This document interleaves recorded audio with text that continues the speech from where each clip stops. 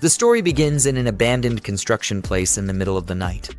We see a boy being surrounded by a group of evil people who are armed with dangerous weapons while hanging above a cage full of zombies who are eager to eat the boy.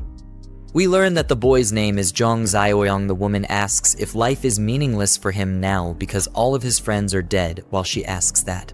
The cold sweat drips all over his face, and Jiang remembers the good times he had in the past with his friends, and says to himself that it is all my fault that you guys ended up like that, and regrets that things went that way. Jiang gets mad and screams at the evil woman that she deserves a miserable death, and that how a person can do something like that to fellow humans. The evil woman with a satisfied face is clinging to a man with a good build, and while she does so, she says that Jiang is angry at her again.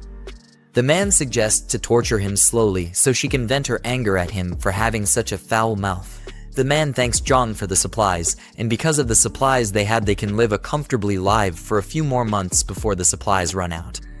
But while he does so, he clicks a button, and so because of that, Jiang falls with full force to the ground in the cage full of zombies who immediately get alerted by his presence.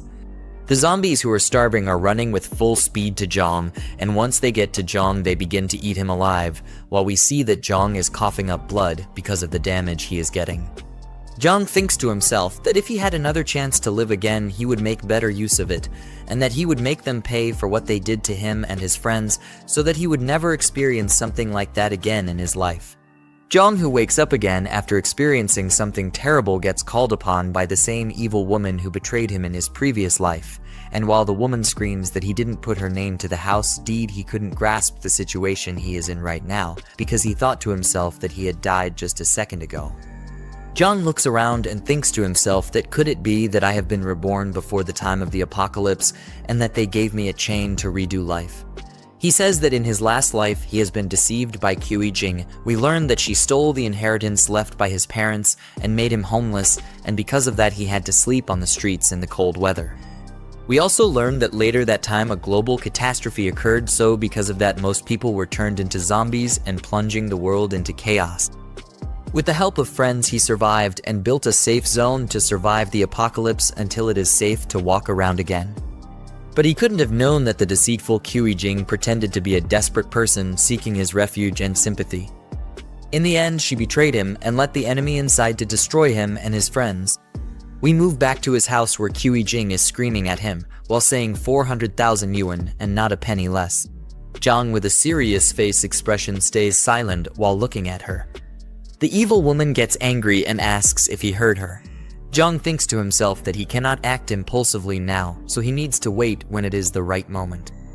The evil woman says that she will give him a week time for him to make everything right, but Jiang cuts her off and says fine, I got it, so she needs to go while pushing her to the door. This shocked the evil woman a bit and thinks to herself that when did Jiang become so assertive, and asks if he wasn't her lackey before. Jiang closes the door and turns around. But while he does so, he looks at the clock and thinks to himself that he must prepare for the impending apocalypse that is going to happen in a month's time, because if he doesn't, the same will happen like last time. Jiang gets shocked, and we see a system alert saying the apocalypse system is now active. We also see several system missions saying own a piece of land to get 10 points as system rewards for completing the mission. Jiang asks in a surprised tone what those points can be used for once he completes a mission, and how he will be able to use them. We learn that there is a system store displaying different types of items which can be bought with system points he earns from mission rewards. We learn that in his previous life, he saved every penny he got to save up for the evil's woman bride price, which left him malnourished. Jiang picks up his phone and gets a message saying, "Are you full?" And he thinks to himself that the zombies will be everywhere in a month's time, so he should eat good food until that happens. We move to an expensive-looking building. We see nice-looking food on the table, and Jiang asks to himself if this is the legendary Michelin 3-star expensive takeaway. He wonders what a 300 yuan braised pork tastes like. While he puts the food in his mouth, his face expression turns into happiness after trying it. Then he screams that the food is unbelievably delicious. We see that the neck is enjoying his food like a pig, but gets surprised to hear a message from his phone when he is just enjoying his food. We see that he is being called by the friend of the evil women. He thinks to himself if that manipulative woman cried to her friend again, and sighs at the view of the name on the phone. The friend gets angry at Jiang for treating her friend like that, and says that she only wanted him to prove his love to her. She also says that if you can't give her property, how can you love her, which is the stupidest thing I have ever heard.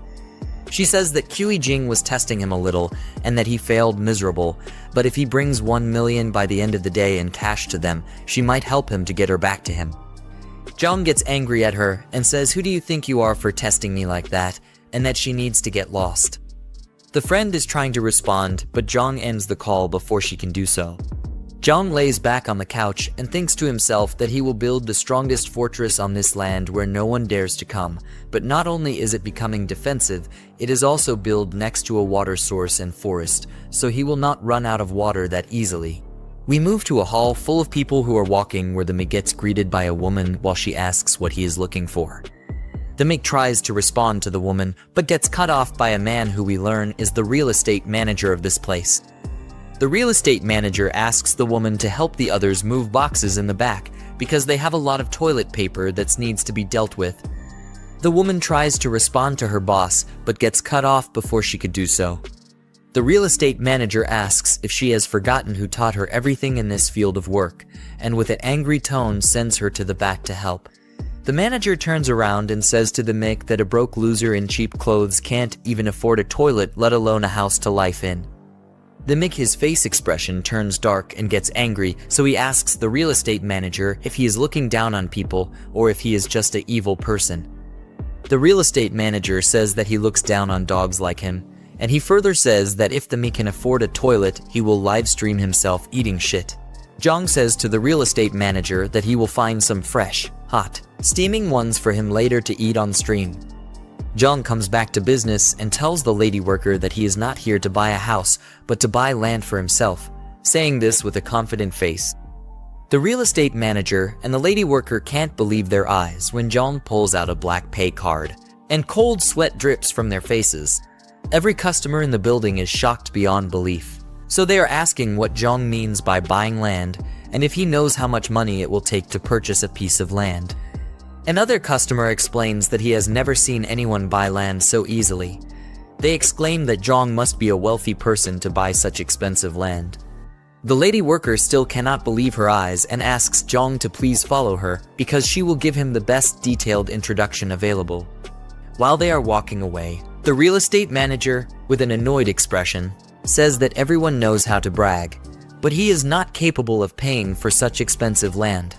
Jiang takes a seat on a chair provided by the lady worker, who further explains that these are the land pieces they currently have available, so Jiang needs to look carefully at which piece of land he wishes to buy.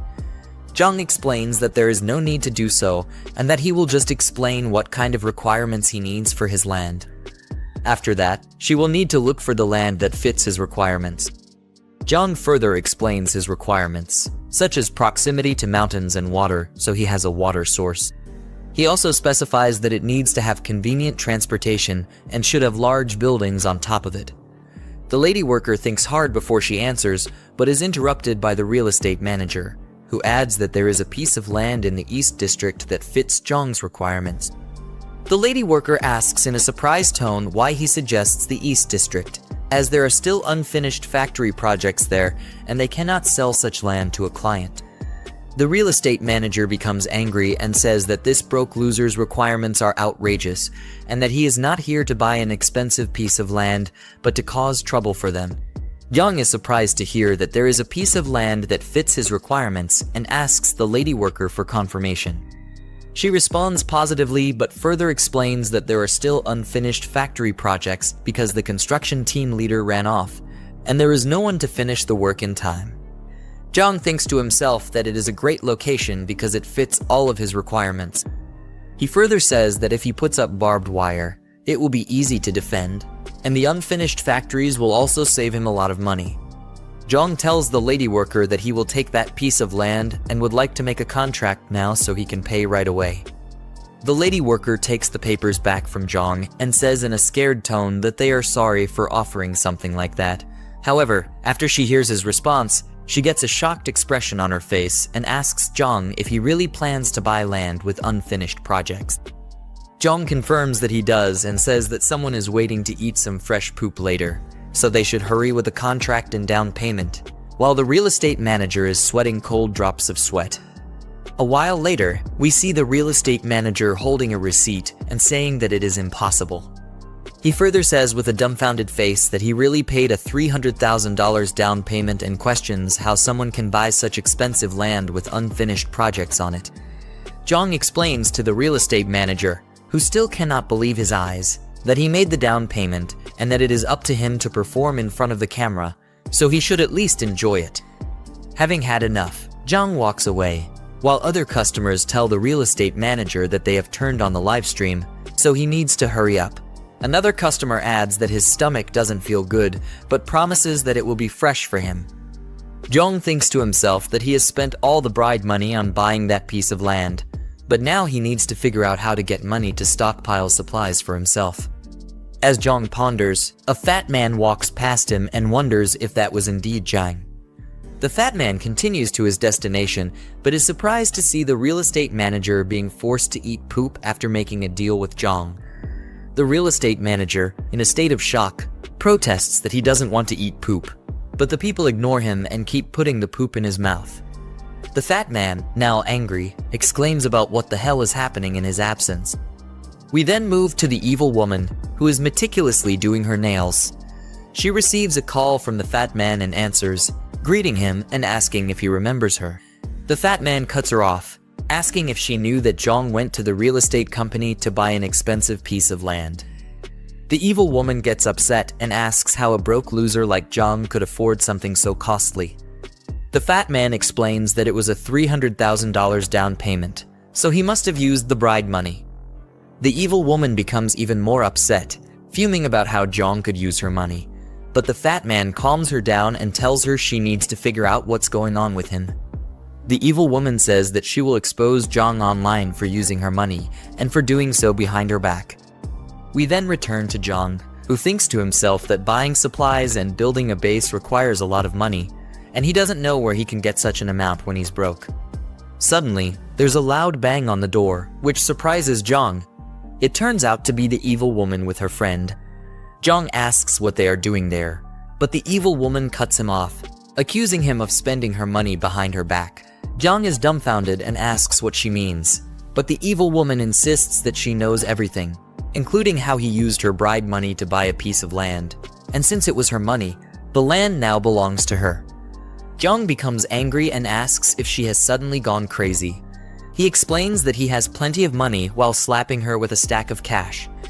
As the evil woman looks on in disbelief, Jiang makes it clear that he will never give her anything and asks if he's dumb for knowing that she has been having an affair with the fat man for a long time.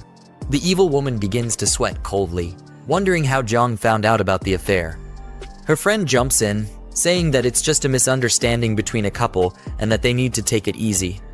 Jiang interrupts, stating that there is no misunderstanding and that a cheating woman like her is not his girlfriend. He tells her to go back to the fat man and, irritated by her presence, slams the door in their faces. The evil woman, left outside, thinks to herself about how Jiang knows about the affair since they were very discreet when booking rooms. The evil woman and her friend start to leave, but the friend stops her and asks if Jiang told the truth about her affair with the fat man and why she didn't mention it before they confronted Jiang. The evil woman uses the excuse that they only booked a room a few times. The friend, concerned about how everything has spiraled out of control, suggests that they should go back and come up with a plan to handle Jiang. The evil woman agrees, saying that it is the only thing they can do at the moment. However, the friend thinks to herself that since the evil woman messed up with Jiang, she now has a chance to claim Jiang for herself. After all, they are good sisters, but she's not holding back. We then move back to the construction site where Jiang has bought the land. Jiang is asking a middle-aged man how long the renovations will take to complete. The middle-aged man, clearly perplexed, asks Jiang what kind of force he has offended to require such extensive renovations. Jiang explains that he doesn't need to know the details and that asking too many questions isn't helpful. He then inquires about the cost to complete the work within a month. The middle-aged man tries to explain that it's impossible to finish in a month, but is cut off by Jiang, who says that if he doesn't want to do it, he'll find someone who will. The middle-aged man reluctantly agrees, but clarifies that his concern isn't the timeline, but the cost that will need to be paid. Jiang asks what the price will be, and the middle-aged man explains that because the construction needs to be expedited and the work intensity will increase, the cost will need to be at least this amount. Jiang, surprised, asks if $20 million is enough. The middle-aged man confirms that it is and adds that Jiang needs to pay a $5 million deposit before they can start building. Jiang says he will transfer the money within a week and instructs them to hurry up with the construction. The middle-aged man tries to respond, but is cut off by Jiang, who adds that if the deposit isn't paid, the land will be his, so the man shouldn't worry about the payment. The middle-aged man agrees and acknowledges Jiang's terms. Suddenly, the friend of the evil woman calls out to Jiang. He turns around with a confused look on his face. The friend clings to Jiang's arm and asks him what he is doing there. As the crazy witch's friend clings to Jiang innocently, she asks him what he's doing there. Jiang looks down at her in anger and remembers that she was the one who persuaded the crazy woman to swindle him out of his family's property in his past life. He swore to pay her back twice the misery he suffered, with his face still filled with rage. The friend, on the other hand, was still asking what he was doing there while trying to act like a good girl. She asked him if this was the land he bought and complimented the scenery, calling it a very nice place. She then asked if he planned to build there, while desperately squeezing her melons against his arms. Jiang pushed her away and told her that whatever he was building had nothing to do with her. The girl was completely shocked at his actions. She didn't think a pathetic loser would have the mind to push away a hot chick like her. She asked herself what was going on and didn't understand why Jiang was acting so weird that day. In a normal circumstance, just touching her hand would make him blush and his heart race. But now he was completely irritated by her presence. Even after deliberately caressing his hands, he still had no reaction towards her. While she was angry and nervous, Jiang went ahead to talk with the construction workers and told them that the gates needed to be expanded. The crazy girl's friend called out to him, but he just ignored her like a piece of garbage.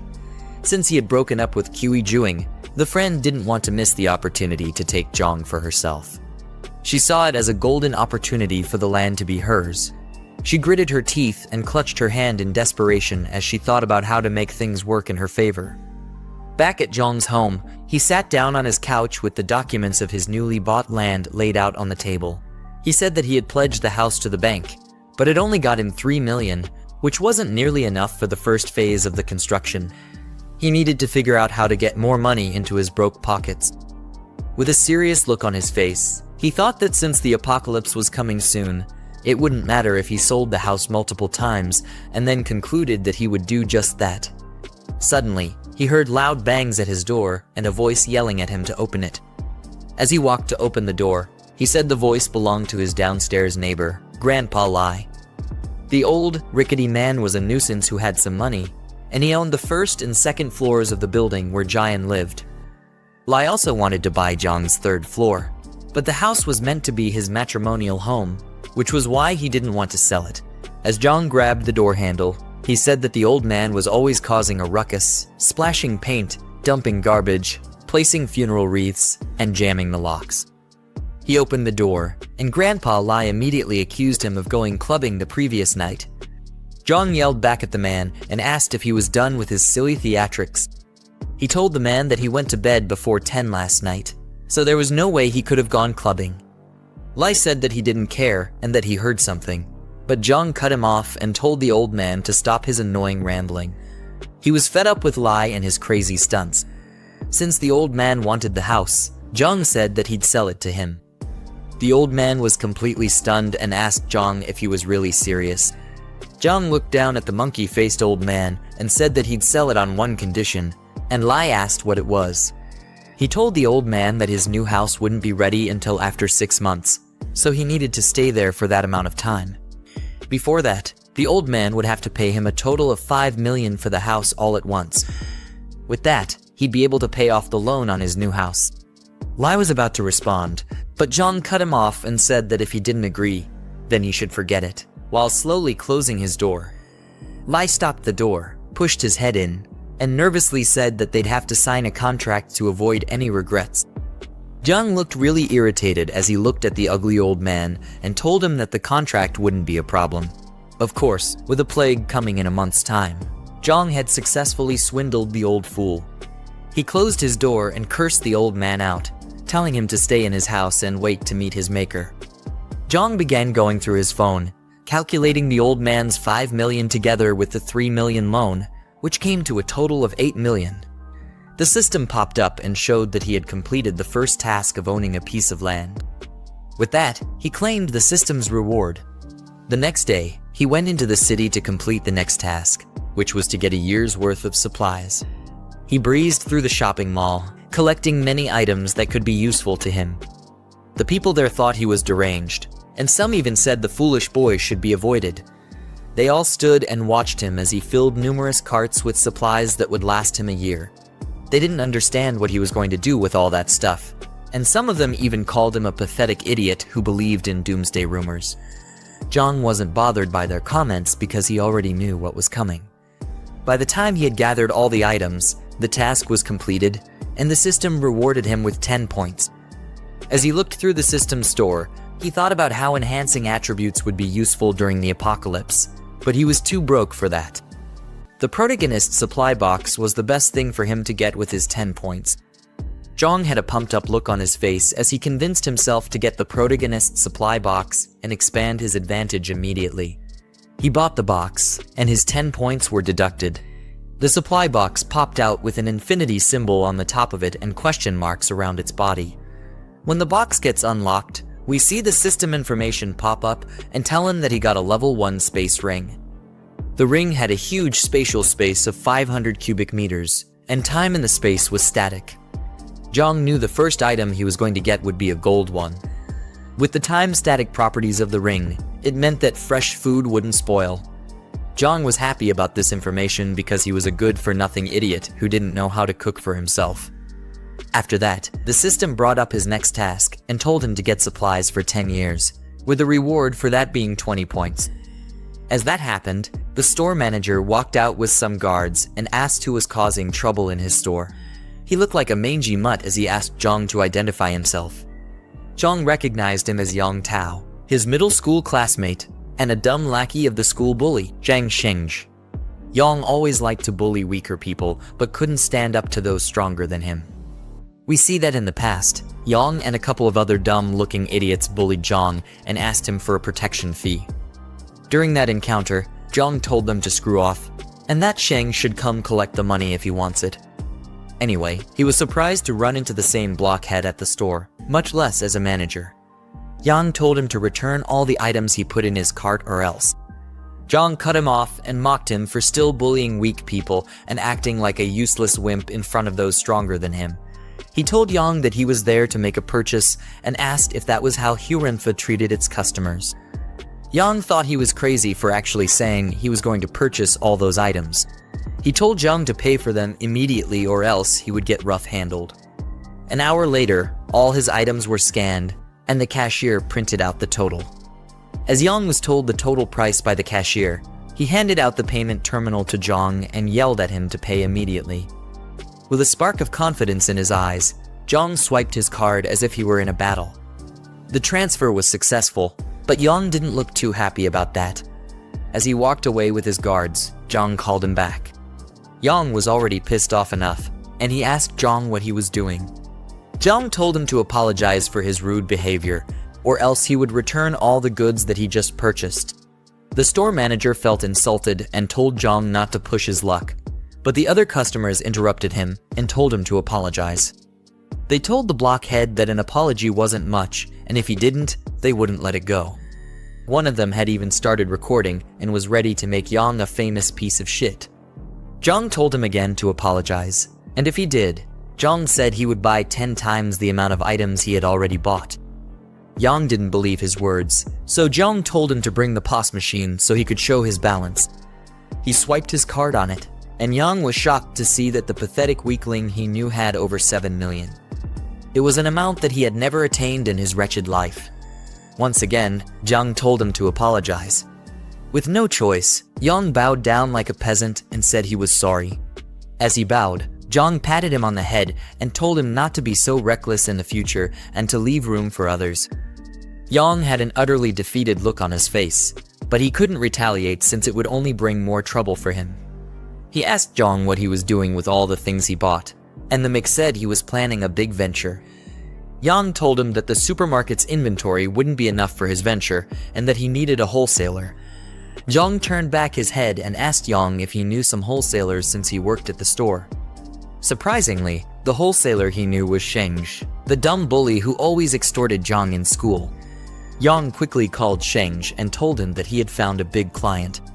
Jiang looked disappointed at the fact that Jiang was still Sheng's useless slave. He wondered how much gray income the two of them could have made in the supermarket. After that, Jiang and Jiang went to a warehouse. A badass car swiftly drove in and nearly turned Jiang into a cadaver. Jiang was angry at how arrogant the driver was. The driver, Sheng, stepped out of the car, smoking a cigarette and puffing the smoke clouds in the air. Jiang introduced him to Jiang and asked if he remembered him from their high school days. Sheng proved that all the smoke had clogged up his ears as he made Jiang repeat himself. He finally said that he remembered who Jiang was and blew smoke on his face. He referred to Jiang as the guy with a bit of a backbone. He tugged at Jiang's hoodie drawstring and called it a fake designer brand. Sheng said he hated people like him who pretended to be rich when they weren't. Jiang replied by saying that he didn't know if it was a designer brand and that he just bought it from a random store. Sheng grabbed Jiang's head and yelled at him for bringing such a useless guy as a client. He told Jiang that his time was wasted with Jiang's presence and kicked him in the butt.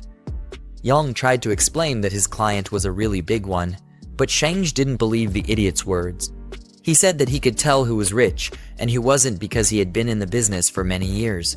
But it was obvious that his brain and eyes were also clogged up from his rubbish cigarettes.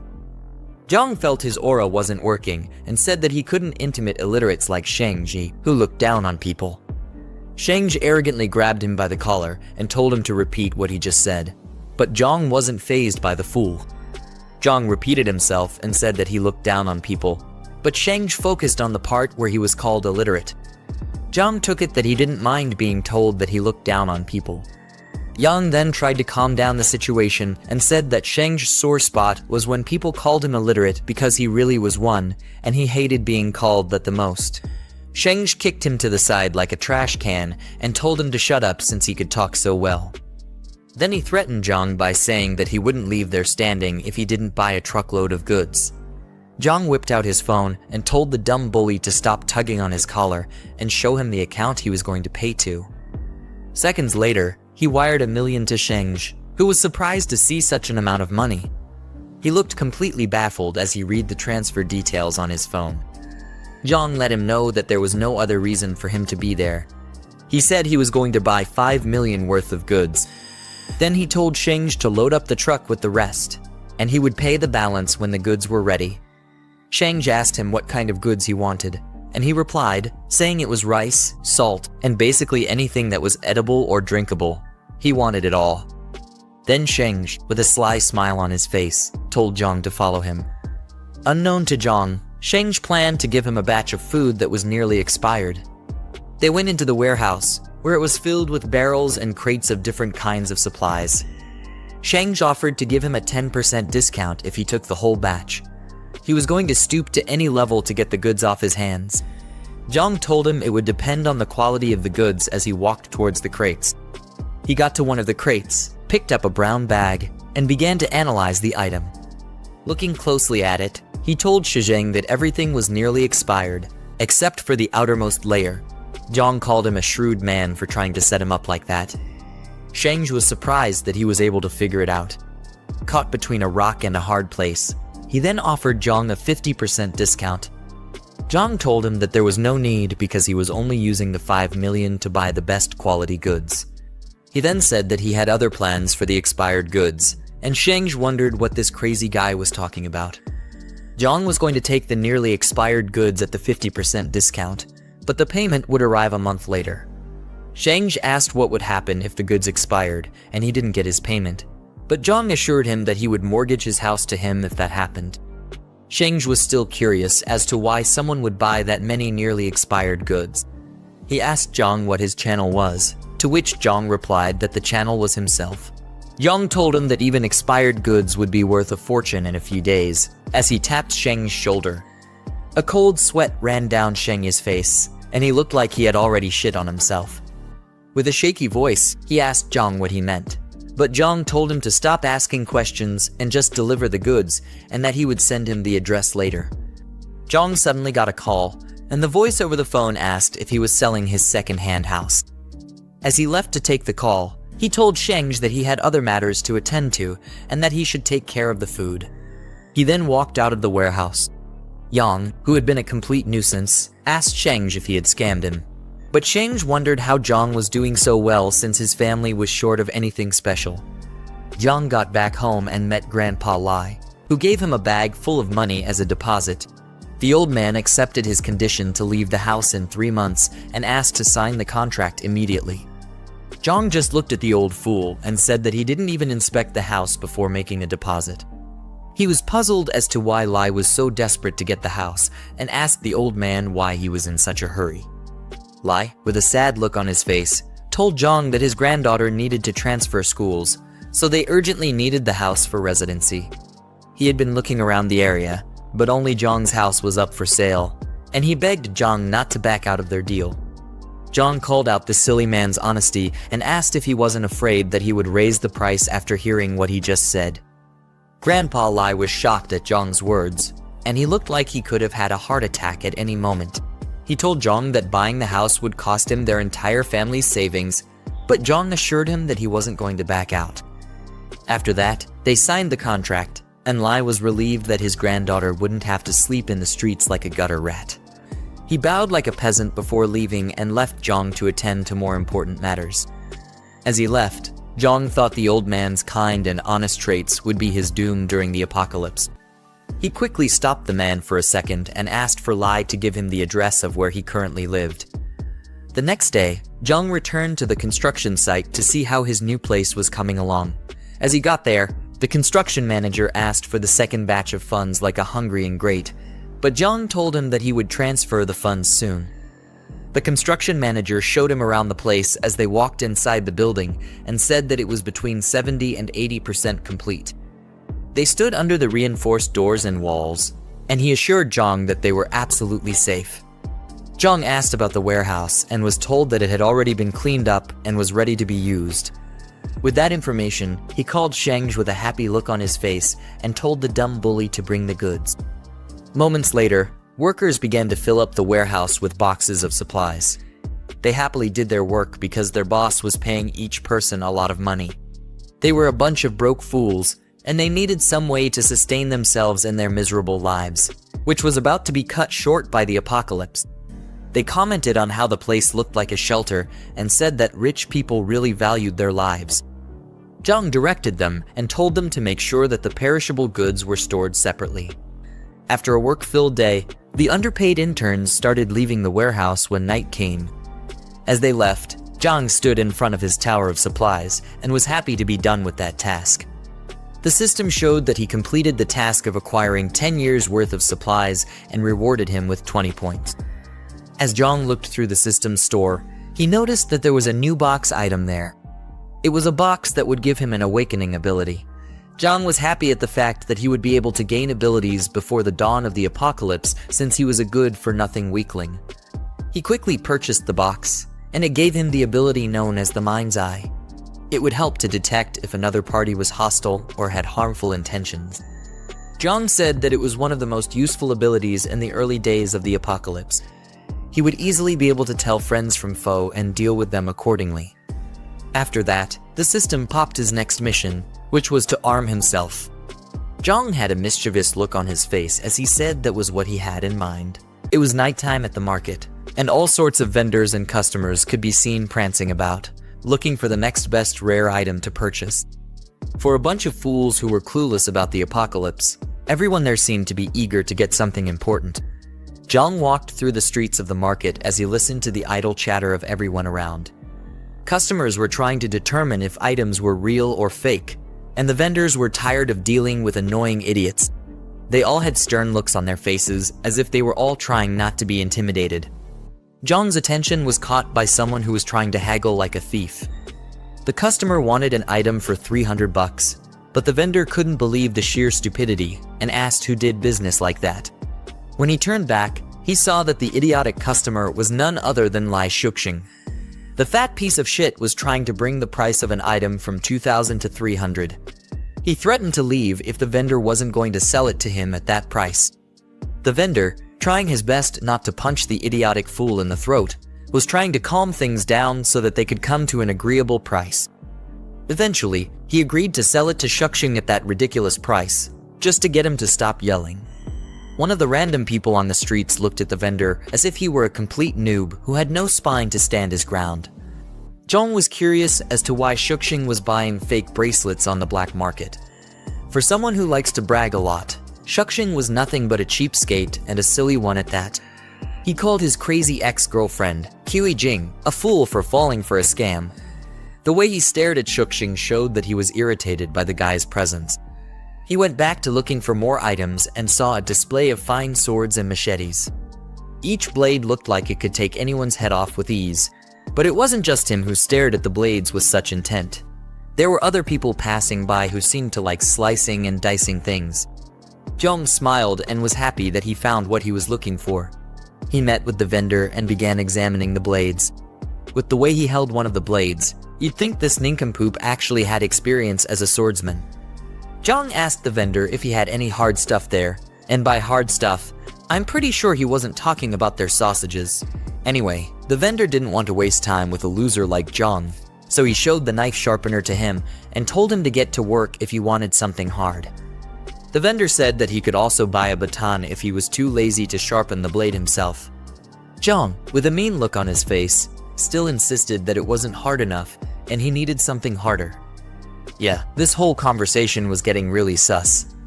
The vendor felt annoyed by Jiang's words and questioned if he was there to cause trouble. He had a camouflage jacket on, which gave the impression that he was a veteran who was skilled in taking care of wastes like Jiang. His facial expression changed when he suddenly got a credit alert on his phone. Jiang had transferred a substantial amount of money to the vendor, and this calmed him down. The vendor was shocked to see how much an ugly kid sent to him, and he couldn't believe it. Jiang, with a happy expression, showed that it was he who transferred the money and told the vendor to pipe down. He was serious about getting something hard to satisfy himself. You know what I mean? After that, the vendor told his assistant, Xiaoxiang, to watch the stall, while he directed Jiang to somewhere private where he could get the hard stuff he'd been craving. He said that talking outside was inconvenient and pointed the way to Jiang. Rather than a warehouse, they went to what looked like a casual person's home. I guess he was serious about giving Jiang that hard stuff. I'm just joking. When they got inside the building, the vendor showed him different kinds of homemade guns enough to at least kill chickens, and they were quite cheap too. The ammo and gunpowder were also cheap, but Jiang said it still wasn't good enough for him. At this point, the vendor thought Jiang was just an annoying crackhead. The look on his face said he was tired of dealing with such an annoying customer. He then showed Jiang a replica revolver, and its performance was almost the same as an active-duty handgun. Regardless, it was still stupidly cheap. It was obvious he was trying to sell cheap stuff and keep a huge amount of change for himself. Jiang was furious as he looked down on the vendor and told him that it still wasn't acceptable. He had paid the vendor a lot of money, so all this cheap stuff only got him irritated and upset. He told the vendor that the 200,000 that was sent was just a prepayment. The vendor thought this sick kid had lost his mind, but Jiang, with a stone look on his face, said he was buying weapons worth 2 million. What kind of apocalypse could this loser possibly be preparing for? The vendor had to ask what he did for a living because no normal person would come to purchase that much heavy weaponry. He was probably scared for his meager life as well and didn't want to get on Jiang's bad side. Jiang basically threw his question aside, saying that it was his subordinates who usually handled trivial matters and the vendor didn't need to ask many questions. Seeing how serious Jiang was, the vendor went to lock the doors and close the windows to make sure no one could see or hear them. Luckily, Jiang didn't get defiled after that. The vendor told him that he had come to the right person. He whispered to Jiang that he would give him an address and also told him to write a list. Jiang was to go to the location the day after tomorrow at midnight to complete the transaction, and he was meant to bring cash. As he left the building, he heard the fat fool, Shuxing, calling his name. Just the sound of the idiot's voice made Jiang look like he was going to throw up. Shuxing was surprised to see him on the black market and said that must be why he had been spending lavishly recently. The foolish degenerate obviously wanted all that money for himself. He also called out Jiang for ignoring Jing and also said that his family must have had some heirlooms. He assumed Jiang was there to sell off his inheritance and said he had been watching too many marketing accounts recently, in a mocking tone. Jiang didn't even look bothered by Shuxing's degrading statements. Rather, he saw it as the perfect time to test his mind's eye ability. He activated it, and a blue flame surrounded his eye. He was able to see different icons on the top of the vendor and Shuxing's heads. The icon on the vendor's head looked friendly, while that of Shuxing showed he was definitely an enemy. Jiang was glad that the ability worked as expected. He turned back and began to mock the fat piece of garbage, saying that he must have tricked Ku Jing by buying fake and second-hand goods in order to clap her cheeks. Jiang said that she was just his second hand, who was worth the fake items. Shuxing was infuriated by Jiang's words, but he made no attempt to deny that he was a broke loser who had to buy cheap items to clap a girl. The vendor asked Jiang if they knew each other, and Jiang said that the fat fool was an enemy. Thanks to the money he was offered, the vendor began acting like Jiang's silly lackey and said that he'd handle Shuxing, while Jiang went ahead to handle other matters. The rest of his dumb friends came out to tag along in the drama, and Jiang told him not to kill the fatso since he still had plans for him. Shuxing was already shaking like a chihuahua as the goons slowly walked toward him. He tried to put up a tough attitude, but it was no use.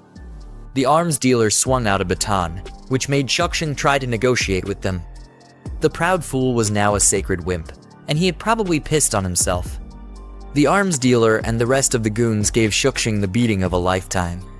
Laying defeated on the floor, Shuxing swore to get back at Jiang for humiliating him. 2 days later, in the dead cold of night, Jiang unveiled his new guns, which were delivered in a truck at his warehouse. With his new arms acquired, his task was complete, and he was awarded 10 points by the system. As a bonus reward, he was also given 2 physical enhancement potions. Rather than an actual potion, it was basically just a syringe, which meant that the system was obviously forcing this guy to do drugs. Anyway, Jiang noticed that the potion's effectiveness was as good as the one in the store.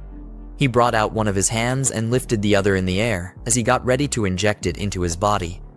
As he used the potions, he gritted his teeth in pain, and his eyes went completely white. It was either he was feeling ecstatic like a junkie who just got his daily dose, or this idiot was about to die. Luckily, his second chance at life wasn't about to be wasted so easily. According to him, the average adult male had a strength of 5, but with the added 2 points from the potion, he got a 40% increase. He rolled up his fists as if trying to get a good feel of his new strength, but he still looked like the same old useless loser. Still, it wasn't enough for him. Jiang opened up the system's store and looked through the 2 items that were left. He decided to maximize his advantage by buying an extra physical enhancement potion. While injecting himself, he winced like a little girl who was getting touched inappropriately. The extra potions brought him to a total of 8 points, and he had 60% more power than the average person. All that was left was to find a punching bag to test his new powers on. He looked to the wall by his side and saw some bags of cement and a couple of rods on the floor. As he picked up one of the rods, he looked like he was still unsure about his new powers, but there was only one way to find them. He pulled out some sweet Bruce Lee moves as he kicked the rod, bending it and sending it flying towards the wall, which also cracked the wall. With his new strength, Jiang felt like a big bad boss who was not to be messed with in any way. He was sure that he would be able to easily handle early-stage zombies when they showed up. After that, he decided to store the guns in the space ring since they wouldn't take up much space there. The weapon crates shrunk and flew into the ring as if they were being sucked in by a black hole. The day after tomorrow was going to be the first day of the apocalypse, so Jiang was trying to make sure that there was nothing else he had to do. Flashing through his mind was the memory of Grandpa Lai, telling him about his granddaughter and how they needed his house for residency. Jiang felt stupid that he couldn't completely ignore the old man's unfortunate situation, even after suffering at the hands of human treachery. He decided to send the man some essential supplies for the apocalypse, but it was up to the old fool to survive or become a tombstone. Jiang said it was going to be his repayment to the old man for funding his apocalypse plan. The next day, a black call pulled into what looked like an abandoned neighborhood.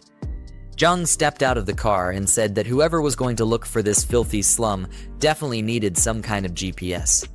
He had to walk all the way to the top floor where Grandpa Lai was staying so that he could deliver the supplies. From the looks of it, the old man was a broke fool, and Jiang said he had a screw loose in his head for living in such a cheap place. Before knocking on the door, he remembered to take out the supplies from the space ring first, so he wouldn't have to get into a long explanation with the old man. After setting out all the boxes, he knocked on the door, and Lai crawled with his rickety legs to open it. As he opened the door, he already started saying that he would pay his rent by next Monday, but he had no idea who he was talking to at first. It was obvious that there were barely any working brain cells left in the man's head. Seconds later, his eyes sparked open, and he recognized that the person in front of him was Jiang. He was even more surprised to see the huge number of boxes that surrounded Jiang. It's as if his eyes finally started working well, and he asked Jiang what all the boxes were for. Jiang said he'd explain later and asked the man to help move all the boxes into his home. They had to be discreet about it so that the nosy neighbors wouldn't think they were doing something illegal. Jiang ended up doing most of the moving because the old man was an incompetent piece of garbage. Lai wished he was like the young folk because of how much stamina they had.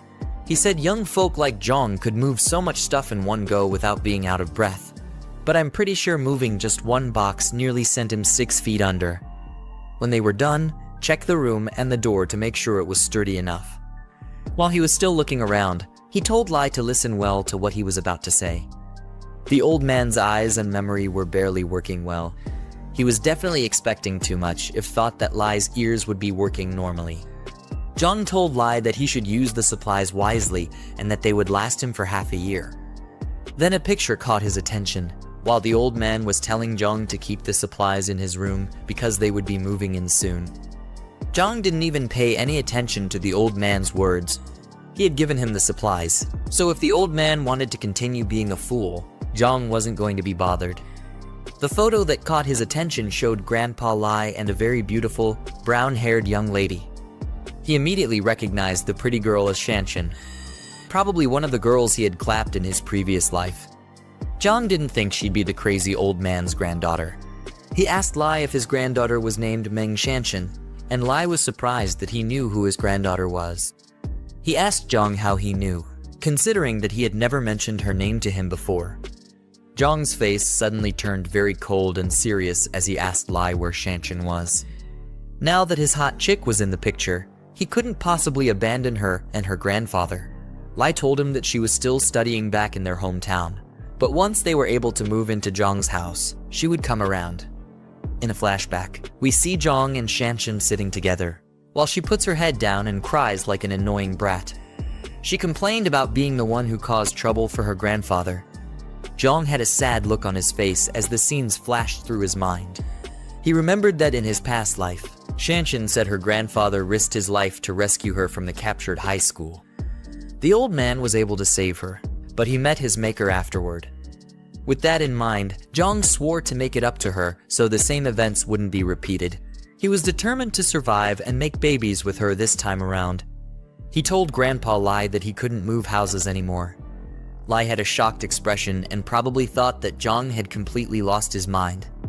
He thought Jiang was going to change his mind and begged the boy to reconsider his decision. But Jiang told him that the world was going to fall into ruin the next day and humans were going to be plunged into a cesspit of suffering. The house and his granddaughter's school status weren't going to matter in the face of all this. The old man was confused by Jiang's words. He had a perplexed look on his face, thinking that Jiang was probably the one with dead brain cells. Either that or the boy was mentally disturbed. Jiang told him to guide them to the school where Shanshan was so that they could pick her up, and he would have a new place arranged for them. The only expression that ran through Lai's face was confusion and fear. He told Jiang that he sounded like a deranged idiot, and that he had no idea what Jiang was talking about. This wasn't making things easy for Jiang. He needed to look for a way to explain things to the stupid old man, but he was too old to understand anything, and they were running out of time. He had a very worried expression on his face as he thought about how to handle this. He began to explain the concept of hunger to the old man, something the broke fool should have been quite experienced with. Jiang explained how miserable and terrible the people in the famine era would be. Grandpa Lai didn't understand how such a tragedy could befall those in such a peaceful and prosperous world. He didn't believe such a thing would be possible in their time. With no other choice, Jiang pulled out his ring and sucked all the supplies back into the spatial dimension. The old man was frightened as this happened, and he didn't even know what to say. In the blink of an eye, all the items were gone from the room.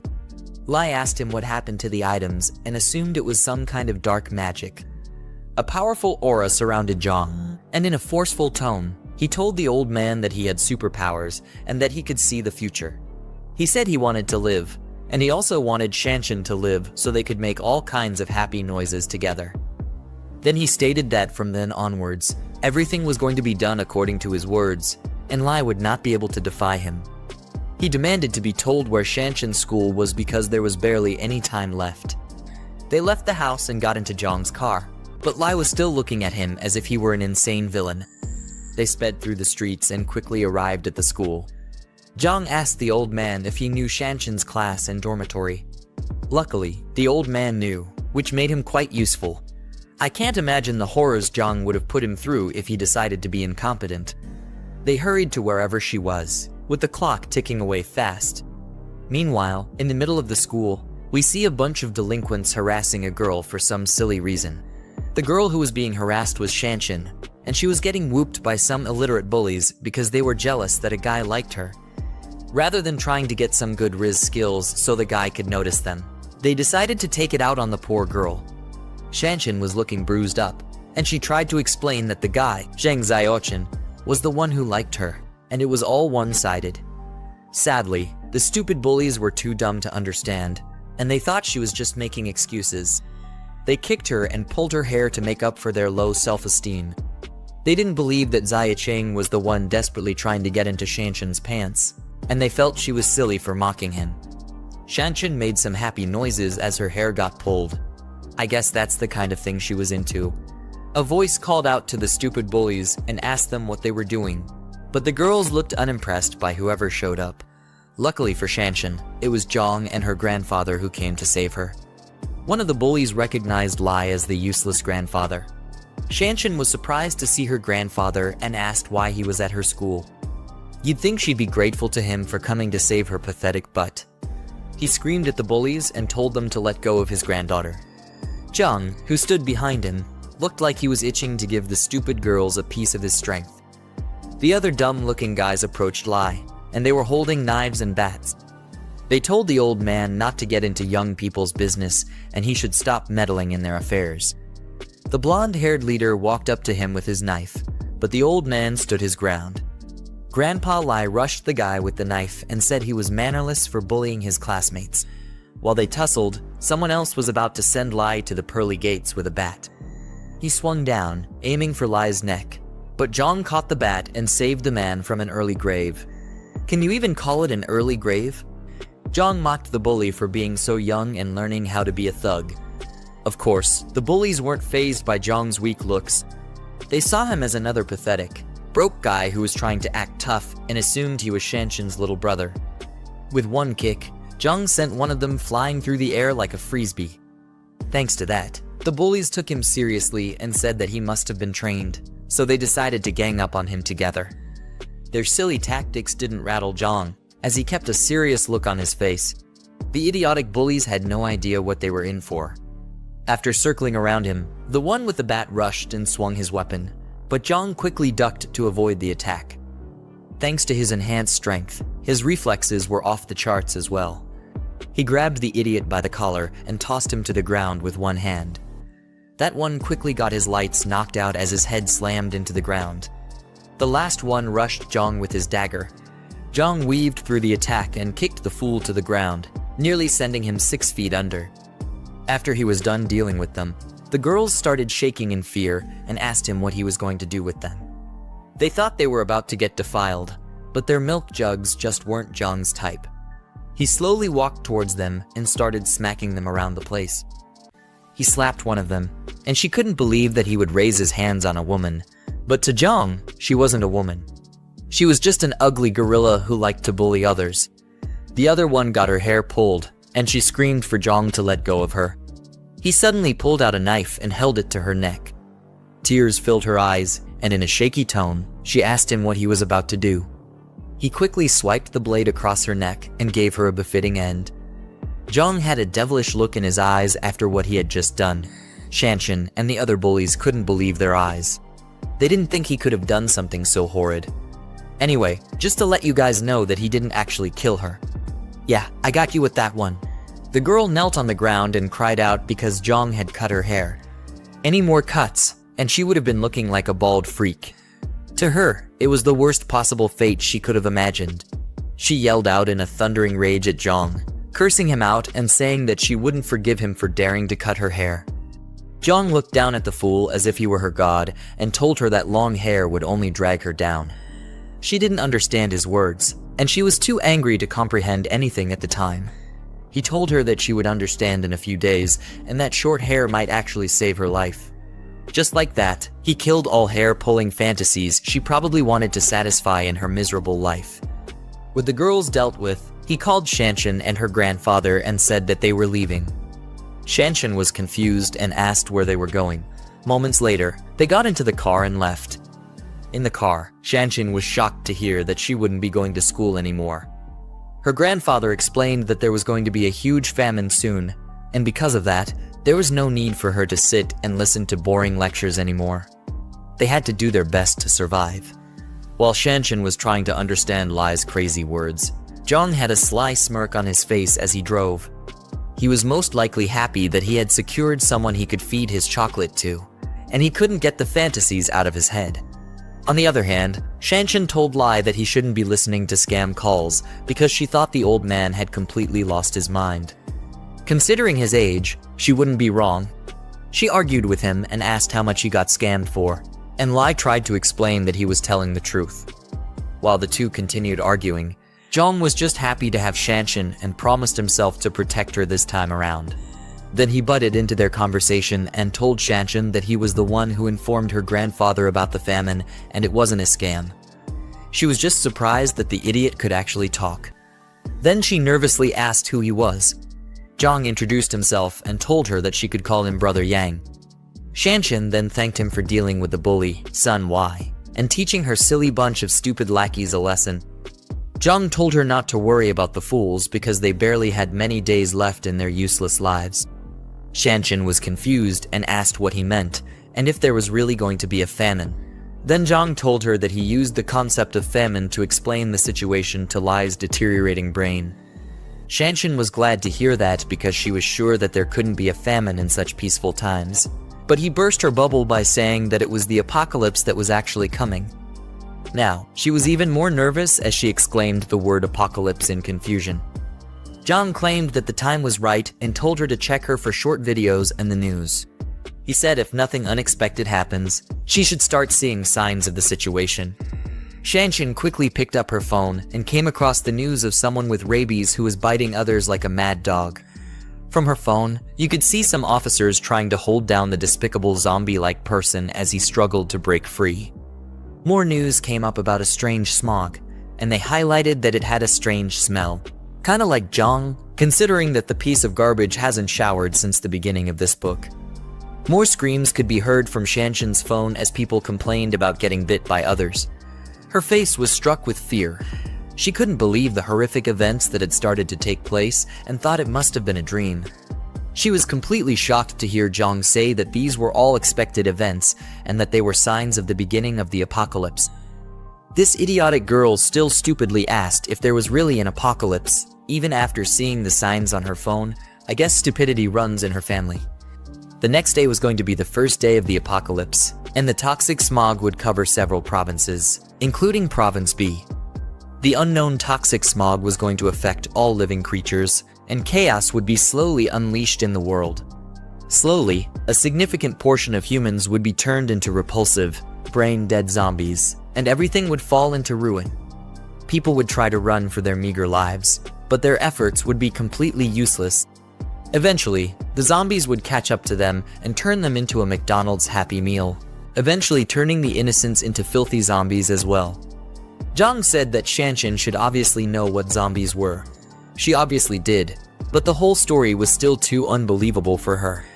Being popped out of school to being told about an apocalypse was the last thing she expected in her life.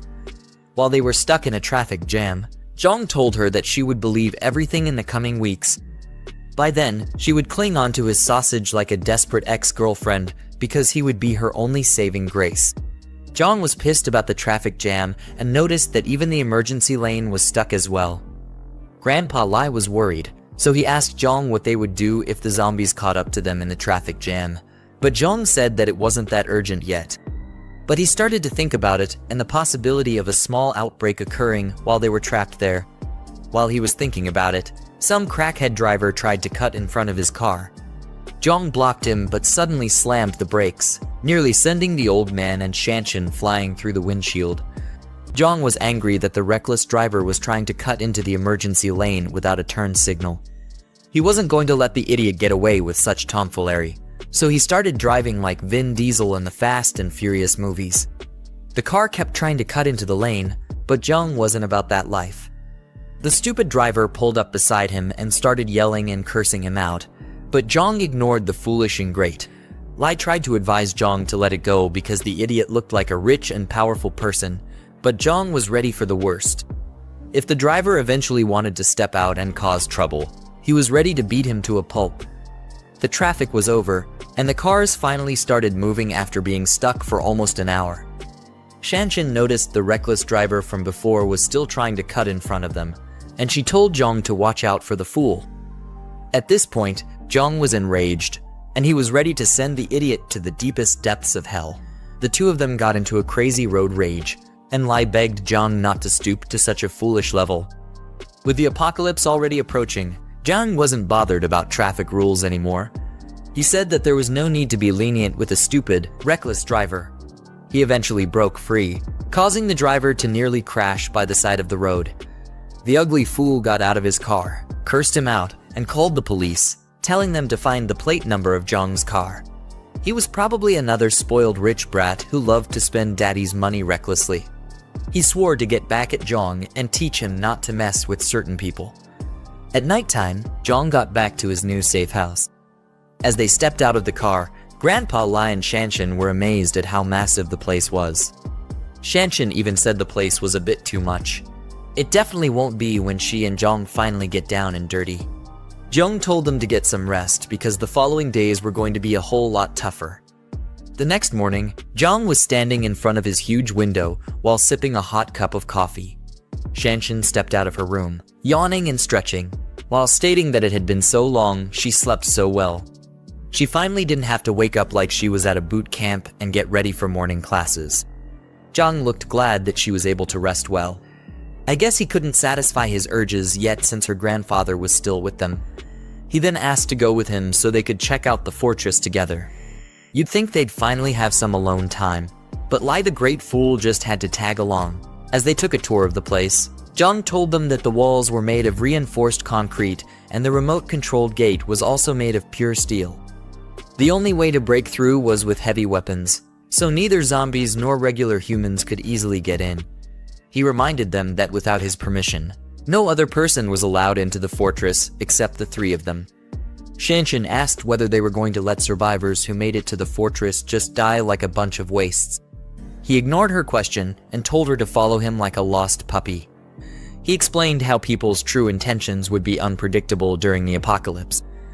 Being too kind would get them swindled, and humanity's dark side would fully show itself when the events begin to unfold. They walked to the back of the building and came to a place he called the buffer zone. They were shocked at how huge the place was.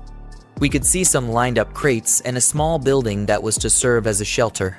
Jiang told them that if survivors came while he was away, the buffer zone could provide them with temporary shelter, but they would not be allowed into the fortress until he returned. Next up, he said he would take them to the food storage, which was the most important thing in an apocalypse. If they weren't able to find food, Jiang and Shanshan might have to start eating themselves, not in the way your dirty mind was thinking about. He said he'd show them the areas of food that would be distributed sparingly. As he led them into the food warehouse, he suddenly stopped to look back at them. He activated his mind's eye ability to make sure that Lai and Shanshan were truly on his side. The two of them looked confused because they didn't understand what he was doing. Jiang saw two happy emojis at the top of their heads and figured it was a sign of trust. It was his first time seeing it, which meant that the old man and his granddaughter completely trusted him with their lives.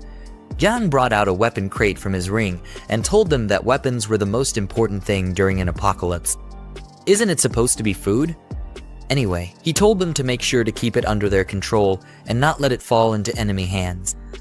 The two of them were shocked as they picked up a shotgun and a crossbow. It was as if they had slowly started realizing how serious things were. Lai, with a stupidly dumb look on his face, agreed to keep the weapons under control. With that done, the system popped up and showed Jiang that he had completed the task, which was to reunite with Shanshan. It then told him to find and rescue his former companion, Zhang Kai. Jiang was shocked to see that the system was trying to bring him and his comrades back together. As they stood by a huge glass window, he saw a huge arrow pointing him in the direction of where Kai was. It proved to be very helpful because he was really worried about how to find his comrades. While he ran out, he told Shanshan and Lai to remember everything he had told them and not to violate his instructions. Shanshan asked where he was rushing out to, and he said to recruit more people to strengthen their team. Somewhere in the city, at a KTV building, a group of ugly-looking guys were enjoying a karaoke session, and their table was filled with a crazy number of drinks. Two of the guys stepped out to go to the restroom. The fatso had to guide his gray-haired friend, who was probably too drunk to walk straight. He told his friend to eat slowly and not to choke. I hope it's not what I'm thinking. The gray-haired dude then told his fat friend that he would pack something for him to take back. It's definitely looking too suspicious between these two. When they were done with whatever the hell they were doing to each other in the restroom, they started heading back to meet up with the rest.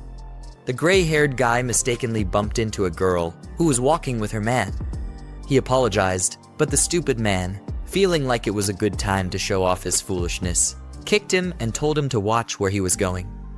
The gray-haired dude flew through the place, and his friend, who had never spent a single day in the gym, came to check if he was okay. We find out that his name is Zhang Kai, the companion who Jiang was looking for. Zhang Kai's friend yelled at the stupid man for hitting his friend just for a simple mistake. The man felt insulted that a fat piece of garbage was talking back at him and said that it was rare to meet someone who dared to try such. He grabbed the fatso by the collar and jacked him up. While Zhang Kai tried to apologize for the misunderstanding, he begged the guy not to hit his friend. Some loser who worked there stepped out of the restroom and saw the commotion that was going on. He was barely recovering from an upset stomach, and he caught a cold.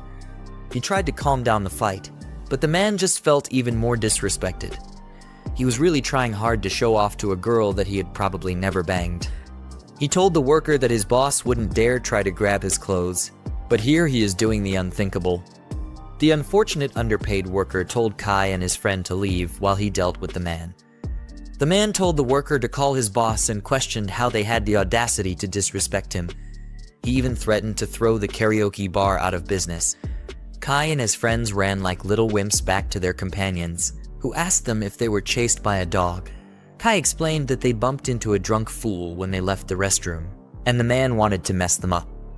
Luckily, they got saved by the waiter. If not, they would have gotten really bruised up. One of the guys got angry that the fatso didn't fight back, saying that their mechanical engineering class had never backed down from a fight. It was obvious that he was the idiotic musclehead of the group, and he was always ready for a fight. He said he'd make a call to gather more of their brothers to take care of the thug. The brother with a white jacket looked at him like the dude had completely gone bonkers. Zhang Kai told him to stop showing off because they were graduating in less than a year, and the last thing they needed was more trouble on their hands. He told them to enjoy the music and keep dancing.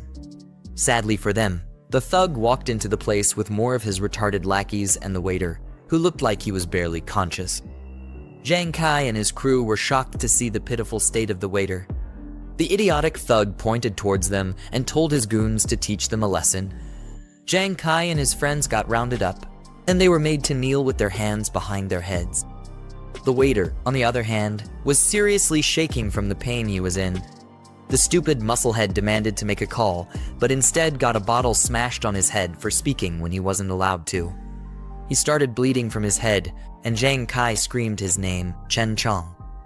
All this was just because a foolish thug wanted to show off to an ugly girl who looked like a troll. Meanwhile, Jiang arrived at the karaoke bar, but was completely clueless as to what was going on inside. The butlers at the door ushered him into the venue as he said that the world was ending and his friend still had the mind to sing. While the music was going on and the lights of the club were still spinning, Jiang was bleeding from his head like a waterfall after one of the thugs smashed his head with a glass bottle. The thug still held the broken bottle as if he were prepared for another round, while Jiang Kai called out to his bleeding friend. The foolish guy who was doing all these theatrics for his ugly girlfriend asked her if she was feeling better after seeing him display the traits of a deranged idiot. He put his arms around the girl and tried to get a good feel of her arms, but she wasn't impressed by his lame heroics. The girl was more pressed about how her nail polish looked as she asked him what was there to feel better about. She told him that he wasn't even dealing with the actual person who bumped into her. The thug, with the brain of a buffoon, turned his attention to Jiang Kai. He held the broken bottle to Jiang's face and slowly approached him. The girl still showed no signs that she was the least bit impressed with all this tomfoolery. Meanwhile, Jiang was slowly getting up and trying to recover from his bleeding head. Out of anger and frustration, he quickly reached for an ashtray and wanted to use it to make the thug pay for nearly sending him to his maker. He tried to smash it on the guy's head, but the other goons held him back. One of the brain-dead thugs called him a little punk and mocked him for being foolish enough to try and fight back, given his unfortunate circumstances. Jiang struggled to break free, but it was no use because he was too much of a weakling to them. The thug, who was nothing but a simp, felt irritated and angry that Jiang was bold enough to try and fight back. He didn't expect him to have so much guts, and he gritted his teeth fiercely in anger. As the other goons held Jiang down, their leader smashed another bottle on Jiang's head. Yeah, he definitely can't be coming out of this one. The wine splashed everywhere, and broken bottle pieces could be seen flying through the air. Jiang was knocked out cold, and he slumped to the floor like a sinking rock. Jiang Kai and the rest of his friends were completely shocked at the horrid event they just witnessed. You could see the anger on one of the friends' faces, while the other two tried to call out to their friend. At this point, there wasn't any need for them to hold back anymore. They had tried their best to be calm and respectful, but it ended up quite bad for them.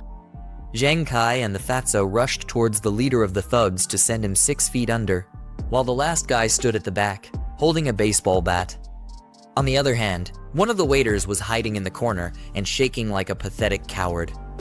In the background, you could hear the thugs calling Jiang Kai a punk, and they were furious that he just wouldn't back down. Things got out of hand, and everyone was ready to go all out. Lao Si was told to grab one person and make sure that they never see the light of day again. While everyone was brawling and being a nuisance to the club, the waiter was in a lot of pain, and he groaned as a lot of cold sweat ran down his body. His body was shaking a lot, and you could see some purple veins pop out from his back and his forehead. It was like he was slowly having a bad mutation of the Hulk. At the same time, Jiang Kai was dishing out knuckle sandwiches to all the idiots who tried to mess with him and his friends. He swung hard at one of the goons, but the guy was quick enough to dodge, while another person was coming at him from behind. The waiter, who was shaking like a junkie earlier, now looked completely possessed, with blood dripping from his eyes. His eyes had gone completely white, he was sweating profusely, and he was drooling like a hungry beast. As he looked at the bunch of fools who were fighting, all that ran through his mind was how good they would taste once he got a bite. He roared out like a filthy beast and rushed to join the fray. Whatever caused him to mutate made him run at an inhuman speed, but it was probably at the cost of whatever was left of his brain. The waiter, who was now a mindless zombie, quickly grabbed one of the thugs and forcefully held onto him. The thug tried to break free, but the zombie displayed a terrifying level of inhuman strength. The filthy thing quickly took a bite of the thug, who was now in agonizing pain. The dumb girl, who was the cause of all this mayhem, screamed in shock as she saw the zombie take a large bite out of the guy. The thug called the waiter a dog and tried to get him to let go, but it was hopeless for him. He then called out to his guys so that they could help him. A man who was watching the whole thing couldn't believe his eyes. It was as if he had been thrown into those horror movies, and he was the side character who was completely useless. All he could do was put his hands behind his head. He opened his mouth wide and screamed, hoping for it to all be a dream. Meanwhile, the thugs were trying to hold down the zombie, but his crazy strength left them shocked. They still had yet to clock that they weren't dealing with an average human being. The zombie let go of the person he was clinging to before and went ahead to bite the other unfortunate soul. The guy called him a good-for-nothing and was surprised to see that he was really acting like a deranged dog. As the thug struggled to break free, the zombie knocked him down to the ground, while his teeth were still firmly planted into his arms. The thug was baffled at how insane the zombie's strength was because his arm was about to be completely ripped off. As the struggle continued, a hand suddenly popped out and grabbed the neck of the zombie from behind. As the person lifted the zombie into the air, we saw that it was Jiang performing such crazy feats with his physical enhancements. Everyone else in the room was surprised that he could lift up a fellow human with such ease, and even with one hand. Jiang slowly squeezed the zombie's neck, and his face didn't look too happy about what was going on. With blazing anger, he smashed the zombie onto the glass wall and held his face to it so that the shards could cut him up slowly. Then he turned to the rest of the idiots who had been causing a ruckus and told them to stop. Everyone else there was still freaked out by Jiang's crazy strength. The man who was a snack for the zombie looked beyond frightened as he looked up at Jiang. He said that the deranged zombie was as strong as a bully, but he didn't understand how Jiang was able to pin him to the wall with one hand. It was as if he was also angry at himself for being a pitiful weakling. The stupid thug leader screamed out and asked Jiang who he was. Rather than thank the protagonist for saving their miserable lives, this brickhead thought it was wise to yell and act like he had some use. The other pathetic goon beside him was in a lot of pain because the zombie had taken a chunk of his shoulder for dinner, and it looked like the wound had become infected. Jiang ignored the idiot's question and turned to Zhang Kai. He wanted to make sure that his friend had been bitten by the monster and also make sure that he was alright. Zhang Kai told Jiang that he was fine, but with a perplexed look on his face, he asked Jiang why he was worried about him being bitten. Jiang ignored that foolish question as well and, with a mean look, told his friend to come with him. There wasn't any time to waste, and he needed to assemble his past comrades as fast as possible. While Zhang Kai stood up to go, that idiotic simp pulled him back and said that they weren't done. A literal zombie just wreaked havoc in their midst, and his men were severely wounded, but he was more bothered about how much he had to impress some ugly girl, who he had probably never laid before. Anyway, as he was being stupid, one of his goons, who got bit on his shoulder, suddenly started coughing and complaining about his spinning head. His boss asked him what was wrong, and he thought it was just a cold, but he was about to find out how his foolishness would be the end of him. Jiang had a look on his face that said he already figured out what was happening to the thug. He wasn't fazed at all, but just kept his composure and waited for the worst to happen. The purple veins began to break out of the thug's neck and head.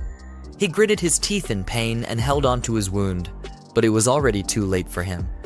He tried to explain that he just had a runny nose in the afternoon, but got interrupted by Jiang.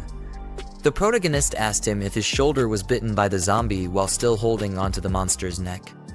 The zombie was still fighting to break free, but Jiang had that dog in him, so he wasn't breaking free anytime soon. The thug was confused and wondered how the zombie's bite had anything to do with the way he was feeling. While still fighting the pain, he told Jiang that he was bitten and asked what that had to do with anything. You could see as the purple filthy mutation was slowly creeping up from his back to his face. The fact that no one else in the room could figure out what was going on showed why they must have died like fools in Jiang's past life. Jiang started to analyze the whole situation and thought to himself that the thug was probably already infected before he got bitten. Now that he was bitten close to his head, he was likely going to mutate soon, since the signs had begun to show themselves. Jiang dragged the already deranged zombie and was heading out, while the H-Tug leader asked him what he was doing. The others were staring at him, and they hoped that he would give a reasonable explanation for all his strange questions and actions. Jiang got to the door and tossed out the mutated filth like he was a pile of trash. Then, he quickly shut the door. The zombie started to bang and claw at the door, trying to force himself back inside. Jiang, on the other hand, was glad that zombies were too dumb to figure out how to open doors yet. Because of this, they were all safe in the meantime. As he dusted off his palms, he turned to the others and saw that they were all looking at him weirdly. It was obvious that they were waiting for him to start explaining himself, but Jiang was taking his sweet time. I mean, it's his show, so you can't really blame the guy. His mood shifted, and you could see the killing intent spilling from his eyes. At this point, the demons of hell were scared of what this idiot was about to do. He cracked his knuckles and asked Jiang Kai which one of the stupid thugs he needed to take out first. However, Jiang Kai had no idea who this crazy kid was, and he asked him if they knew each other. The leader of those thugs was looking completely pissed off because he was being threatened. He rushed towards Jiang, telling him that he was getting cocky, and he attempted to land a punch on the pretty boy's face.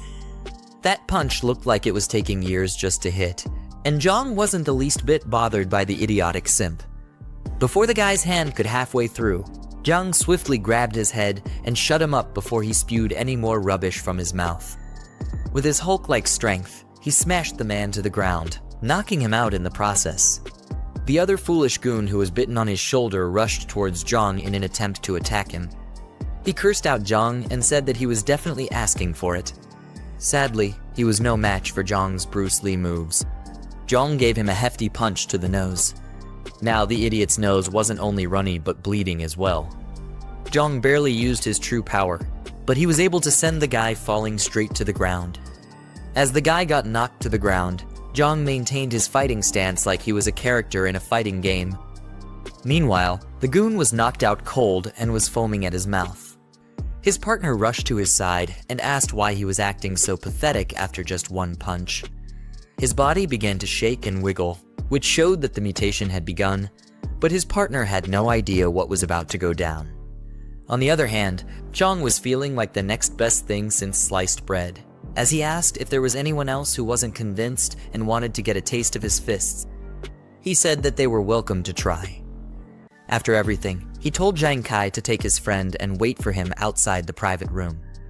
Jiang Kai wiped his chin and proceeded to do as he was ordered.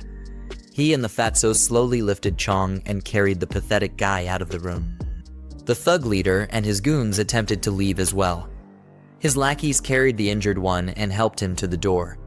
As they got to the door, Jiang told them to hold it, and he blocked their way. The leader stupidly asked him what he was doing, and the girl, who the leader was trying so much to clap her cheeks, was shocked as well when Jiang stopped them. Jiang told him that all the drinks must have gone to his head and made him forget his own name. He told the man that he almost got his brother killed, but the leader only looked more irritated and scared at the same time. The leader told Jiang to stop spouting nonsense and ordered him to get out of his way. Jiang was fed up with the buffoon's arrogance, and he pushed him back. His eyes were blank, making it look like he had gone into feral mode. The leader cursed him out and said that he was going to die after what he just did. I guess the drink really did clog his head because he quickly forgot that Jiang held up someone by their neck with just one hand. Before he could get up, Jiang quickly left the room and locked the door behind him. The guy got up and demanded for the door to be opened, saying he was going to skin Jiang alive for being a punk. Unknown to him, he was about to face a more deadly and disgusting opponent. The goon who was bitten on the shoulder earlier had been completely consumed by the mutation. His eyes were red, and his senses were no longer with him. You could have possibly searched his eyes for a sign of himself, but there was no humanity left in him any longer. The mutated thug let out a feral roar and began looking for the closest person to feast on. His other comrades couldn't hold him down, and they were confused as to why he was acting so feral. They called out his name, Hat, and asked him what he was doing. Obviously, they were too blind to see that Hat was hungry and looking for the next best meat to devour. Jiang stood on the other side of the door and listened to the chaos that ensued inside the room.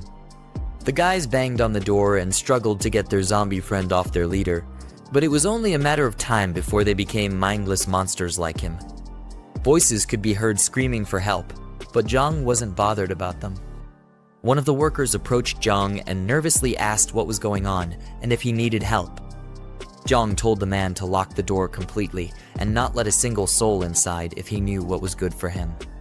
He then told him to call the police and the hospital to inform them that there was a patient with the rabid flu inside the room.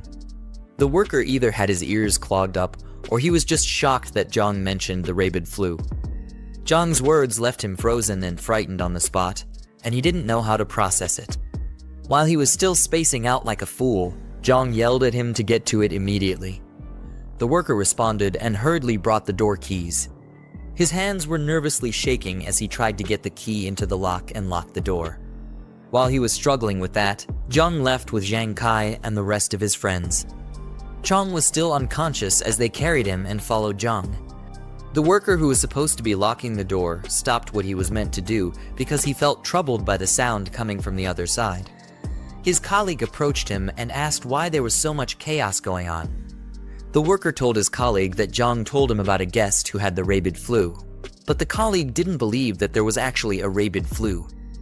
On the other hand, the worker was surprised that his silly colleague even knew about the disease. Then the two of them headed to the security room so they could check the live surveillance and see what was really going on. They ran through the hallway as quickly as they could, but when they got to the room, they saw the horrors that had been unleashed. The security man who was watching over the cameras couldn't even believe what he was witnessing. Their ugly faces showed that they couldn't stomach whatever the hell they saw on the screens. The security footage showed that the thug leader and his goons had all been turned into brainless zombies. They feasted on each other, and the leader was finally able to get a taste of his girlfriend. The girl lay dead on the floor, and her eyes looked like she had also gotten infected with the disease. The workers quickly called for the police, but I wondered if they were calling them to become part of the feast. Meanwhile, Jiang and his friends had finally gotten outside to where he parked his car. He told them to hurry up because the club wasn't safe anymore and things were about to get way worse than they already were. They got into the car and quickly drove out that night to somewhere safer. Inside the car ride, Zhang Kai thanked Jiang for saving them and asked him who he was. Chong was still knocked out like a light, and the others were eager to know who Jiang was as well. Jiang introduced himself and told them that he was hired to protect them, and that they didn't need to know who the employer was. They just needed to be grateful that he bothered himself to save weaklings like them. One of the guys seated at the back asked Jiang if the rabid flu was actually real since rumors from the internet had debunked it. Jiang turned back to answer him and completely abandoned the fact that he was driving. Maybe his powers also gave him eyes at the back of his head. Anyway, he acknowledged the idiot's stupid question and asked him if he thought everything that they just witnessed back at the club was all an illusion. The second-hand Choji realized he was telling the truth and nervously asked if there was any cure for the said flu. Jiang told him that the disaster wasn't about to go away anytime soon and the world was already at its wit's end. It was only going to get worse, and they needed to be prepared for anything. They suddenly heard someone scream from outside the car, which made them confused as to what was going on. With the windows wound down, they looked outside and saw a zombie attacking an innocent civilian who was screaming for help. The civilian was convinced that it was the effects of the rabid flu that were affecting the zombies. Jiang then explained to them that the current situation was just a localized breakout. It was still on a small scale and in the early stages, and most victims were still in the incubation period. He said it wasn't going to take long before things spiraled out of control on a larger scale. If they wanted any hope of surviving, they needed to follow his orders. In unison, they all agreed to do whatever Jiang said, except for Chong, who was still doing God knows what in his dreamland. With his new comrades secured, the system popped up and notified Jiang that his task was complete, and it awarded him an extra 20 points. He couldn't wait to check out the new items in the store and further enhance himself. Bear in mind that this guy is still driving with all this going on. It's ridiculous. Anyway, he opened the store and looked at the list of items that were available at the moment. Looking closer, he noticed that a box known as the post-apocalyptic cultivator box was still there. He decided that he either had to buy it or refresh the store to get rid of it. Seeing that all the boxes would be useful to him, he decided to get all of them when he got back to his fortress. After he was done with that, he looked at his new comrades and figured it was going to be a serious issue to gain their trust. Zhang Kai and the others looked unbothered as they stared out the window, hoping to make sense of everything they had just experienced. In a flashback scene, we see Zhang Kai crying like a wimp and blaming someone who he once treated as a brother. Jiang explained that in his past life, Zhang Kai's entire dorm was killed by zombies because one of his brothers betrayed them. Jiang was the only one who ended up surviving the tragedy. Because of this, Jiang was trying to figure out who the culprit was so that they could deal with the person early on before it was too late. Later on, in an apartment in the city, we see our good old crazy witch talking with someone sweet over the phone and asking the person how things are on their end. It was probably another fool that she had managed to charm with her looks. She asked the person when the supplies they mentioned would be delivered and said she was scared to go to the market because it was so chaotic outside.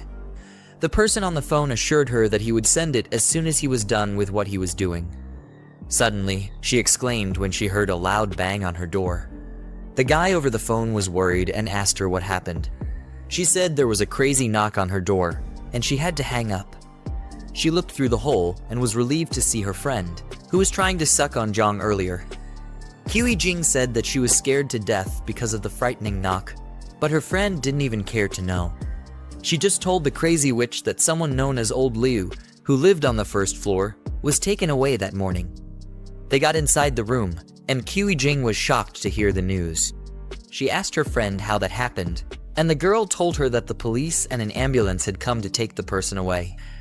With a nervous look on her face, Jiang figured that was why it was so chaotic downstairs earlier in the morning.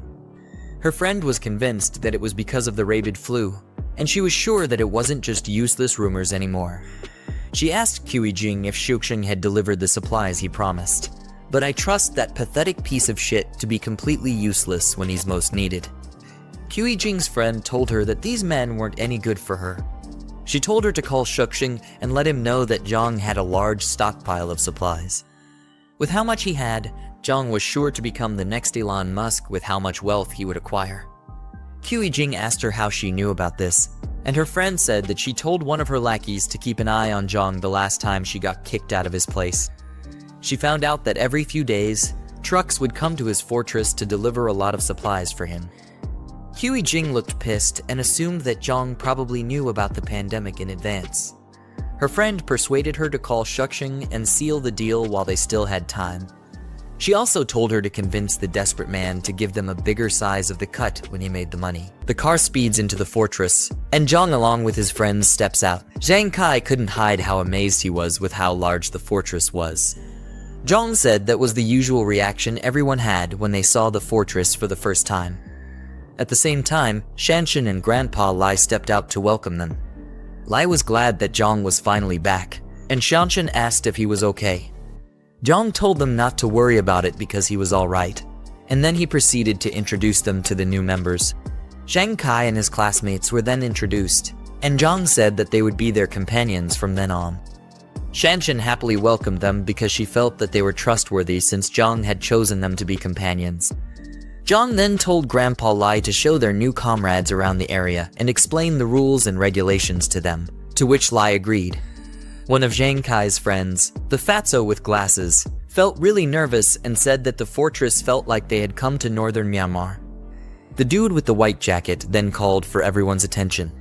He asked Jiang to give him and his classmates weapons as well, so that they could contribute to defending the fortress.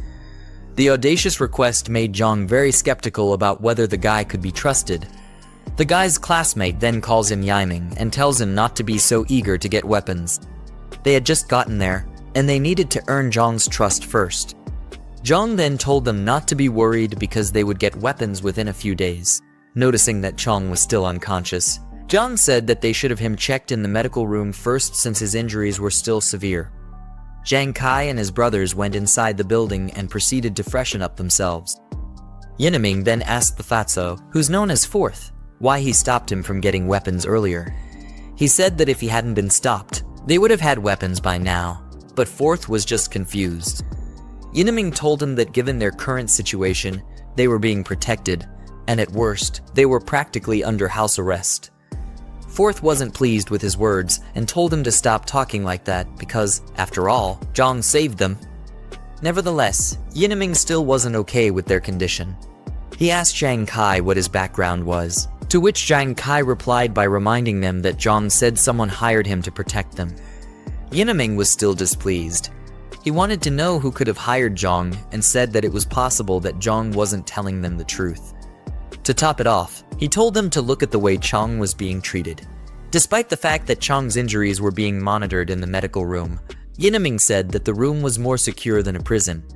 He felt that Jiang might have been planning to harvest Chang's organs there and told his brothers that they needed to strike first. Fourth tried to reason with him by asking what would happen if they were wrong about Jiang, and if that wouldn't be like betraying their savior. Yineming told him that he would rather betray the world than let the world betray him. If what Jiang told them was true, he planned to take over the fortress and seize control. Yineming was too far gone in his head, and there was no going back for him. He had a sinister look on his face, while he said that besides them and Jiang, the only other people in the fortress were Grandpa Lai and Shanshan. If Jiang happened to be away, he planned to use the opportunity to capture Shanshan and her grandfather. He also said that the girl was cute and suggested that they could have their fun with her. Jiang Kai and Fourth couldn't even believe the words that were coming out of this guy's mouth.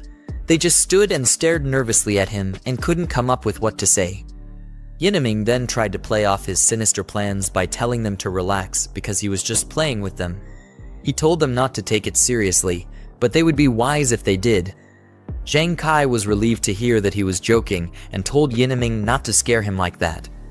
The apocalypse hadn't even started yet, and he was already thinking about lawless deeds. Fourth also told him that if Jiang really wanted to harvest their organs, he would have locked them up already, especially since he had guns. As Jiang Kai and Fourth left the room, Yineming said to himself that they were not worth plotting with. He said that in chaotic times, one had to be ruthless, and once he succeeded, they would become his lackeys for life.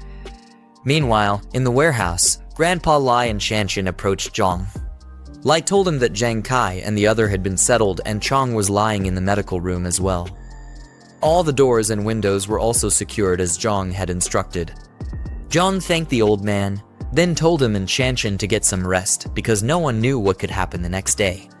Jiang called back their attention when he suddenly remembered something. Aside from Chang, he told them to keep an eye on the other remaining classmates of Jiang Kai because he felt there was a traitor among them. Shanshan and her granddad looked very worried as they heard that there was a possibility of a traitor close to them. Later that night, Jiang returned to the warehouse and began looking through the system's item shop. He started redeeming the supply boxes one by one, and each of them had an item that would prove to be very useful to him. From lots of food supplies to many rounds of ammunition, the supply boxes made sure Jiang wasn't lacking in any area. Jiang stood in front of the huge mountain of rewards, saying that they were pretty decent. Although it wasn't as good as spending money freely, in the upcoming resource-scarce apocalypse, the rewards were very invaluable. The next day, some flashy cars and trucks pulled up to Jiang's fortress. A man in a suit and the rest of his goons stepped out of the cars with weapons in their hands. The man was talking with someone over the phone and wanted to confirm if he was at the right address. After confirming, he said they would eat together when he got back. As the man orders the goons to break down the door, he's revealed to be the crazy driver from earlier who Jiang had a little road rage fight with. The goons started banging on the gate in an attempt to break it down, but their efforts were completely futile. One of the goons told the man that the gate was probably an inch thick and they wouldn't be able to break it down with the weapons they had. The man was infuriated and asked who would use such a thick door in a normal house. He then ordered his men to bring out the big guns from the cars. They started to slowly unload the crates, which were filled with bottles of Molotov cocktails. The goons ignited the explosives and started throwing them over the gate. Fire rained down and spread throughout every corner of Jiang's fortress. In a matter of seconds, the place was filled with smoke, and the fires were burning uncontrollably. The goons continued to throw the flames into the fortress, setting everything ablaze. Shanshan, along with Jiang Kai and his crew, rushed out to extinguish the fires before everything would be burned to the ground. She said that Jiang was right about everything he had told her. The disaster hadn't fully hit yet, but extreme situations were already happening. At the same time, Jiang and Grandpa Lai stepped out with their guns to take care of the people who were causing trouble. They approached the fortress tower to get a better view of the goons. When they got to the top, Lai told Jiang that one of the guys looked familiar as well as one of the cars. His memories clocked it, and he recognized the man as the crazy driver who had a road rage incident with them earlier. One of the assailants noticed some strange movement in the tower. Then he told their boss that Jiang and the rest had arrived. The crazy driver immediately recognized Jiang and called him a little punk. He ordered Jiang to come down and face him, or he would burn the fortress to the ground. But Jiang told the idiot that he had 5 minutes to get lost with his lackeys or else. The bunch of lackeys got angry at Jiang's words, calling him a little brat and asking him if he knew who their boss was. They were told to stop wasting time and to bring out the other 2 crates of Molotovs, which were remaining. Just then, Jiang suddenly got a new task from the system. The crazy driver and his goons were seen as a threat to the fortress by the system, and it told Jiang to eliminate them as quickly as possible. Grandpa Lai then asked Jiang what their next plan was and if they should fire a warning shot. Jiang thought the idea of warning shots was a joke. He called the guys complete gangsters and said that order hadn't been completely broken down yet, but they were already committing garrison. They couldn't care less if someone actually got burned to death. As he got ready to fire his rifle, he told Lai that leaving the guys alive during the apocalypse would only harm more innocent people and endanger them. After that, he opened fire on them. Before the gangster boss knew what was happening, his arm was shot off cleanly.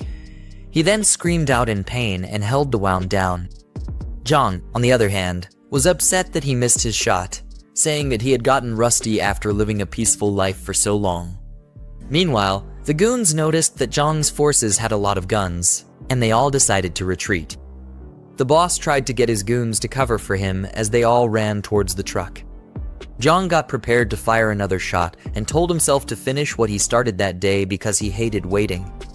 He opened fire like a maniac and obliterated some of them before they could escape. The boss and a few lackeys were able to get into the truck, and he hurried the driver to kickstart the engines before it would be too late. Lai was worried that the rest were trying to escape by car, but Jiang told the old man not to worry because that was why he picked the automatic rifle. Jiang reloaded his gun and rained bullets on the jeep that was about to escape. Lai looked at Jiang as he fired the bullets and couldn't believe how proficient the boy was. The way Jiang hip fired and reloaded so smoothly was way better than how he was when he served. This made him wonder about who exactly Jiang was. The sounds of their screams could be heard as the bullets tore through their bodies, but there was no one who could save them. By the time Jiang was done, the front of the fortress was filled with dead bodies, and cars were up in smoke. After the job was done, he told Lai to call Zhang Kai and ask the rest to come out and clean up the mess. Suddenly, a thought popped into his head. Since they were still in the early stages of the disaster, he thought about letting the goons turn into zombies so that he could use them as practice for Zhang Kai and Shanshan. He then turned to Lai and told him that there was no need to rush. The old man asked if they were just going to leave the dead bodies on the road, and Jiang told him that he had other plans for them. Later on, we see 2 cars speeding down through the road. Shuxing was inside, and he asked if they were almost at their destination. Seated at the back were Jing and her friend, who told him that they should arrive at the next intersection. Jing was disappointed in her friend and said that every time Shuxing was around, she would put up an act. She knew what her friend was up to, but decided to play it cool.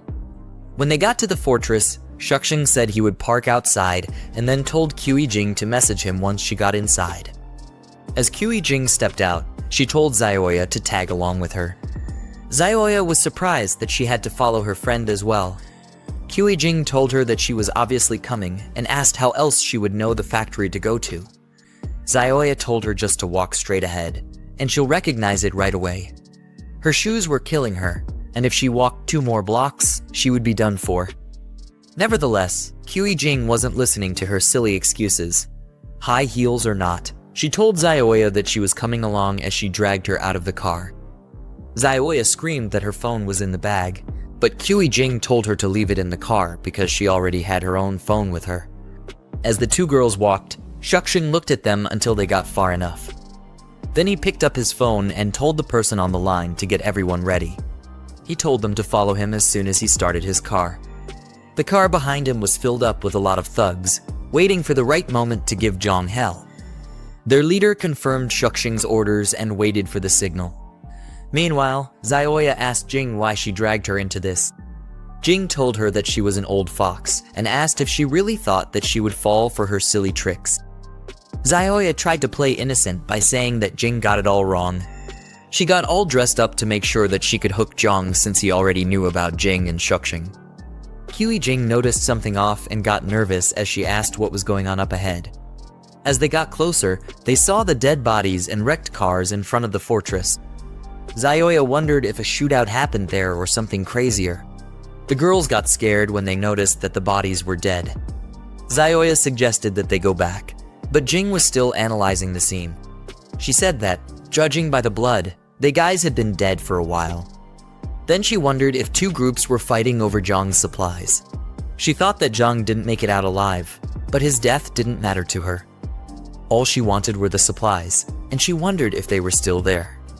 Unknown to the girls, the trunk of the car behind them opened up, and that crazy driver was slowly crawling out. They decided to head back and let Shuxing's people handle the situation, but they were completely clueless about the guy who was slowly mutating into a zombie. Jing and Zioya walked up to the huge gates of the fortress and thought about how they would get in. They were really nervous because of how exposed they were in the open. Zioya said that they couldn't see anything inside because of how tightly the gate was shut. Seeing how reinforced and tight the security was, Jing wondered if Jiang was okay. While they were still fiddling with the gate, a voice called out to them, and they panicked.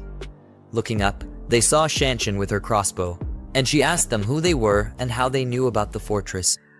Zioya said that they were friends with Jiang, and Jing told her that she was Jiang's girlfriend. Quite the audacious statement. Shanshan didn't trust the two girls, so she called out to Jiang and told him that there were two witches outside his gate. She also told him that one of them claimed to be his girlfriend, which she highly doubted. Jing was pissed off and felt that Jiang suddenly changed his attitude because he found a new girlfriend, whom she thought was Shanshan. Zioya told her to calm down and not to show any displeasure because they still had important matters to handle. She asked if Lai Shuxing would be able to handle the ambush, considering that Shanshan had a crossbow in her hands. Jing told her friend that Lai Shuxing would be able to handle it because he brought a few pistols. She was confident that he would be able to take down Jiang once the gates were open. But her expression showed that she was very angry that Jiang had another girl that he was taking care of. Jiang finally came out and questioned the girls from the top of the tower. He called them by their names and asked what they were doing at his fortress. He was obviously disgusted at their presence. Jiang quickly activated the Eye of Insight ability to check if they were really friends or foes. Zioya said that they were friends and asked if it was a bad thing to come check up on him. She tried her best to play the role of an innocent girl, saying that things were very chaotic at the time and they were worried about him. Zioya then asked Jiang if he didn't care about them anymore. Despite her attempts to act friendly, Jiang's ability already showed him that they were definitely planning to harm him. Without a moment's hesitation, he called their bluff and laughed at the idea of them being worried about him. He already suspected that Lai Shuxing was probably nearby already, and he asked the girls how many people he brought and what weapons they had. Zioya and Jing were completely speechless. They couldn't even defend themselves, and they wondered how he already knew about their plans. Before the girls could think up the words to say, Jiang fired at them with his gun, and he made it obvious that he fired a warning shot. They thought he had gone completely insane for actually shooting at them. The two girls couldn't fathom why Jiang had become so hostile towards them. Zioya tried to get Jing to speak calmly because Jiang was still the one pointing a gun at them. Jing, being an idiot, asked what there was to be afraid of. She wanted to know if Jiang would actually shoot her dead. Jiang laughed at them and said that it would be too easy to shoot them dead. Left to him, there were more treacherous things that could have been done to those girls. Their situation only got worse when they turned back because they started hearing strange noises. From the truck behind them, the mutant zombies had started slowly approaching them. Jing questioned if they were rabid flu patients. The zombies had their eyes fixed on the girls, and it was only a matter of time before they became repulsive creatures like them. Zioya wondered if the rabid flu was able to bring dead people back to life. Jiang looked at the horrible situation they were in and said that he would let the girls die at the hands of the zombies. The mindless zombies roared furiously and rushed towards the poor girls. As they dove to tackle Zioya and Jing, the girls were able to escape and started running for their lives. The girls ran as fast as they could back to Lai Shuxing's car.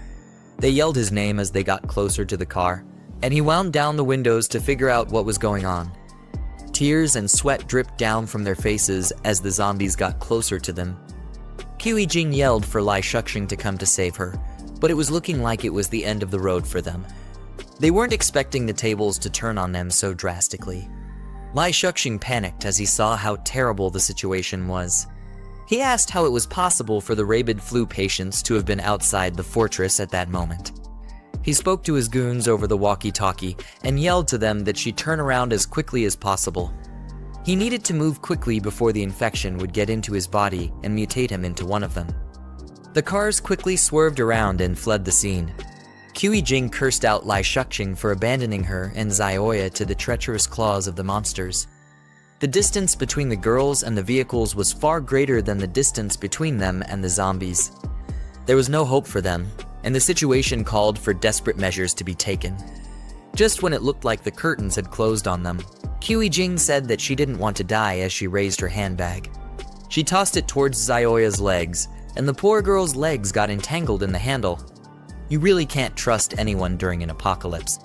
Xiaoya lost her balance and fell face flat on the ground. She screamed out in pain as her face hit the cold, rough road. That was how Xiaoya's life flashed before her eyes. She became an easy target for the vile creatures, and they quickly piled on her before she could get up. Her eyes were filled with fear, and her heart beat so fast that it could have probably broken through her rib cage at that moment. She told the zombies to wait, but she forgot that she wasn't talking to people who could be reasoned with. Her blood was spilled, and sounds of bones being crunched could be heard as the zombies feasted on her. Her vision quickly turned red, and all she saw were mindless creatures eating her up like a McDonald's Happy Meal. In her last moments of consciousness, she looked toward Jing with boiling rage and rained curses on the girl for setting her up like that. She called Jing all kinds of names, but it did little to help her already sealed fate. Choking on her blood, Xiaoya swore that Jing would never die a good death. No matter how long it would take, the crazy witch would definitely get what she deserved. Jing chose to ignore all the words hurled at her as she fled the scene. You could see the cold sweat dripping from her face and the deranged look she had. Jing told herself that Xiaoya deserved every single thing that was happening to her at that moment. She kept repeating the words to herself in order to feel better about the atrocity she had just committed. Meanwhile, Jiang and Shanshan watched the gory scene from the top of their tower. While Jiang was unfazed by what he was looking at, Shanshan was deeply disturbed, and she couldn't believe her eyes. The system then awarded Jiang 10 points for taking care of the threats that befell his fortress. With that done, it quickly gave him a new task, which was to clear the area of the infected monsters who were lurking around his base. Shanshan then turned her attention to Jiang and was shocked that all those people had mutated into zombies just like that. The thought of it caused her mind to become very troubled, and she wondered what the future would look like if this was just the beginning of the apocalypse. Jiang remained very calm and told her that the apocalypse had officially begun, with a large amount of alien infection sources in the air. The dead who were exposed outside would quickly mutate into zombies, but it didn't just stop there. Anyone who was injured and those with weak constitutions among the living were also at a high risk of getting infected. Shanshan found it hard to grasp all the information Jiang was giving her, but she eventually understood that things were like that for them. After that, Jiang told her to call everyone together for a meeting. She looked at him and was baffled at how someone could remain so calm in such trying times. Moments later, everyone in the fortress gathered in a room. Shanshan locked the door, while others sat down and waited for what Jiang had to say. Yinming, who was obviously still very hostile, refused to sit and decided to stand while the meeting went on. Jiang then told them that they had to remain indoors for the next 2 days, except it was absolutely necessary for them to step out. He said that they had to keep the doors and windows tightly shut in order to let their bodies gradually adapt to the infection source. From his words, it seems the body is able to fight it when it's introduced slowly as opposed to when the virus takes the body by full force. Anyway, Jiang said that it would greatly reduce the risk of them getting mutated if they adhered strictly to the rules he stated. Zhang Kai, on the other hand, was very worried about his friend, Chong. From the expression on his face, it didn't look like Chong's condition was getting any better. Later that night, in the infirmary, we see Chong lying on the bed, and he looks to be in a lot of pain. Part of his face and body were slowly turning purple. This was a sign that the mutation was slowly taking over his body, and if push came to shove, they might have to send the poor guy to his maker. It had spread all the way to his arms, and the veins were really bulging out. Cold sweat ran down his forehead as he gritted his teeth and tried to fight the pain, but only time would be able to tell what fate had in store for him. A chaotic scene in front of a tall skyscraper with dark smoke swirling around its facade. People in business attire are seen panicking and running away from the building, suggesting an emergency or disaster situation, as one man shouts in distress while others flee towards a yellow taxi. Shang's a worried expression looking out of a window, shouting, "It's complete chaos out there." He's observing a tumultuous or dangerous situation unfolding outside. In a tense moment, Shang's urgently tells a woman and child, "We have to go to the warehouse tonight and bring back the remaining supplies," he instructs. "Zio Lai, you and Shui stay at home.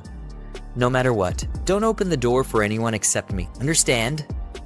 This suggests an urgent and possibly dangerous situation, emphasizing the need for caution and safety.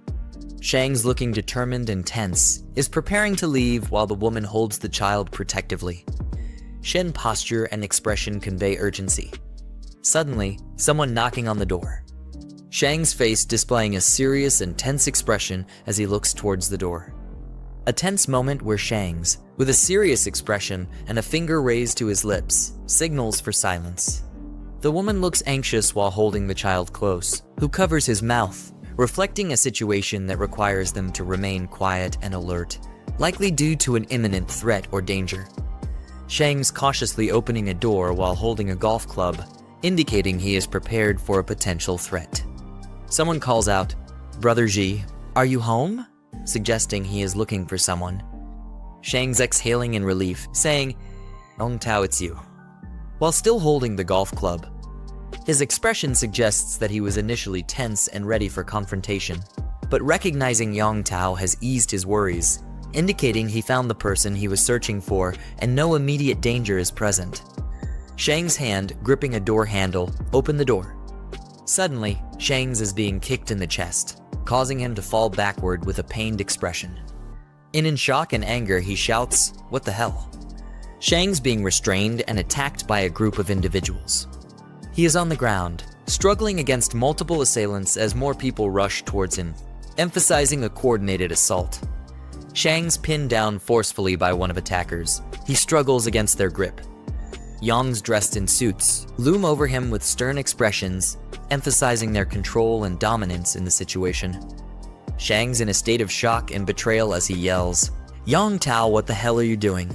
I treated you so well." His expression shows disbelief and hurt, emphasizing the emotional impact of being betrayed by someone he trusted. Yong Tao responding with a mocking smile, saying, "Say that again, treated me well in your eyes? I'm just a lackey." His defiant posture and words reveal his resentment and bitterness, as Shang says, "Do you have any conscience? Without me, would you have been able to save up for your house down payment?" Yong Tao, standing confidently and expressing his indignation, saying, "Yes, he made a bit for the down payment, but you earned enough for several houses." He demands his warehouse keys and the address. Shang's still on the ground, showing his focus on retrieving something important. Shang's lying on the ground, gritting his teeth in frustration and anger. Yong Tao with a smug expression, saying, "Still being stubborn," as he looks back, indicating his confidence in having the upper hand. In the background, the woman clings protectively to the child, both appearing worried and vulnerable, emphasizing the tension. Yong Tao aggressively grabbing the woman by her hair, forcing her to look up as he commands, "Look over here, you bastard!" The woman in pain, while the child watches in shock and fear, highlighting the intense and violent nature of the confrontation. The child, filled with fear and anger, shouting, "Please let go of my mommy," as he reaches out in a desperate attempt to protect his mother. His face is flushed, and tears well up in his eyes, reflecting his emotional distress. Child biting Yang Tao's arm in a desperate act of defiance, tears in his eyes as he tries to protect his mother. Yang Tao reacts angrily, shouting, "You little brat. You've gone crazy, haven't you?" Child is forcefully thrown back by Yang Tao. The child cries out in pain as he is pushed away, while the mother watches in horror, her expression filled with shock and fear. Shang's on the ground, glaring defiantly at Yang Tao with determination and anger. He shouts at her, "Bastard, if you've got guts, come at me. Leave my wife and child alone." Yang Tao standing confidently with a smirk, arms crossed, as he says, "Don't worry, as long as you cooperate, your wife and child will be safe." While Shang's, visibly angry and desperate, is on the ground behind him. Yang Tao's command, "Now, take us to your warehouse." Meanwhile, Yang Tao and his group standing confidently in the doorway, silhouetted by the light outside. They strike imposing poses, with Yang Tao at the center, exuding a sense of dominance and control as they survey the area. Yang Tao inspecting a few remaining boxes and questioning, "This is all that's left." Shang's beside him, facing away, responds defensively, "Weren't you the one who found those big clients? Everything's been sold off. Even the near expiry and expired food is almost gone." Yang Tao face, deep in thought, as he touches his chin with a contemplative expression. Yang Tao with a cunning and ambitious expression, reflecting a bold and unscrupulous plan to capitalize on Zhang Xiaoyang's resources. Shang's advised to stay away from him. When he was delivering goods, he accidentally saw that he was carrying a gun. His serious expression and furrowed brow indicate the danger he perceives, while the person beside him listens attentively. He continues, "That guy must have somehow gotten wind of this disaster ahead of time." Yang Tao dismissively addressing the man, "That's his problem to deal with." His posture is confident and uncaring, with arms crossed and a smug expression, indicating that he has no intention of getting involved in the complications or risks mentioned. Yang Tao looking down with a cold expression, while Shang's behind him reacts with surprise, saying, "What do you mean?" Yang Tao responds with a manipulative offer, "Take Zhang Xiaoyang's supplies, and in return, your wife and child will be safe." It's a fair trade, don't you think? His proposal places the Shangs in a difficult position. Shangs with a tense and conflicted expression, his brows furrowed and his mouth set in a grim line. His eyes convey a mixture of anger, frustration. In Jiang Fortress wide view of a large industrial complex or facility situated on a hillside. A tense confrontation, Jiang with his group, Jen Kai's facing someone off screen. Their expressions range from stern to determined, suggesting they are confronting a challenge or standing up against a threat.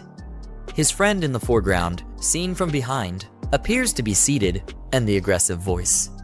His friend in a state of extreme distress or anger, shouting at her, as he appears to be strapped or restrained in a chair. His body is tense, with veins bulging and his mouth wide open in a fierce expression, suggesting he is either in pain or vehemently resisting. The fatso in the foreground looking tense and serious, crying. Behind him, one person appears worried while another shields his face, indicating discomfort or distress at the noise. Jen Kai friend with a serious and determined expression, sweat dripping down his face as he commands to kill him. His intense gaze and the cold, resolute tone of his words suggest a pivotal moment where he is making a grave decision. Jiang with a serious expression, looking off to the side in the background, the other man watching him closely. Jen Kai looking surprised and slightly angry, asks, "What did he says?" His expression suggests disbelief or shock at something just said. Beside him, Fatso with glasses adding to the tension in the scene. His friend states with a serious expression, "He's already dead. If you don't finish him off now, and he somehow breaks free, everyone's life will be in danger then." His tone is pragmatic but cold, reflecting his focus on the perceived threat. In contrast, the Fatso passionately argues, "He's our brother. You're giving up on him without even trying." His reaction underscores the emotional conflict. Jiang calmly states, "He's right. Once someone turns, there's almost no chance of recovery," referring to the restrained individual in the bad, who is visibly in distress or transformation. The Fatso looking troubled, with hesitation. Jiang gripping the hilt of a sheathed knife, poised and ready to draw it. The confident grip and the slight shine on the blade suggest imminent action. Jiang handing a knife to another individual, instructing him with a calm but firm, "Use this." The recipient, taken aback, responds nervously, "What do you mean?" His wide-eyed expression and hesitant posture indicate his shock and reluctance. Jiang with a calm yet serious expression as he commands, "Finish him off." His gaze is steady, showing no hesitation, indicating his resolve in making a difficult decision.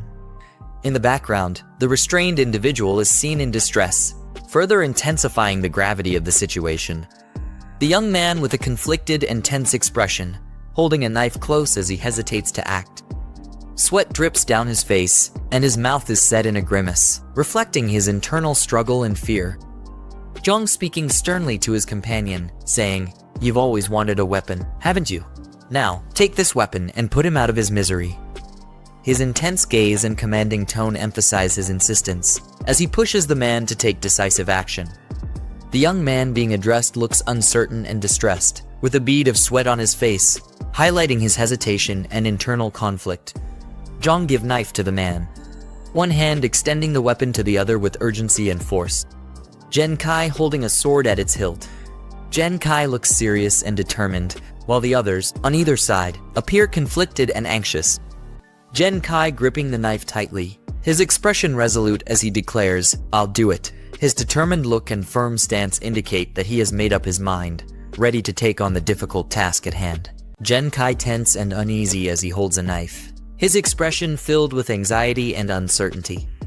Sweat drips down his face, indicating the pressure of the moment, while he hesitantly receives the knife from Jiang. Jiang, holding a knife, questions Jen Kai intensely, asking if they've truly considered their actions. He hints at the possibility that everything he previously said might have been deceitful, and warns that taking this step could lead them to be seen as a murderer. He tests Jen Kai's resolve in this critical moment. Jen Kai speaks with determination, expressing his trust in brother Jiang. Behind his friend looks on with a mix of concern and unease, reflecting the high stakes and uncertainty surrounding their decision. Jiang stands with a confident, smug expression, responding with a casual, "Oh!" Behind him person appears to be in distress, lying in a hospital bed with a pained expression. Jen Kai stands over his friend who is lying in bed, visibly distressed. Jen Kai grips a knife tightly, his expression filled with determination, while the man in the bed reacts in fear, screaming as the situation escalates. Jen Kai, filled with rage, raises a knife high above his head, ready to strike. His expression is fierce and determined, teeth clenched, showing his intense emotions in the moment. The other man, in a state of panic and fear, looks up in terror, eyes wide and sweating.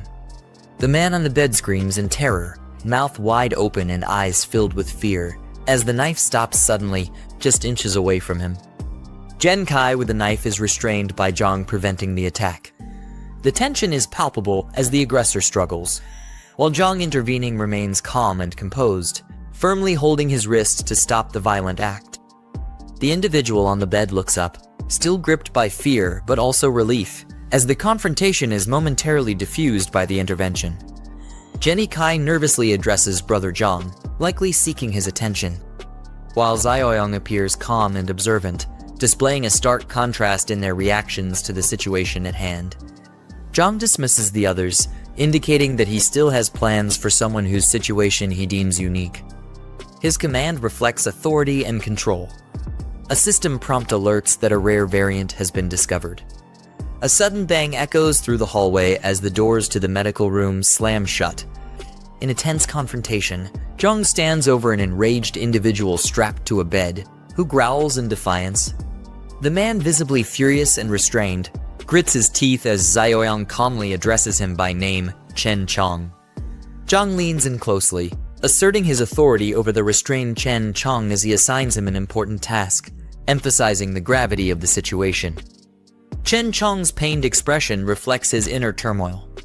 A sleek black car screeches as it makes a sharp turn on a rooftop, indicating a high-speed chase or a critical escape maneuver. The black car crashes into a pole with a loud impact, causing visible damage and abrupt skid marks on the road. Shangs emerges from the damaged car, visibly frustrated and rubbing his head, cursing his misfortune after the crash. His exasperated expression and the smoke billowing from the vehicle indicate the severity of the situation. As the zombie gazes into the distance, he reassures himself that help or something crucial is on the way, easing his earlier frustration.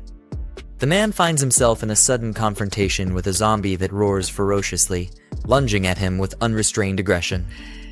In the heat of the clash, the man struggles to fend off the creature's relentless assault, managing to push it away just in time, sending it crashing to the ground. The man sprints toward his vehicle with the zombie pursuit, determined to reach a weapon or tool inside. He grabs a metal rod from the car, his urgency and desperation clear as he prepares to defend himself. In a fierce act of retaliation, he swings the rod with full force, striking the creature brutally and venting his anger in a violent clash. The man stands over the fallen zombie amidst the debris, panting heavily after the fierce battle, the wrecked car smoking behind him.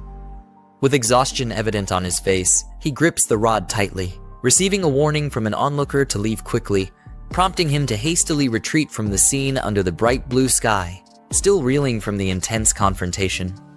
A vehicle pulls up near a building as a group of individuals prepares for their next move. Jiang steps through a squeaky door onto the rooftop, signaling the beginning of a planned operation. He is accompanied by a determined team, each armed and ready, reflecting their resolve and unity in facing the challenges ahead. Shanshan expresses her discomfort with the gear, addressing Jiang and questioning the necessity of their protective equipment. Jiang, maintaining his composed demeanor, stresses the dangers posed by zombies, explaining that their unpredictable strength makes the gear essential, especially for those with less combat experience. As the group huddles together behind a building, strategizing their next move, Jiang leads them with caution and determination, emphasizing their need to stay alert. Jiang signals his team to prepare, warning them that they are now within the perception range of the zombies, and readiness is crucial. As a zombie detects their presence, its vicious appearance and ferocious movements signal an imminent attack. Jiang shouts reminders to his team, urging them to maintain distance and watch out for one another as they brace for a fierce confrontation against the relentless zombie threat. A zombie pounces aggressively toward Jiang, but he narrowly evades the attack, keeping his focus sharp. Jiang quickly instructs his team, emphasizing that the moment a zombie misses is their best opportunity to strike, targeting the temple and the back of the neck for maximum effectiveness. One of the team members, driven by Jiang's guidance, steps up with determination, ready to deliver a decisive blow as he shouts his attack command. A powerful blow lands on the zombie's head, sending shockwaves of impact, but causing the creature to react violently, showing its resilience. The attacker yells in pain, realizing that striking the hardest part of the skull was a mistake, as Xiaoyang critiques from a distance, highlighting the error as a lesson for the group. As the zombie roars back, it aggressively counters, grabbing and pushing the attacker, demonstrating the peril of misjudging these relentless foes. In a desperate cry for help, the team member calls out for Jen Kai as the zombie closes in with menacing intent. Jiang acknowledges a correct defensive move, urging Jen Kai to step in as teammates rally to assist. With precise timing, Jen Kai swings a bat, delivering a powerful strike to the zombie, turning the tide of the battle in their favor. The zombie takes a powerful hit to the head from the bat, staggering but still standing, showcasing its resilience. Jiang, watching the group's effort, urges them to keep attacking, emphasizing that one hit won't be enough to take the zombie down completely. One of the team members, filled with adrenaline, turns to Xiaoyang with a proud yet anxious expression, asking how they performed, eager for feedback on their teamwork and combat skills. Jiang smirks confidently, unfazed by the approaching zombie as he casually dismisses the danger with a nonchalant attitude. Jen Kai urgently shouts a warning for Jiang to be careful, clearly alarmed by the zombie's rapid advance. The zombie lunges with a fierce snarl, closing in dangerously close, its gaping maw aimed directly at Jiang. Jiang grabs the zombie by the head with a firm grip, halting its attack effortlessly and displaying his superior strength and composure. He admonishes the zombie as if it were capable of understanding, reminding it of the crucial lesson to always be aware of one's surroundings, turning the tables with a sharp command. The rest of the team looks on in stunned silence, clearly impressed and taken aback by Jiang's cool and commanding control over the situation. Shang approaches a large reflective surface, scanning his surroundings with a cautious expression as he notices vagrants roaming nearby. Frustrated by the unexpected presence, he questions whether Jiang would have alerted them or confessed something important. Meanwhile, a rugged vehicle pulls up with urgency, and a commanding voice resonates, urging everyone to stay vigilant and support their comrades, signaling a rallying call to action. Jiang arrives to the vehicle, a voice confirms that it's Jiang, causing a stir among the scattered group below. Shang peers out from the back of the vehicle, astonished to learn that Jiang and his gang are actively hunting down someone referred to as the Madman. Meanwhile, a shadowy figure with glowing eyes emerges from beneath the vehicle. Kaijing crawls desperately on the ground, reaching out with determination despite the severe injuries, eyes filled with fear and urgency. The hand grasps tightly onto the leg of a bystander, startling him and causing a sudden reaction. The man stumbles backward in shock, yelling out in surprise as he falls, the grip of the injured person still firm, intensity of their plea for help or escape. The man's face contorts in a mix of fear and shock as he realizes the threat before him, his expression filled with dread. Suddenly, the Kaijing rises with an unearthly roar, her eyes wide and furious as she lunges toward him, embodying a terrifying transformation that catches him completely off guard. Shang is brutally attacked, his face contorted in shock and pain as he screams out in horror. Blood spurts from Kaijing's body as the force of the strike overwhelms him, leaving him helpless and panicked, unable to defend himself against the onslaught. Jiang, holding a smoking gun, stands over a lifeless body while the survivor, drenched in blood, struggles to catch his breath. Desperation fills his face as he looks at the carnage around him. Jiang holds his rifle firmly, his expression serious as he confronts the situation before him. Shang stumbles toward him, overwhelmed with relief, calling out to his older brother, grateful to have finally found him alive amidst the chaos. Shang's eyes widen as he notices something unusual, his attention drawn to the blood-stained arm of the man before him. The infected wound becomes more visible, causing a moment of tension as the situation grows more dire. Jiang coldly informs Shang that he has been bitten, raising his weapon to confront him. In a panic, the man begs for mercy, pleading with Jiang not to shoot as he tries to reason with him, but Jiang remains firm, warning him not to come any closer. Shang is filled with despair and admits that he knows he's beyond saving and will soon turn into one of the crazed infected. However, with tears of anger and desperation, he reveals that Yongjing has taken his family hostage, using them as leverage to manipulate him in a plot to steal Zhang's resources. With determination, the man pleads his innocence, insisting he has never committed any heinous acts and that his family is blameless. He begs Jiang to protect them from the cruel fate that awaits, leveraging the loyalty they've built and the resources he's accumulated as his final desperate attempt for mercy. Jiang reflects silently, acknowledging that while Shang's initial motives may have been selfish, there's no denying that his actions had helped Jiang in the past. With a determined expression, he contemplates his next move, fully aware of the weight of the situation before him. His group of survivors, led by a determined Jiang, gathers with weapons in hand, ready to take on the next challenge. Jiang smirks, realizing that the added incentive of rewards for completing tasks has only strengthened his resolve to move forward. Jiang smiles confidently as he reviews the newly assigned tasks from the system, his determination growing with the promise of rewards. His mission is clear: to rescue his wife and eliminate any infected lurking outside the base, with every success adding to his reward points. Shang, battered and covered in blood, reassures Jiang that he will handle matters concerning his family, standing strong despite his injuries. In an emotional display, he falls to the ground, declaring his undying loyalty, swearing to repay his debt even if it means serving in another life.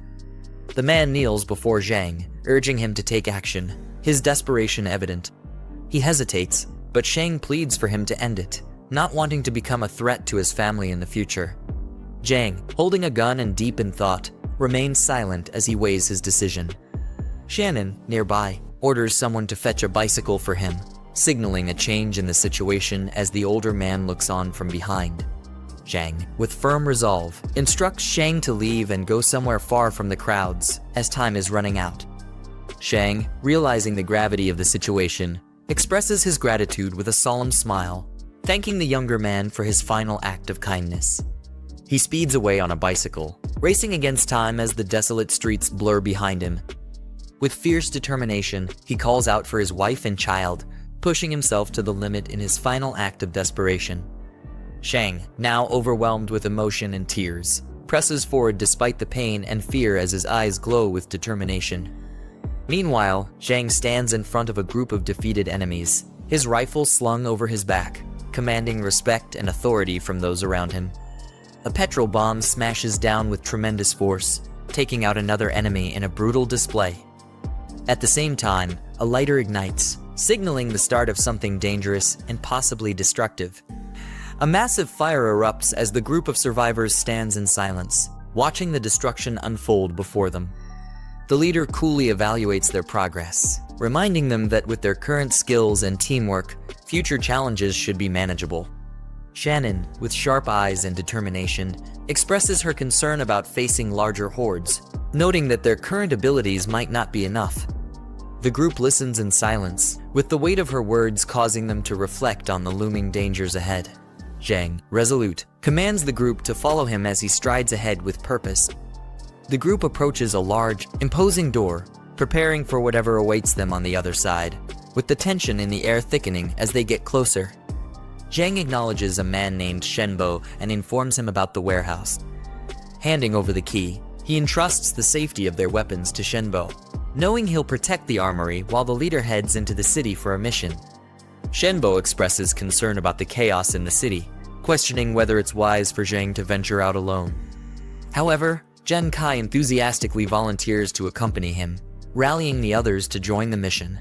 Jiang insists that his companions stay behind, as they are not yet ready to face the dangers ahead, entrusting Shenbo with the responsibility of their safety.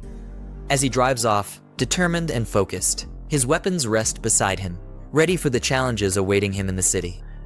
The system display shows empty options, frustrating the young leader as he notices that the marketplace hasn't been updated with anything useful. Annoyed, he contemplates spending points to refresh the system, hoping for better supplies for the mission ahead. With no other choice, Jiang presses the refresh button, knowing the difficulty of the upcoming mission. After spending his points, the system reveals several supply crates that might give him the edge he needs to succeed. He notices that the cost of manual refresh has increased, making him realize he'll need to be more cautious with his points. Satisfied with the rare item he obtained from the refresh, he contemplates the value of his decision as he prepares for the challenges ahead. The system confirms the successful exchange of points for the black tech supply crate, reducing his score significantly. Jiang speeds off in his car. The streets are quiet, but the tension lingers in the air as he drives toward his destination. The black tech crate reveals a powerful energy-enhancing serum, boosting the leader's physical strength. With a smirk, he consumes the serum, feeling its effects immediately as a bright surge of power courses through his body. Jiang is surprised by the strength of the +5 energy serum, realizing its significant impact. Without hesitation, he injects the serum into his arm, immediately feeling its powerful effects surging through his body. He feels an intense surge of power, clenching his fists as his body is pushed to its limits. The system displays his new stats, showing his attributes boosted to an extraordinary level, far beyond that of an ordinary person. The scene shifts to a tall residential building, identified as the home of Jiang. A mother comforts her scared child, reassuring him that his father will handle everything and keep them safe. Meanwhile, two menacing figures burst into the room, their serious expressions signaling trouble as they confront the family. The mother, alarmed, demands to know what the intruders plan to do. One of the men cruelly grabs her, mocking her fear and implying that they're there to cause serious harm. The mother struggles against the intruders, pleading for them to stop as they begin to assault her, terror filling her face. Despite her resistance, the men continue their attack, leaving her defenseless. A woman is forcefully grabbed by two men, her cries for help ringing out as she struggles to break free. Behind, a young boy watches in fear, unable to intervene in the escalating confrontation. A figure steps into the room, towering over the scene as one man is thrown to the ground. A confident man enters the scene, his expression stern as he questions the chaos unfolding before him. His calm but commanding presence immediately shifts the atmosphere, as if he holds control over the situation. The man with a stern expression is approached by an accomplice, who calls him over with a sly grin, seemingly unfazed by the situation. Despite the apparent lightheartedness, there's an underlying tension as they exchange words about how to handle the woman. The man smirks, his expression showing confidence as he dismisses the situation, hinting that this isn't the first time he's dealt with such matters. The man with the ponytail expresses frustration, warning his accomplices about the potential consequences if things go wrong with the woman. He asserts his authority, making it clear that they need to handle the situation carefully if they want to avoid drawing unwanted attention. The man grins with a confident smirk, taunting his targets as if he's toying with them, showing no fear of the situation. Meanwhile, in the shadows, the woman clutches the young boy tightly, both trembling in fear as they brace for whatever danger might come next. Under the eerie glow of the crescent moon, chaos unfolds in the city streets as shadowy figures scramble in panic, surrounded by wrecked vehicles. Jiang calmly grips the steering wheel, his enhanced abilities sharpening his focus and reaction time. With double the physical capacity of an average person, he's fully in control, prepared for whatever lies ahead on the road. Jiang speeds through a crowded highway, effortlessly dodging cars as flames trail behind, leaving chaos in his wake. Moments later, under the ominous night sky, the city is in disarray, with zombies scattered across the road, unsure of what just tore through the streets. He's stepping out of the car as its headlights illuminate the deserted road ahead. With the city just beyond, he realizes it's time to leave the car behind and continue the mission on foot, his gaze sharp and determined under the moonlight. Jiang senses something off, his eyes narrowing as he scans the darkened forest around him. Suddenly, a zombie charges at him, screaming wildly with terrifying speed, catching him off guard. Jiang swiftly dodges the attacker's strike, countering with a precise and forceful movement. His fist connects solidly with the opponent, showing his superior strength and skill in a swift, decisive blow. With explosive speed, Jiang delivers a powerful blow to his opponent, catching them off guard and sending them flying back. The force of the attack leaves the enemy reeling, as the protagonist prepares to strike again, showing no signs of slowing down. Jiang calmly extends his hand, digital energy materializing into a weapon, its sharp edge glowing with power. As the enemies approach, he stands unfazed, gripping the newly formed sword, ready to face them head-on under the ominous night sky. Jiang dashes forward with lightning speed, his eyes locked on his target as he closes the distance in an instant. With a swift and powerful strike, his blade clashes in the darkness, leaving his enemies defeated under the moonlit sky, marking the end of the confrontation. Jiang stands over his fallen foe, reflecting on his superior strength and reflexes, knowing that his enhanced physical abilities have given him the edge. Sensing danger, his heightened awareness kicks in, alerting him to a new threat surrounding them as a tense realization spreads. Jiang gazes into the distance, calculating the distance ahead as the city looms under the night sky, determined to continue his path. Suddenly, a system notification appears, alerting him to an unexpected mission that has been triggered, surrounded by cautionary markers. Zombies find themselves surrounded, panic setting in as they desperately try to defend against the incoming threat. Inside the store, quick orders are given to barricade the entrances, with others scrambling to bring heavy objects to fortify their defenses. A young boy, desperate and terrified, cries out to his father, fearing that they won't make it out alive. His father, trying to maintain his composure, reassures him with bravado, but the tension in his voice reveals the fear they both share, as tears stream down the boy's face. The tension rises as one man sarcastically complains about the chaos, while the officer, gripping his gun, nervously wonders if this could be the end for them. With sweat beading down his face, he contemplates the gravity of their situation, realizing just how dire things have become. The silhouette of figures outside the window hints at the looming danger as the noise of breaking glass fills the room. Instinctively, the group reacts, readying themselves for the incoming threat, as one of them nervously questions the sudden commotion. The glass shatters violently as a figure crashes through the window, debris flying everywhere in a chaotic explosion of force. Panic sets in as one man screams in shock, while another stands frozen, horrified by the sudden intrusion. Blood splatters against the walls as the figure collapses, leaving a dark and unsettling scene in its wake. The room falls eerily silent, with the shattered window and bloodstains serving as grim reminders of the chaos that just unfolded. The officer, sweating and breathing heavily, gives orders to move heavy objects to reinforce their position, clearly feeling the pressure of the situation. As the group quietly complies, tension builds, and they brace for whatever is coming, trying to avoid making any noise that could give them away. Outside, shadowy figures gather around the fallen bodies, the eerie silence only broken by the faint sound of their movements. Inside the group, tense and ready for a fight, stares in disbelief at the horrific scene, questioning who could have caused such devastation. One of them shouts in panic, convinced that they are dealing with a mutant, his fear clearly escalating. Confused, the other person asks what a mutant is, and the first explains that it's an enhanced version of a zombie, stronger and more agile, just like in comics, novels, and games. A police officer, clearly frustrated, criticizes the younger man for always indulging in comics, novels, and games, blaming them for his poor performance. His partner, exasperated by the comment, calls out his lack of tact and urges him to focus on carefully observing their surroundings to avoid being caught off guard by the mutant. The group cautiously moves forward, each person scanning their surroundings as they slowly gather at a designated point. Suddenly, one of the officers signals for everyone to stop, bringing the group to a halt as tension fills the air. Jiang receives a system notification, confirming that his mission is complete, with additional points earned for his actions. Meanwhile, a frantic voice exclaims that the entity they encountered must have been a mutant, filled with fear and disbelief. One man observes Jiang from a distance, commenting that he appears to be a survivor. Jiang, with a smirk, dismisses the notion of mutants, confidently stating that it's not yet time for them to overrun the streets. One of the men exclaims, confirming that Jiang is indeed a survivor.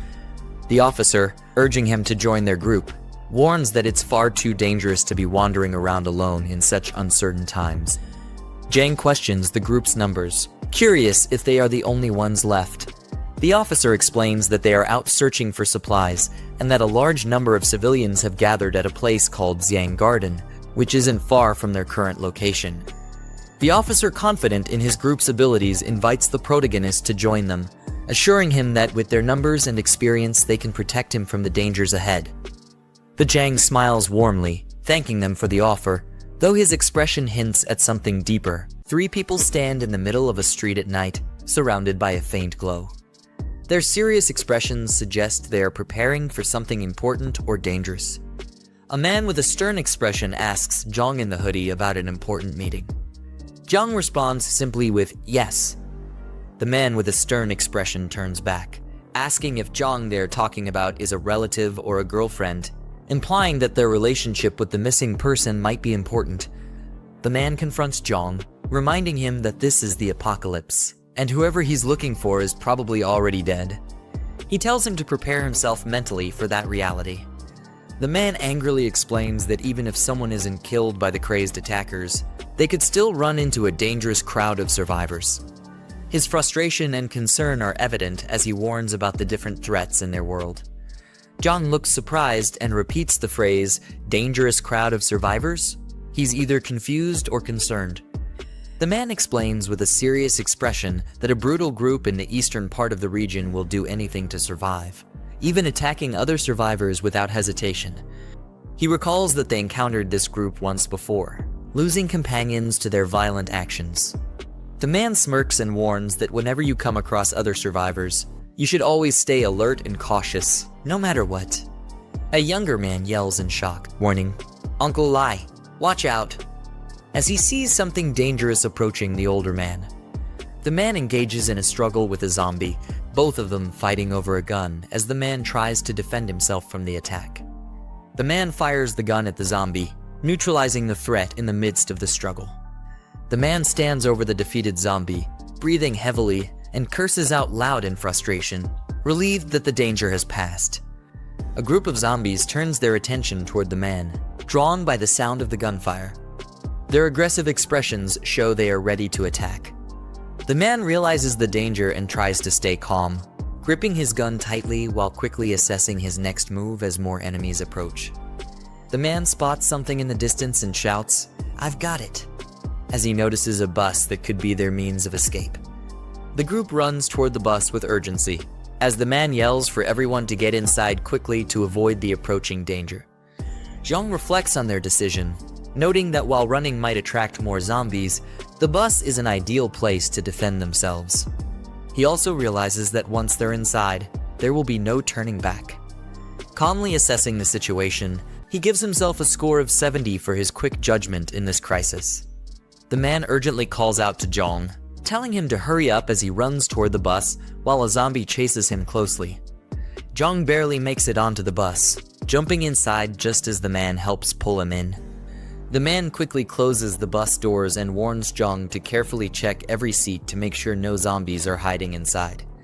The boy responds, panicking as he notices that the zombies haven't given up and are still outside, crowding near the bus.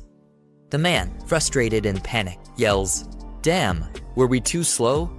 as zombies start banging on the bus window, trying to break in.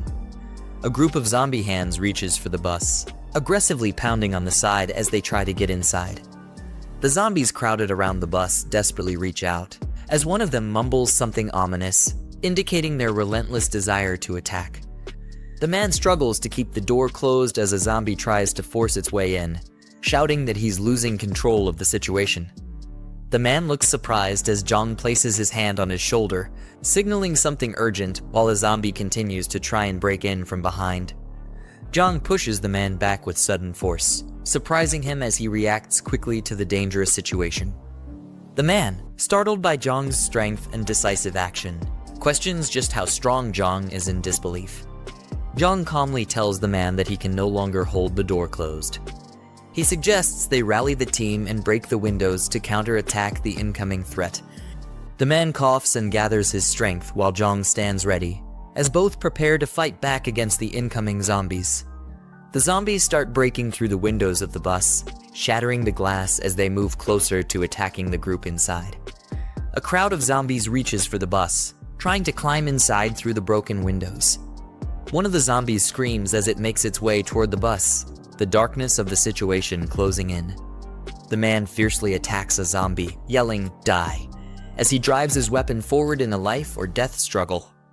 A couple of survivors help pull someone inside the bus as the man keeps his gun ready, protecting the group. The man checks his gun, realizing they are running low on bullets, and worries that they don't have enough ammo to deal with the large number of zombies. The man is startled when someone hands him an unexpected item, saying, "Use this," while he looks on, confused and unsure of what it is. Jiang, now armed with a crossbow, looks surprised and questions, "Where did this come from?" as he prepares for the next action. The man responds that he grabbed it without thinking during the chaos, now holding the crossbow firmly, ready to use it. Outside, the zombies scream in frustration as they continue their relentless assault on the bus, determined to break through. The survivors on the bus begin shooting down the zombies from above, yelling insults as they fend off the horde. The survivors stand in front of the bus after successfully fending off the zombie horde, surrounded by fallen bodies as they regroup. One of the younger survivors holds his weapon and exclaims that surviving 2 dangerous situations in a row is no coincidence, claiming they must be the chosen ones of this apocalypse. Jiang calmly advises him to remain cautious and avoid becoming overconfident in these dire circumstances. Under the crescent moon, a distant view of a peaceful-looking Jiang mentions, and someone expresses hope that everything is going smoothly on the other side. The group is walking down a hallway. One of the men volunteers to take the night shift, showing his readiness to help. Another man with glasses looks surprised and asks why the first man is suddenly being so enthusiastic and proactive today. The man, clearly annoyed, snaps back, insisting that he's always been this way and tells the other man to mind his own business. The man with glasses, now confused and a bit nervous, wonders why the first man is overreacting so much to his question. An old man instructs the group to rest, telling the man to be cautious and wake everyone up if there's any trouble during his watch. The man assures him confidently, "Don't worry." The man sits outside at night, gazing up at the moon, and remarks that it's already late, and everyone must be asleep by now. The man stands on a balcony, deep in thought, mentioning that things could get worse and they need to resolve the situation before Jiang returns. The older man is shown peacefully asleep, unaware of what's happening, with his radio communicator resting on the pillow beside him. The older man continues to sleep soundly, unaware of any disturbances or the situation around him. The man stands in the doorway, watching intently, with a serious and focused expression, possibly checking on the older man or thinking about his next steps. Yiming sneaks into Grandpa Sheng's room, making his way toward the armor key. However, Grandpa Sheng wakes up and questions what he's doing. As Yiming punches him, he quickly retreats from the room. Grandpa Sheng shouts, cursing at him and demanding to know what he's trying to accomplish, then orders him to return the key. Shanshan and the others, awakened by the commotion, ask what happened. Grandpa Sheng informs them that Yiming has stolen the armor keys and that they must hurry to stop him. The others chase after Yiming, demanding to know what he's doing. In response, Yiming throws various objects into their path to block their way. Jiang Kai curses, calling him one sneaky bastard, as Yiming rushes through the infirmary. Yiming thinks he might as well go all the way now. Entering the medical room, he cautiously approaches his infected friend, only to be shocked when Chen Chong roars. Yiming wonders why one of Chen Chong's bindings is loose, thinking it's strange, as it had been tightly secured before. He then realizes it's perfect since it saves him the trouble of untying his friend himself. As Zhang Kai and the others arrive near the infirmary, they realize that Yiming let Chen Chong out of the medical room. They question if he understands that he's endangering everyone by doing this. Grandpa Sheng curses, admitting he had never imagined that Yiming could be such a sneaky person and that he'd severely misjudged him. Shanshan anxiously asks what they should do next since all their weapons are locked in the armory. Grandpa Sheng replies that, no matter what, they have to work together to restrain Chen Chong and lock him back in the medical room. He instructs everyone to use the techniques the Mick taught them, warning them to be cautious and not to let Chen Chong bite anyone. With careful coordination, Jiang Kai successfully chokes Chen Chong into submission, and the others restrain him. Jiang Kai confirms that they have him under control, and Grandpa Sheng orders them to tie Chen Chong up securely and return him to the medical room. They push him back into the room and lock the door firmly. Relieved but puzzled by how relatively easy it was to subdue Chen Chong, they speculate that perhaps he was the only threat they'd face. Grandpa Sheng mutters, frustrated about how much time they've wasted. Meanwhile, Yiming, having already slipped away, emerges from an alley and sarcastically questions who Grandpa Sheng is calling a sneaky bastard. He clarifies that he never found the main stash of weapons, and that there was only one weapon in the armory, but he claims it's more than enough to handle them. He aims the gun at them, ordering them to move to the back room. Jiang Kai, shocked, asks why he's doing this, reminding him that the Mick is their savior. Yiming retorts that a big favor can easily turn into a huge burden, declaring that the Mick saved them once, but now they're practically slaves for life. Grandpa Sheng shakes his head, commenting that some people are simply ingrates by nature and never learn. Yiming barks at them to shut up, but from the window, Chen Chong, holding a key in his hand, watches the exchange and prepares to attack. The scene shifts to the MC, who is being briefed by a policeman. The officer informs him that they're just one more intersection away from the Jinyu mansion. He warns that the area is a maze-like complex, ideal for mutants to hide in, so they'll need to be extremely careful. The Mick nods, listening closely. The policeman adds that once the Mick finds his people, he should head to Rongxiang Garden to meet him. He specifies that the MC's group is located in Building 8 and instructs him to enter through the side gate, not the main entrance. The Mick gives a thumbs up in response, thanking him for the advice. After the Mick departs, someone beside the policeman suggests they should help the MC, pointing out that he saved them earlier. The policeman hesitates, explaining that they have no idea what dangers lie inside the mansion. He emphasizes that if they stumble into a horde of zombies, they'll be doomed. The companion, undeterred, points out that the Mick is likely walking straight into danger himself. The policeman shrugs, saying he did his duty by warning the Mick about the risks, and that it's a shame since the Mick has proven he's quite skilled. Meanwhile, Yang Tao and his ally are strategizing. Noting that the power is out and they have no phone signal, Yang Tao wonders aloud if Zhang managed to complete his task, but ultimately decides it doesn't matter. His lackey grins, saying he's been holding back for far too long and plans to cut loose tonight. Otherwise, he won't be able to sleep. His ally chuckles, agreeing that Zhang is likely dead by now. They agree on their plan to tie up Zhang's wife when they go up, ensuring she won't have a chance to kill herself. They reason that, given the uncertain nature of their lives, they might as well take their opportunities to enjoy what they can while they can. Brother Lot, however, reminds them to be cautious and to make sure the woman survives. Just then, he pauses, noticing something strange. All the zombies downstairs are lying dead. The super henchman opens the door to see what's happening. Meanwhile, he wonders if it's a rescue. Suddenly, he's startled. An extremely fast blade passes through his neck. Before he can react, the man coughs up blood as his head separates from his body. Meanwhile, the men approach Jiang Shen's wife and child. The poor mother orders everyone to leave. Two men smile maliciously. Soon after, one of them says enough and stops, pretending. The woman cries out in despair, "What are you doing? Let him go." Meanwhile, her poor son is pulled away. The wretch slaps her across the face as the boy flies away. The devil on earth states that they are the target. The boy, kneeling, says he will fight with all his might to defend his mother. Suddenly, a man is thrown out the door. The boy reprimands the men and, desperate, yells that they are bad people and asks them to let his mother go, as his father will not forgive them. Suddenly, one of the henchmen, headless, is thrown into the room. The boy screams in fear as he observes the mangled body. The boy continues to be afraid and, staring at a shadow in the doorway, asks, "Who is it?" Then Jiang Ziyang finally appears and asks the boy if Jiang Ziyan is his father. The frightened boy murmurs. The woman despairs and shrinks back. Suddenly, Ling slaps the woman and, furious, yells at her, asking if she's afraid her son will hear. He threatens her, saying that if she doesn't talk, they will have their fun. One of the henchmen says that since there's no sound, he'll go first. He strokes the woman's head as she cries. Then the bedroom door bursts open. One of the henchmen sneeringly comments that the boy has quite a bit of strength. Suddenly, one of their necks is swiftly cut. Ling turns and, looking towards the door, asks why they haven't gotten rid of the boy yet. Then, against all their expectations, one of his henchmen falls in front of them, headless. Lush Zhang wonders what's going on. Then, in the blink of an eye, Jiang Ziyang crushes the wretch's head.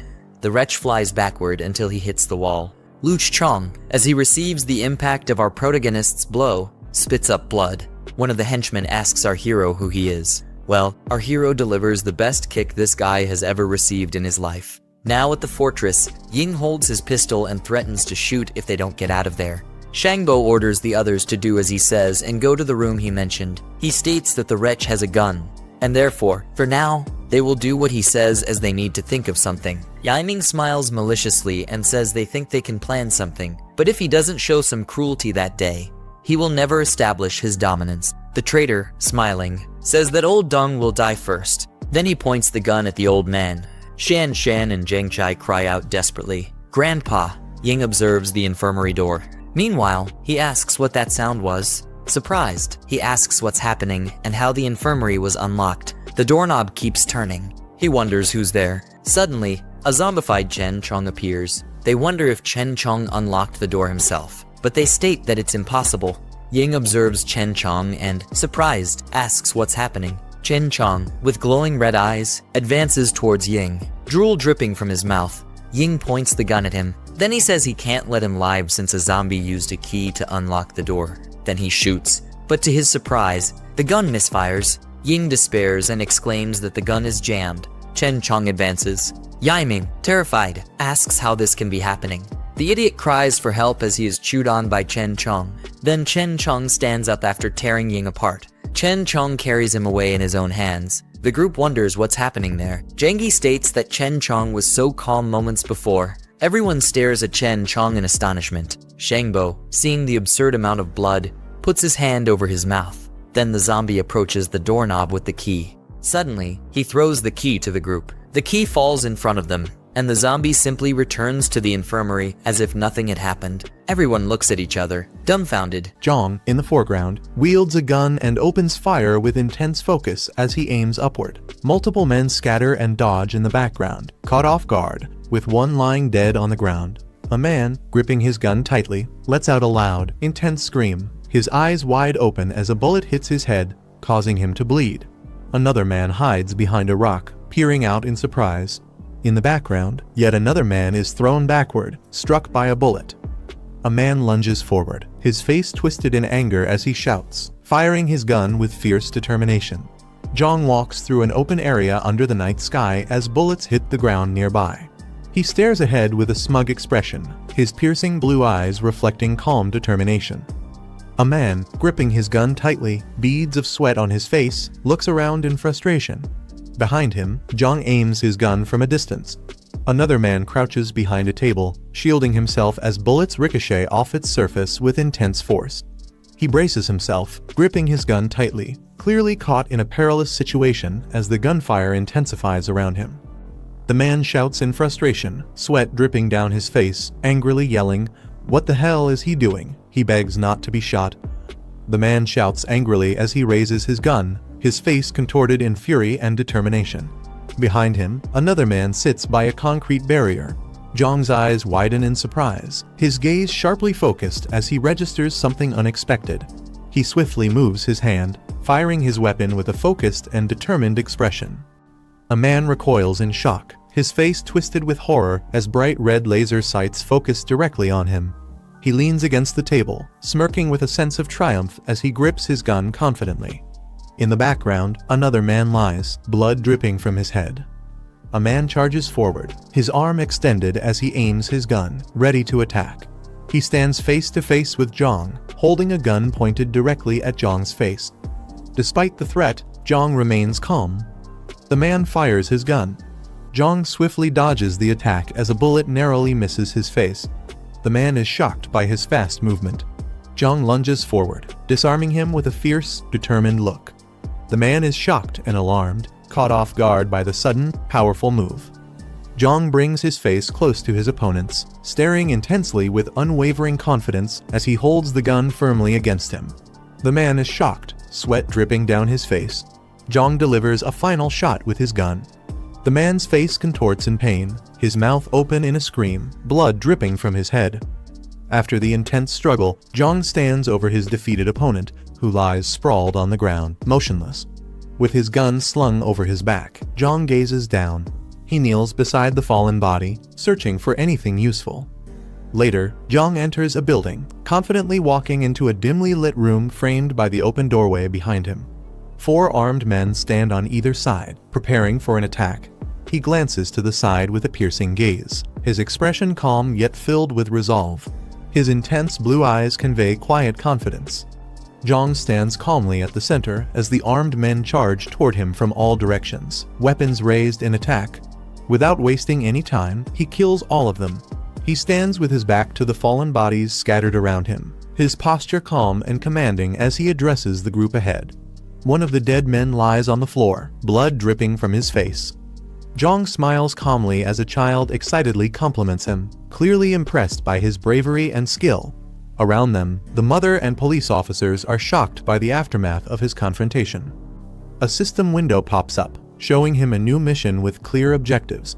He reads the requirement to rescue 5 survivors, with a reward of 25 points upon completion.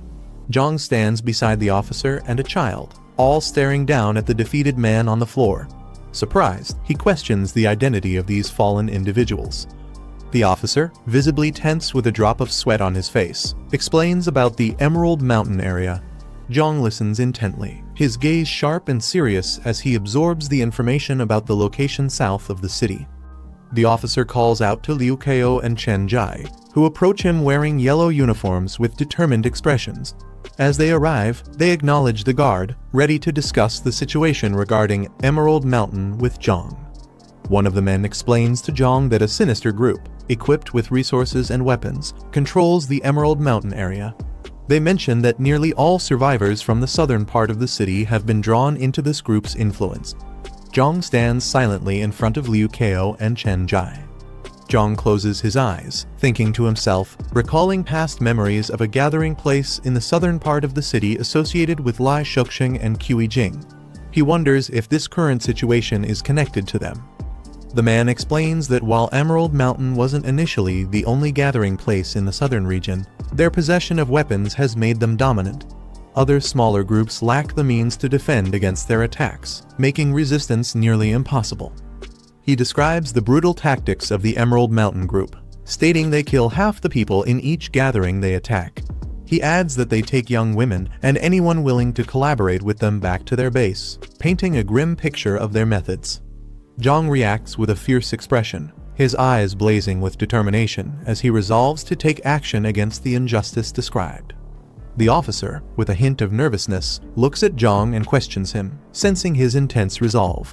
Jiang, calm yet focused, stares forward with unwavering determination, silently preparing for the next step. 3 defeated men lie on the ground, each with a handgun nearby. Jiang addresses Old Lai about collecting their weapons, checking them for additional ammunition, reflecting a strategic approach to gathering resources. Jiang hands over a rifle to Old Lai, offering to leave him with 5 additional bullets as a gesture of trust and support. Surprised by this generosity, Old Lai questions if it's truly intended for him. Jiang speaks with confidence, telling Old Lai that the Emerald Mountain Group won't rest, even with their newly acquired weapons. He instructs the others to hold position for a couple of days while he prepares to confront and eliminate the threat. The man reacts in shock, warning Jiang about the Emerald Mountain Group's overwhelming numbers, which he estimates to be well over a dozen. His face is filled with doubt that Jiang could handle such a formidable force alone. Old Lai urges Jiang to reconsider, suggesting that it's not worth risking his life for them and proposing that they find a safer location instead. He rationalizes that the Emerald Mountain Group is a few kilometers away and unlikely to search the entire city for them. Jiang reassures the others, explaining that his conflict with the Emerald Mountain Group is personal. He adds that in a few days, he will bring a larger vehicle to transport them safely to the eastern part of the city. Old Lai, surprised, questions Jiang about the eastern city. Jiang turns around, explaining that he's established a secure base in the Laocha Leaf District and is currently in need of manpower to help manage it. Old Lai and the others bid farewell to Jiang, urging him and his companions to stay safe. Jiang waves his hand in acknowledgement as he departs with a woman and child, heading into the unknown. 1 hour later, a man sits calmly on a rooftop, shaded by a hat, with his weapon in hand, overlooking a quiet, empty street. 3 lifeless zombies hang grimly in front of a building labeled Emerald Mountain, their forms battered and broken. 4 individuals sit around a large conference table, engaged in a serious discussion. A man with reddish hair and glasses, smoking a cigarette, asks about the unresolved supply issues at Golden Blaze Entertainment City. His expression is calm yet probing. Xiao Lai responds with a confident smile, assuring the man that he has already sent people to handle the situation at Golden Blaze Entertainment City. He says they should be returning with results soon. Another man with a relaxed demeanor points out to Wen Ji that the Golden Blaze area houses many high-end foreign residents, implying the importance of maintaining appearances and resources there. He jokingly suggests they can't just focus on Entertainment City's supplies alone, hinting at a broader responsibility.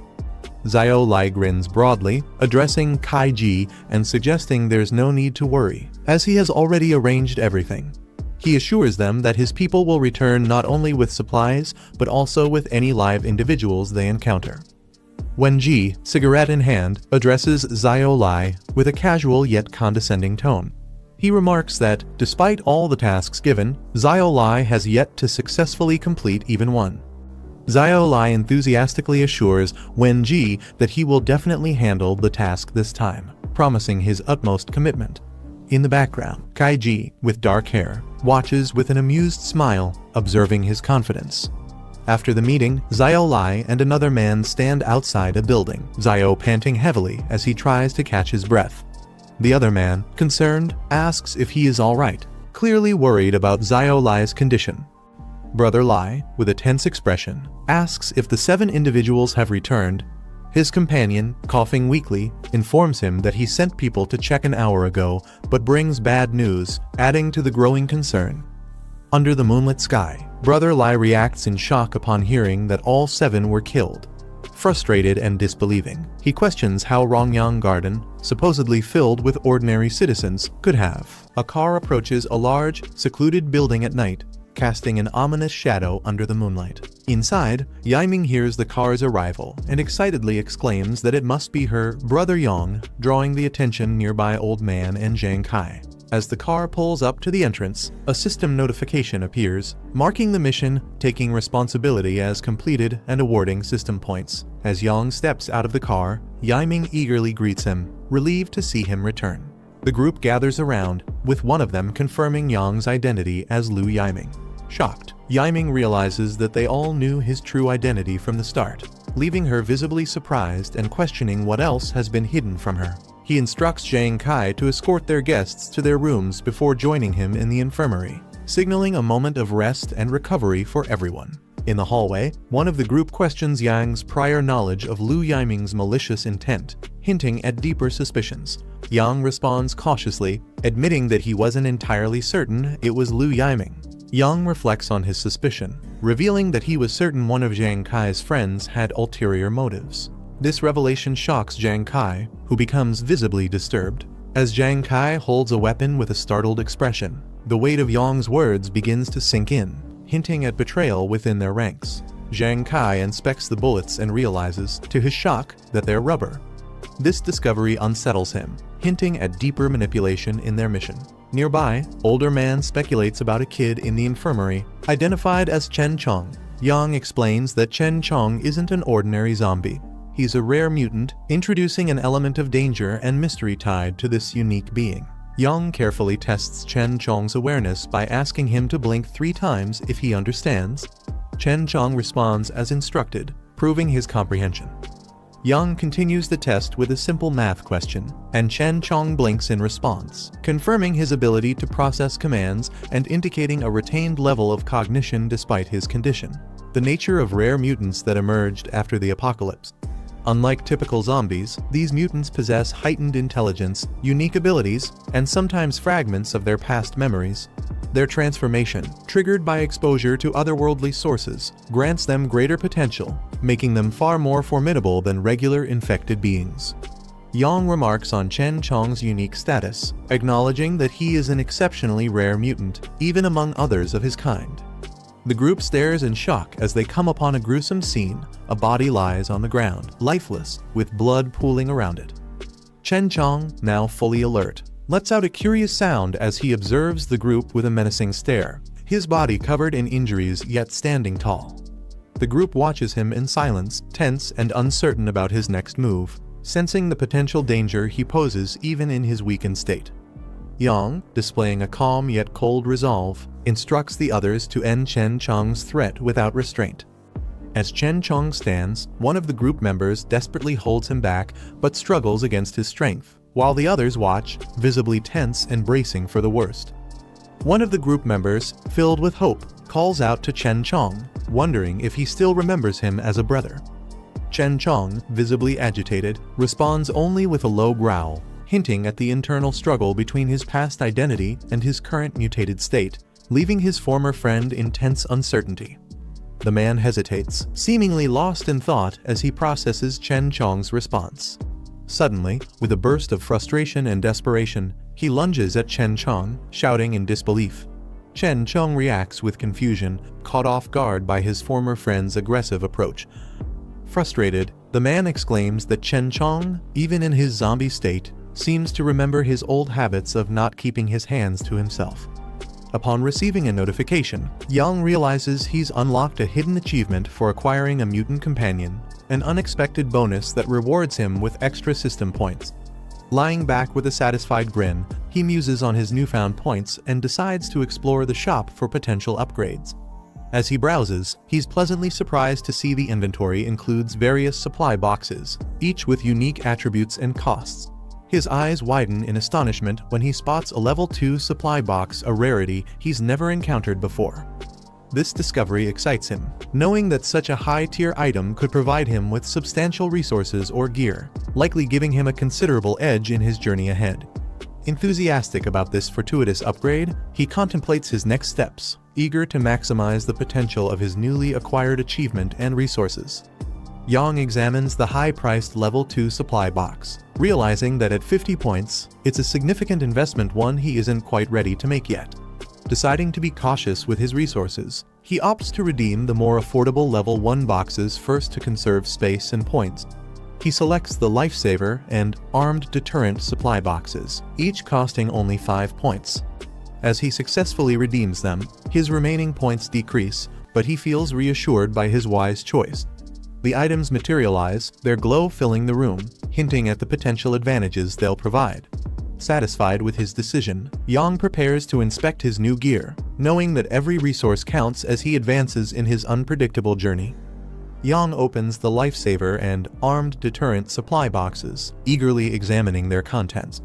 The Lifesaver box provides an interdimensional infection blocker, capable of preventing otherworldly infections but unable to reverse completed mutations, a potentially life-saving tool in their world.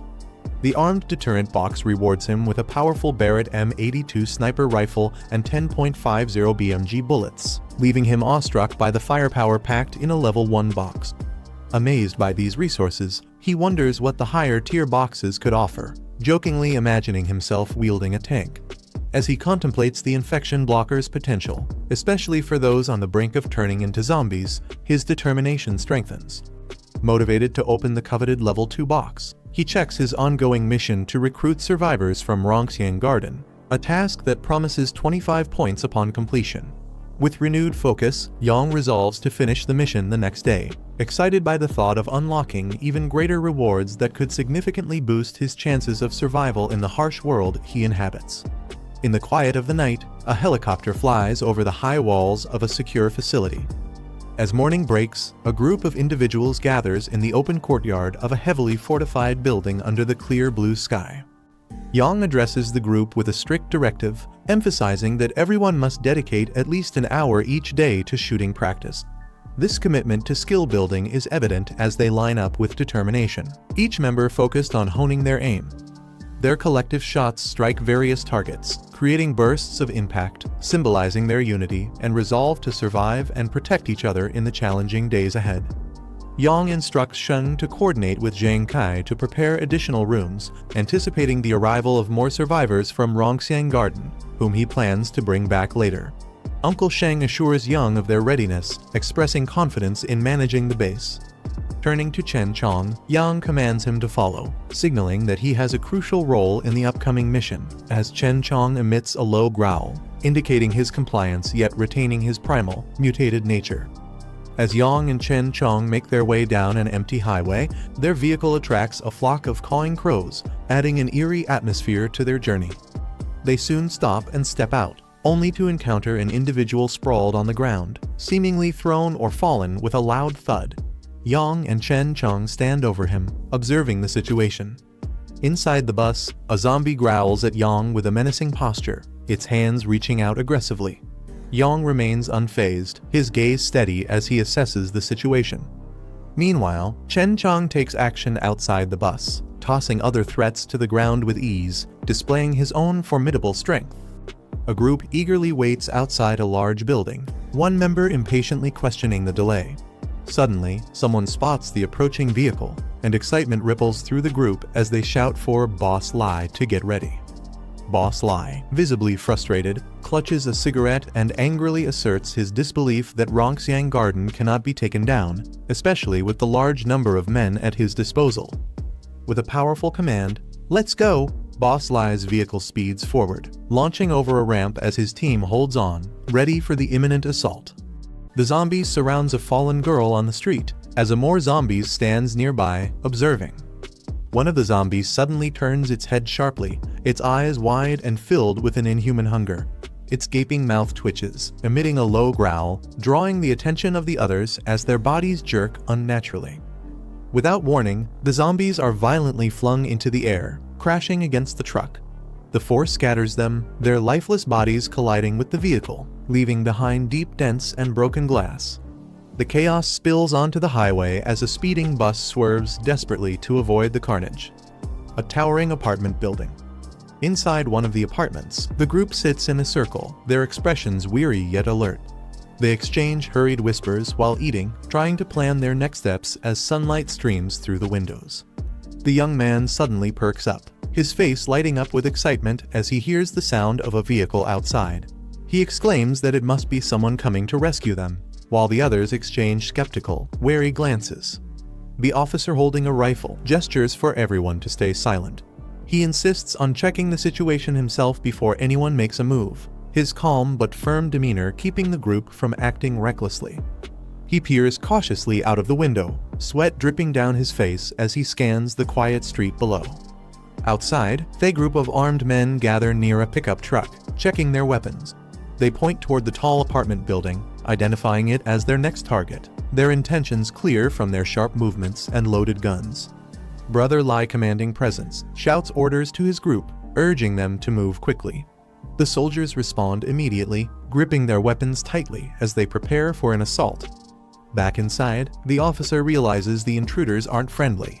His face hardens as he declares their true identity, a gang of ruthless looters from a nearby settlement. His warning silences the room as fear spreads among the survivors.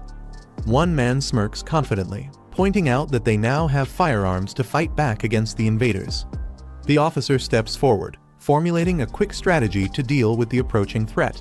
He insists that everyone take their assigned positions, while he prepares to head to the rooftop for a better vantage point. The invaders move closer, their vantage point allowing them to scope the building. One of them points out the distance, ensuring they are just within range to strike their targets effectively. With a commanding gesture, Brother Lai raises his firearm, signaling the group to prepare for an assault. The team aligns behind him, their faces devoid of hesitation as they aim their weapons at the building.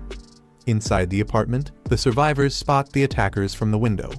Shouting in alarm, they quickly duck, narrowly avoiding the barrage of bullets that rains down on their position.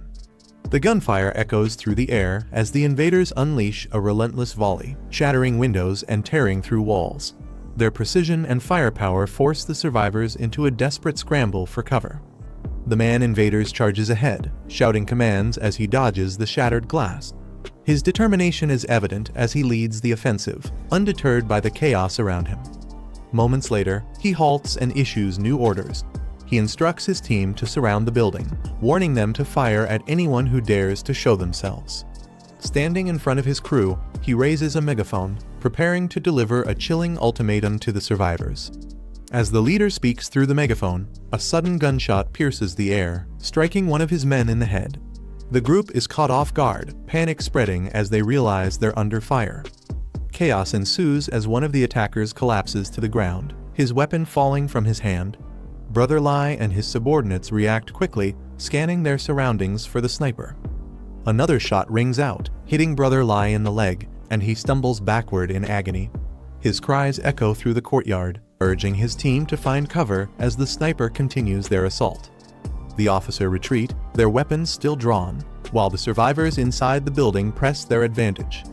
The security guard at the window reloads his rifle, taking aim again with steady determination.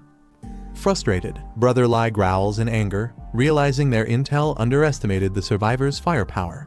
He clenches his teeth, vowing not to retreat even as his men waver in the face of heavy resistance. From a nearby alley, one of the invaders whispers to their leader, suggesting they retreat.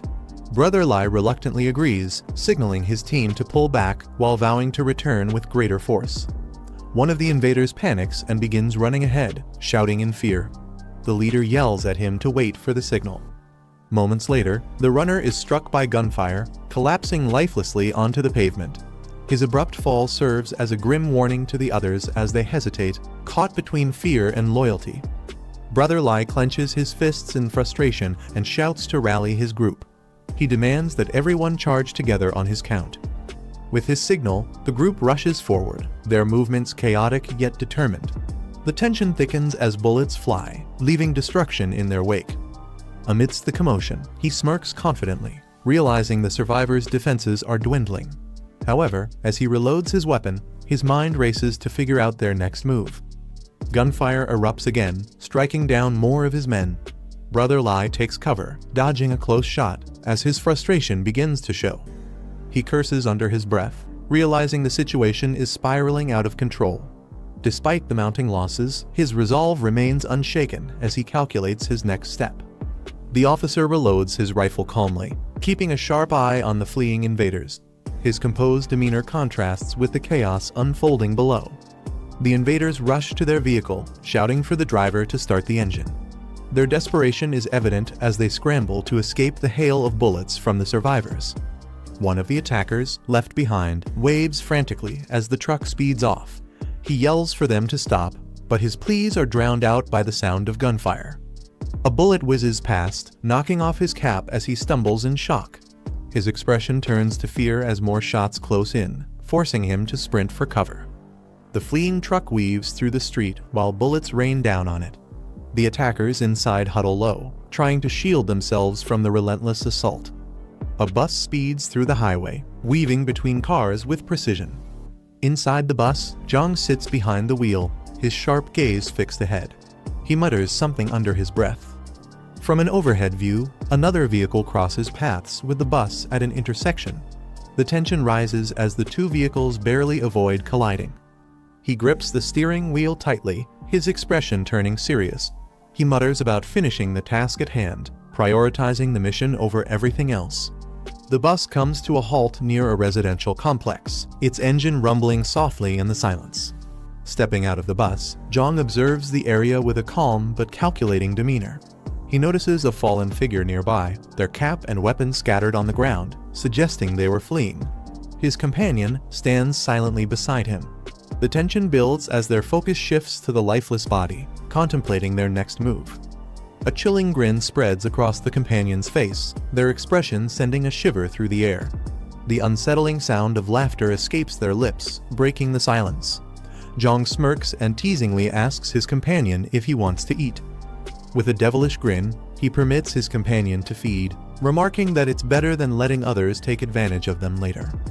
The companion's eyes glow menacingly, his expression twisted with hunger and anticipation. He casually instructs his companion to meet him at the base of Building 8 after finishing the task. The companion lunges at the lifeless body on the ground, ready to devour it. He calmly enjoys his meal. Jiang stands in the courtyard, two bodies sprawled on the ground near him. He comments that Lai Hongli was ruthless in the killings.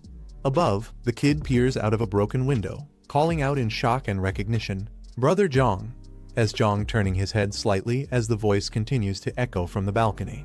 The group approaches the Jiang, with officer calling out to Jiang and asking if he had defeated all the enemies. He man confidently claims credit, saying it was thanks to the rifle Jiang provided and boasting about his skills as a retired marksman. Suddenly, a loud roar echoes through the area, startling the group as they turn toward the noise. A zombie approaches the group, their steps deliberate and heavy. Jiang's zombie friend twists into a grotesque expression, his veins bulging as he snarls.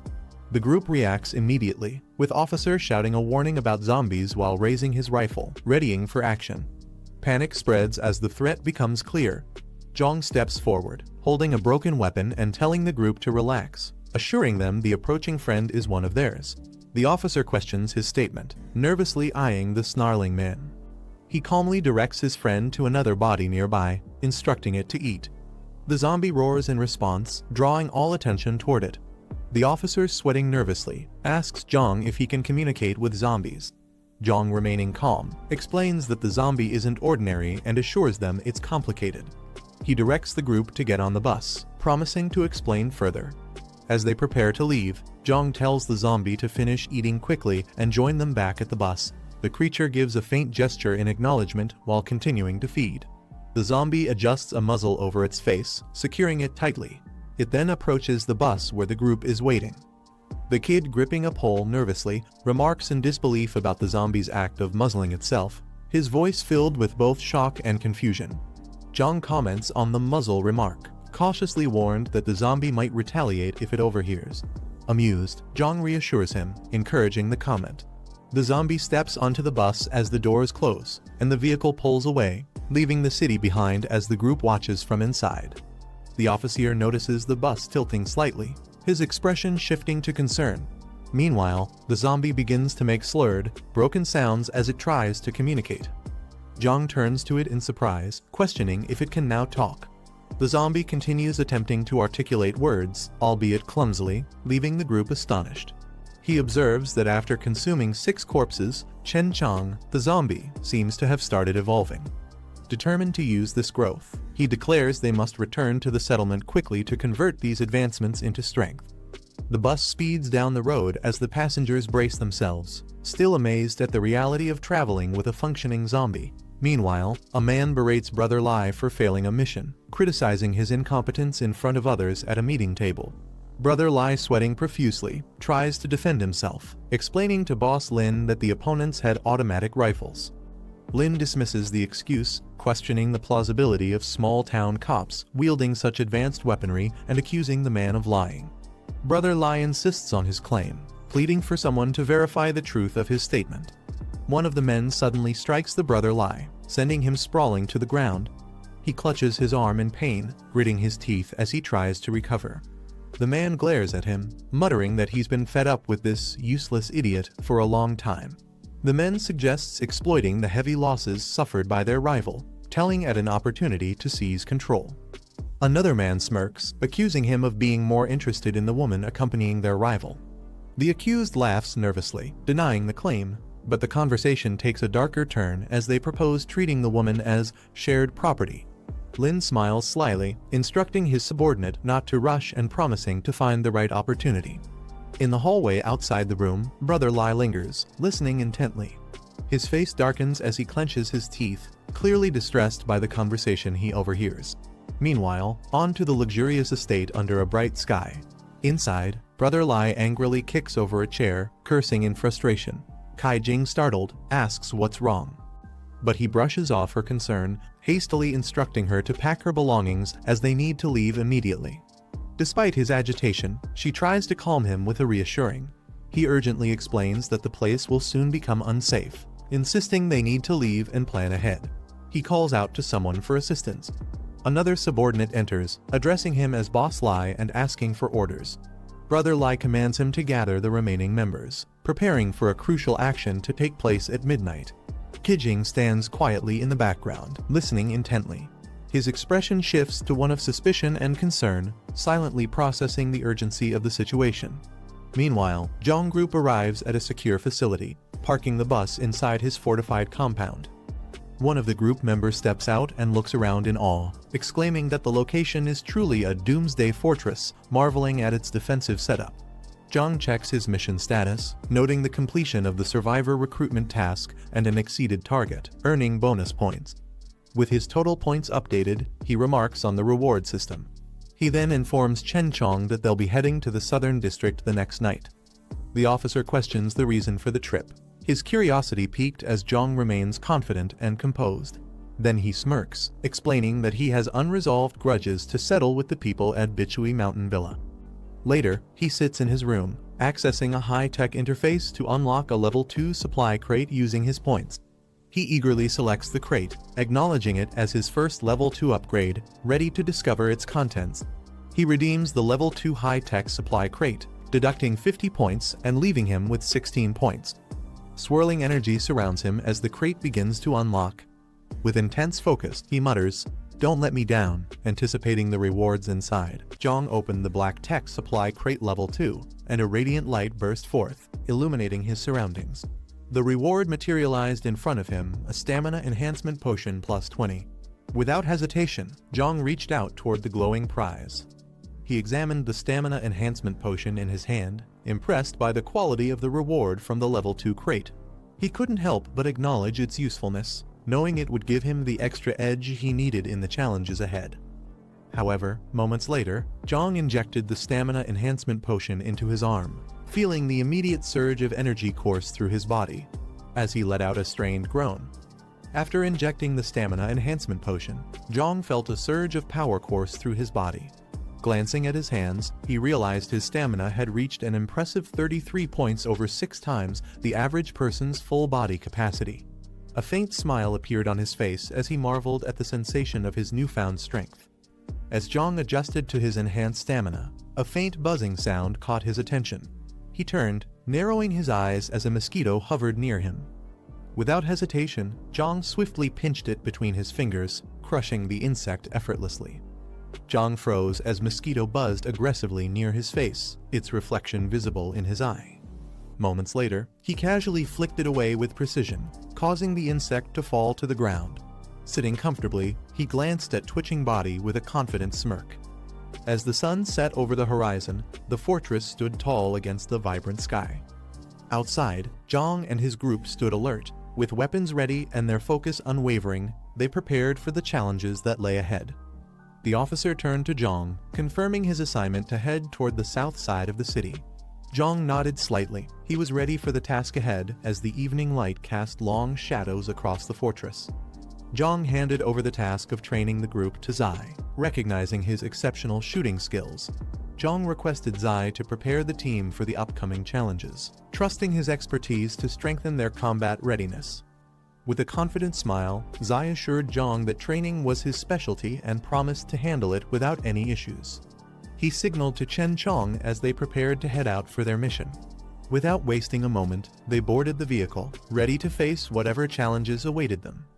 The bus roared to life, leaving the fortress behind as it rolled through the gates, heading toward. Under the starry sky, Boss Lai glanced at the towering building and asked about King's progress, concerned about his position. Assured by his men that King was already in place, Boss Lai gave the command to move out. With a determined stride, he led his team forward, their footsteps echoing in the quiet night as they prepared for the next phase of their mission. As the headlights of a speeding vehicle illuminated the night, Boss Lai and his men shielded their eyes, momentarily blinded by the sudden glare. The unexpected interruption left them on high alert. As the car's headlights illuminated the dark street, a group of armed men surrounded it, forming a menacing barrier under the night sky. At the center, a leader stepped forward, his sharp silhouette cutting through the tension. Inside the vehicle, shadows masked the identities of the occupants.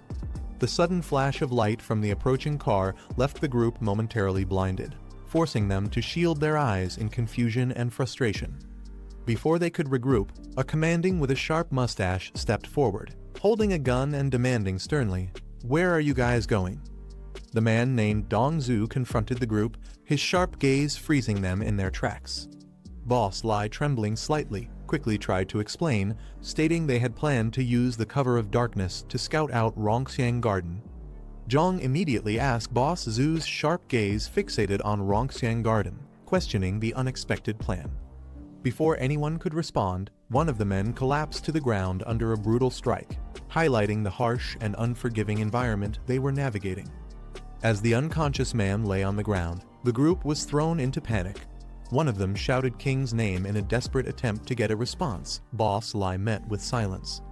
Boss Lai, in a fit of frustration and fear, slapped his companion, yelling at him to open his eyes and focus on the situation at hand. As Boss Zhu's loomed over them, Boss Lai men froze in confusion, their panic palpable as they questioned the identity of this unexpected adversary. Without hesitation, Boss Zhu barked an order, his voice cutting through the tension. "Take action." His armed subordinates immediately raised their weapons, bracing for what appeared to be an imminent confrontation. As the sound of gunfire erupted, bullets ricocheted off the surroundings with deafening bangs. Chaos unfolded as Boss Lai clutched his head in pain, reeling from the assault. Amidst the mayhem, his eyes widened in horror as his hand instinctively moved to cover his face. Boss Lai's icy stare bore down on the men, his frustration mounting as they stammered excuses. Their trembling forms sprawled on the ground were a clear sign of their fear.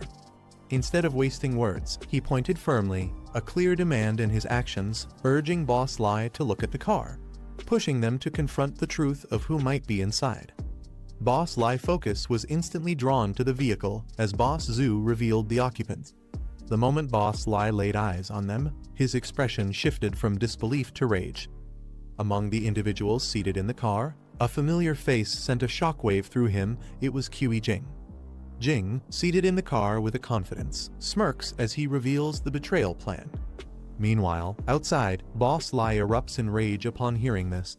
Held back by two of Jing's men, he furiously screams accusations of betrayal. Jing turned toward the composed Boss Jiang, seeking guidance amidst the tension. With a sly grin and calm demeanor, Boss Jiang lightly adjusted his glasses, exuding confidence as he prepared to respond to the unspoken chaos brewing outside. As the man clutched at the metallic collar tightening around his neck, gasping for air. Outside, one of Boss Zhu's enforcers pulled a rope with precision, leaving Boss Lai helplessly suspended in the air as a clear warning of the consequences of betrayal. As Boss Lai is hoisted by a rope outside the gates of a luxurious estate. Struggling and coughing, his helplessness is accentuated by the imposing backdrop of the grand building and the serene night sky. Jiang and his team began moving in silence. The bus stopped a short distance from their target, a large, heavily guarded mansion. With their faces shadowed by the dim streetlights, they crept along the high walls, their steps light and deliberate, blending into the night. Each step brought them closer to their objective, with Jiang signaling for caution as they neared the mansion's side gate. As Jiang and his companion quietly advanced along the dimly lit street, they suddenly noticed Boss Lai towering over them. Jiang, sensing the tension, subtly raised his hand, his eyes narrowing in silent anticipation. As Boss Lai hung there gasping, his body shaking with fear and humiliation, Jiang stood beneath him, his cold eyes gleaming. Jiang looked up at Boss Lai with an air of dominance. With a dismissive flick of his fingers, a sharp sound echoed the signal for the release. The tightly bound rope gave way with a sudden snap, the tension unleashing as Zhu's body plummeted to the ground. Jiang watches coldly as Boss Lai collapses onto the ground. Walking forward, Jiang kneels down, gripping Boss Lai hair firmly and lifting his head. With an icy glare and a slight smirk, he leans closer. On the other side, inside the dimly lit room, shadows on the window reveal a laughter and intimate moments. The woman provocatively and tied to the bed expresses frustration, demanding to be untied. The man leans close to the woman, suggesting this scenario is a playful reward. He coughed as he adjusted his pants, his ears catching an unfamiliar noise. "What's that sound?" he muttered. Approaching the window, he looked out. His grip on the window frame tightened, but he said nothing, his silence speaking volumes. Jiang is startled as he notices something unusual in outside before him, his expression change with confusion. Suddenly, loud gunfire echoes through the hallway. Two men are down, their pistols lying on the ground, smoke still rising from the barrels. As rapid knocking reverberates through the closed door, indicating someone outside, Jiang's gaze sharpens as he turns his focus toward the noise. Jiang and Jiang are caught off guard as Jiang suddenly leaps into the room, wielding a weapon. Jiang, clearly alarmed, questions the unexpected intrusion. Jiang's cold, focused gaze makes the tension in the room escalate. Before Jiang can fully react, Jiang closes the distance, pressing a blade against his neck, forcing him into silence. Jiang tightens his grip, pressing the blade closer to Jiang's neck, forcing him to freeze. Jiang gulps nervously, unsure of how to react. In a swift motion, Jiang throws him to the ground, leaving him stunned. Before anyone can intervene, Jiang leaps toward Jiang, effortlessly knocking him down. The others in the room are shocked.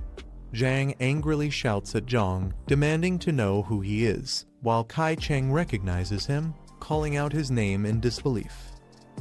Jiang charges forward, throwing his knife with deadly precision. Jiang tries to dodge but is struck, coughing in pain as he collapses.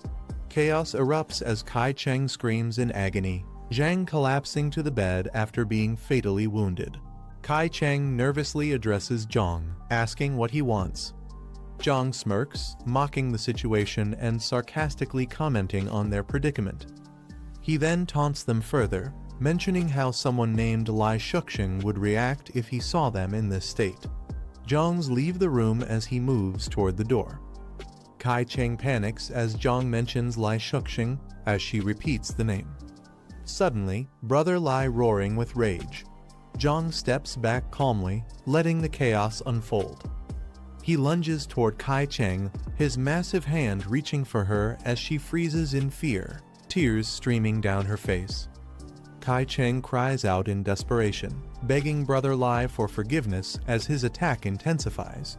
Her voice fades into screams as blood splatters across the room. Moments later, the entire space falls silent. Jiang, unfazed, silently observes as he closes the door behind him. Jiang coldly orders Chen Cheng to consume the corpses, pointing at the lifeless bodies around them. Chen Cheng hesitates, responding reluctantly that he could manage one at most.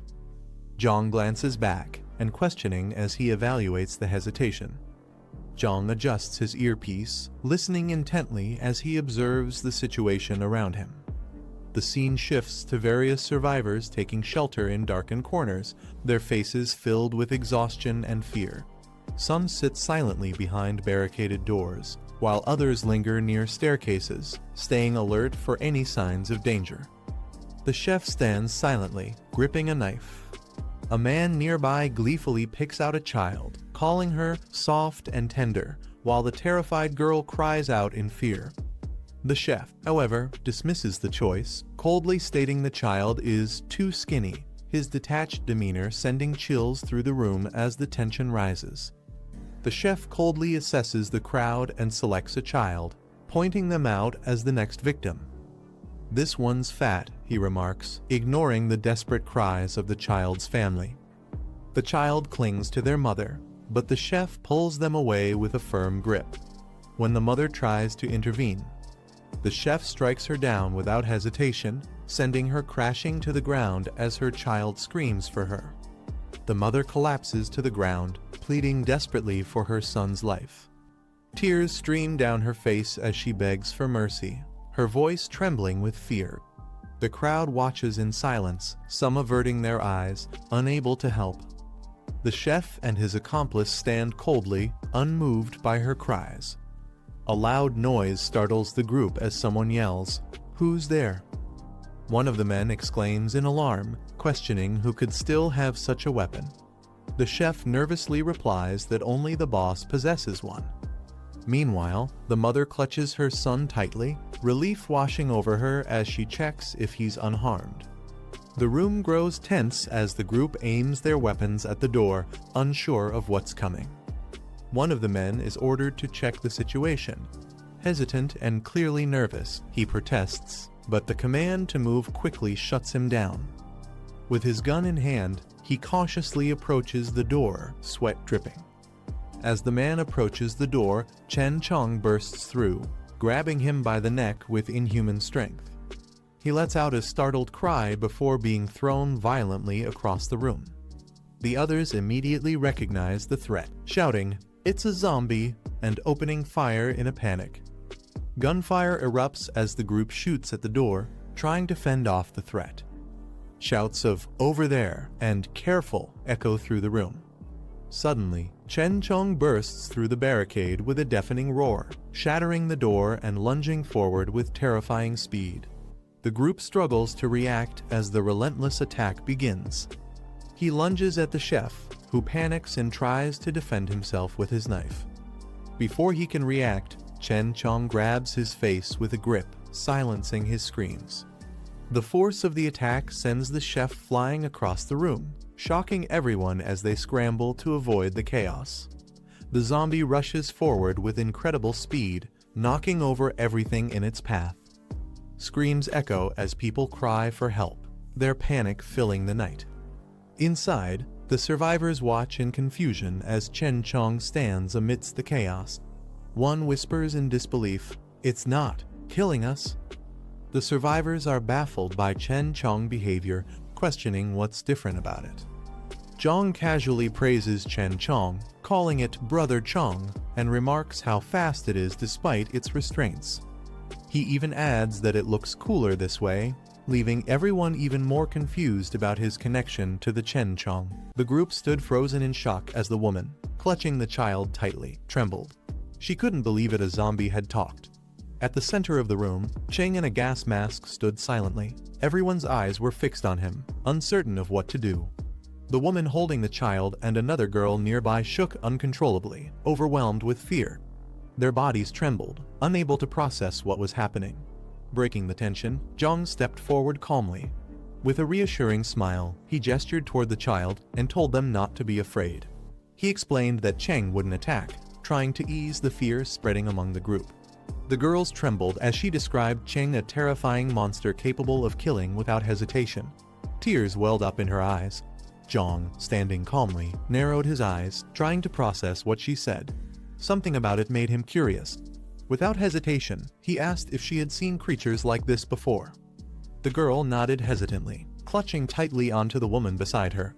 Jiang's sharp gaze fixed on her as he pressed further, demanding to know where she had seen it. With a shaky voice, the woman finally answered it was at the East City Decoration Market. As Jiang processed the information, he muttered to himself that things were advancing faster than expected. He thought it would take more time, but the reality was far worse. It was happening now. Even more concerning, the East City Decoration Market was dangerously close to Old Tea City. Cheng, clearly unsettled, hesitated before asking Jiang what these creatures were. Jiang, maintaining his calm, responded that they were rare mutants. Unlike typical zombies, these beings retained some level of rational thought and memory, which gave them an edge, making them far more dangerous and efficient hunters. Jiang continued, explaining that their abilities stemmed from unstable mutations. Though powerful, this instability turned them into unpredictable threats. Most rare mutants were erratic, violent, and uncontrollable, far more dangerous than regular zombies. Cheng trembled as he questioned his own fate. "What about me?" His eyes widened with fear. Jiang placed a steady hand on his shoulder, reassuring him. He explained that the masked man was one of the rare, lucky ones, a mutant who retained his sanity. Jiang promised to keep him grounded, ensuring he wouldn't lose control like the others.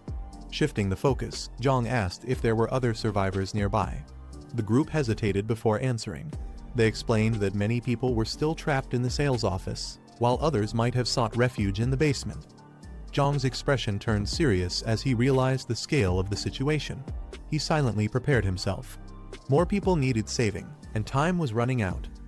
Jiang led the group down a dark, narrow staircase toward the basement, their footsteps echoing in the silence. Suddenly, a faint noise broke the stillness. Open doors stained with blood. Jiang's eyes widened as they entered the space. The others stood behind him, faces pale with dread as the scene unfolded. In the dim light, traces of blood and shadows hinted at a grim truth. Jiang's tone darkened as he explained what was happening. Survivors were being captured and brought here, only to be slaughtered mercilessly. The group walked deeper into the dark basement, their expressions tense as they processed the horrific scene before them. Jiang's voice broke the silence as he questioned if this was why there were no survivor camps left in the southern city. The realization weighed heavily on everyone. One of the survivors spoke up in disbelief, questioning why so many people were being killed. Surely the monsters couldn't consume all of it. Another added that the bodies were regularly moved elsewhere, and no one knew how many of them truly existed. Jiang stood near the bodies, piecing together the grim puzzle.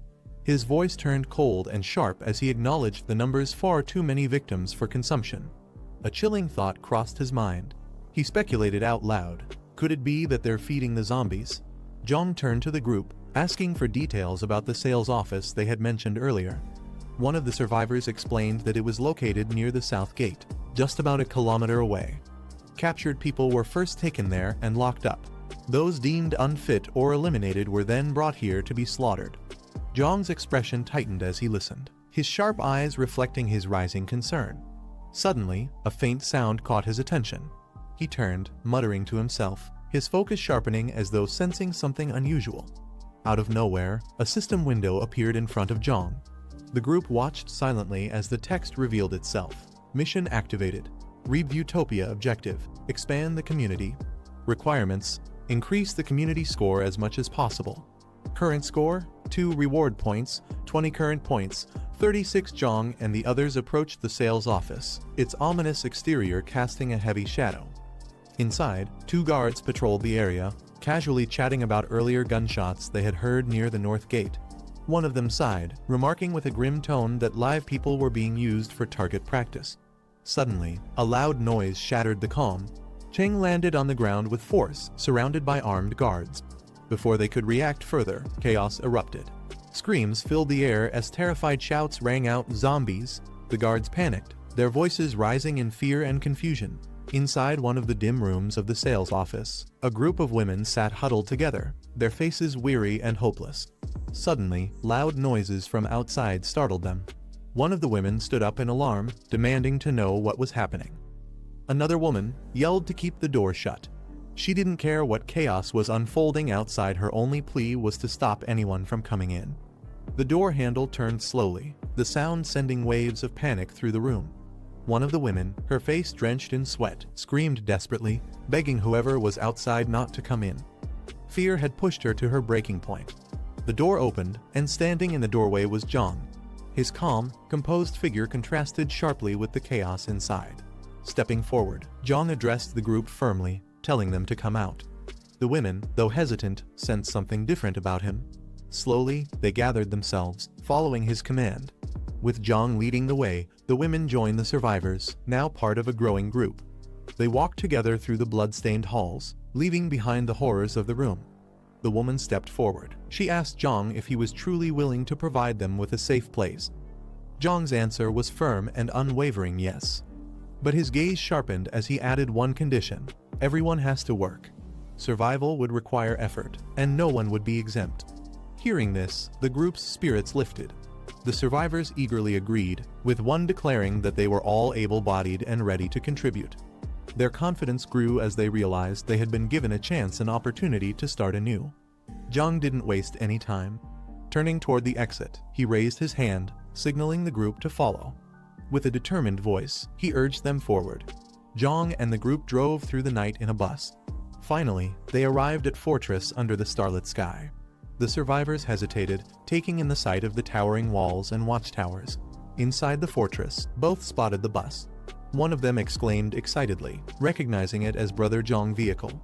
The other stopped him, cautious, noting that the bus hadn't entered directly. Jiang stepped out of the bus, turning back to the group. Calmly, he told them that this fortress was their safe haven, but entry wouldn't come easily. The survivors stood before Jiang, voicing their fears about where they could possibly live in such a dangerous world. Jiang calmly explained that temporary cabins and iron fences had been set up outside the fortress. While not as safe as inside, the conditions there were far better than most settlements they had seen. Jiang continued, pointing toward the surrounding area. There were unfinished buildings and open spaces in Old Tea Town. With time, they could renovate and create a proper community, a place where conditions could steadily improve. Hearing his words, the group was overwhelmed with gratitude. Some fell to their knees, calling Jiang their savior and praising his generosity. The scene shifted as morning arrived. Outside, vehicles began to move. A large truck rolled in. Inside, a woman with purple hair sat, frustrated as no one responded to her calls.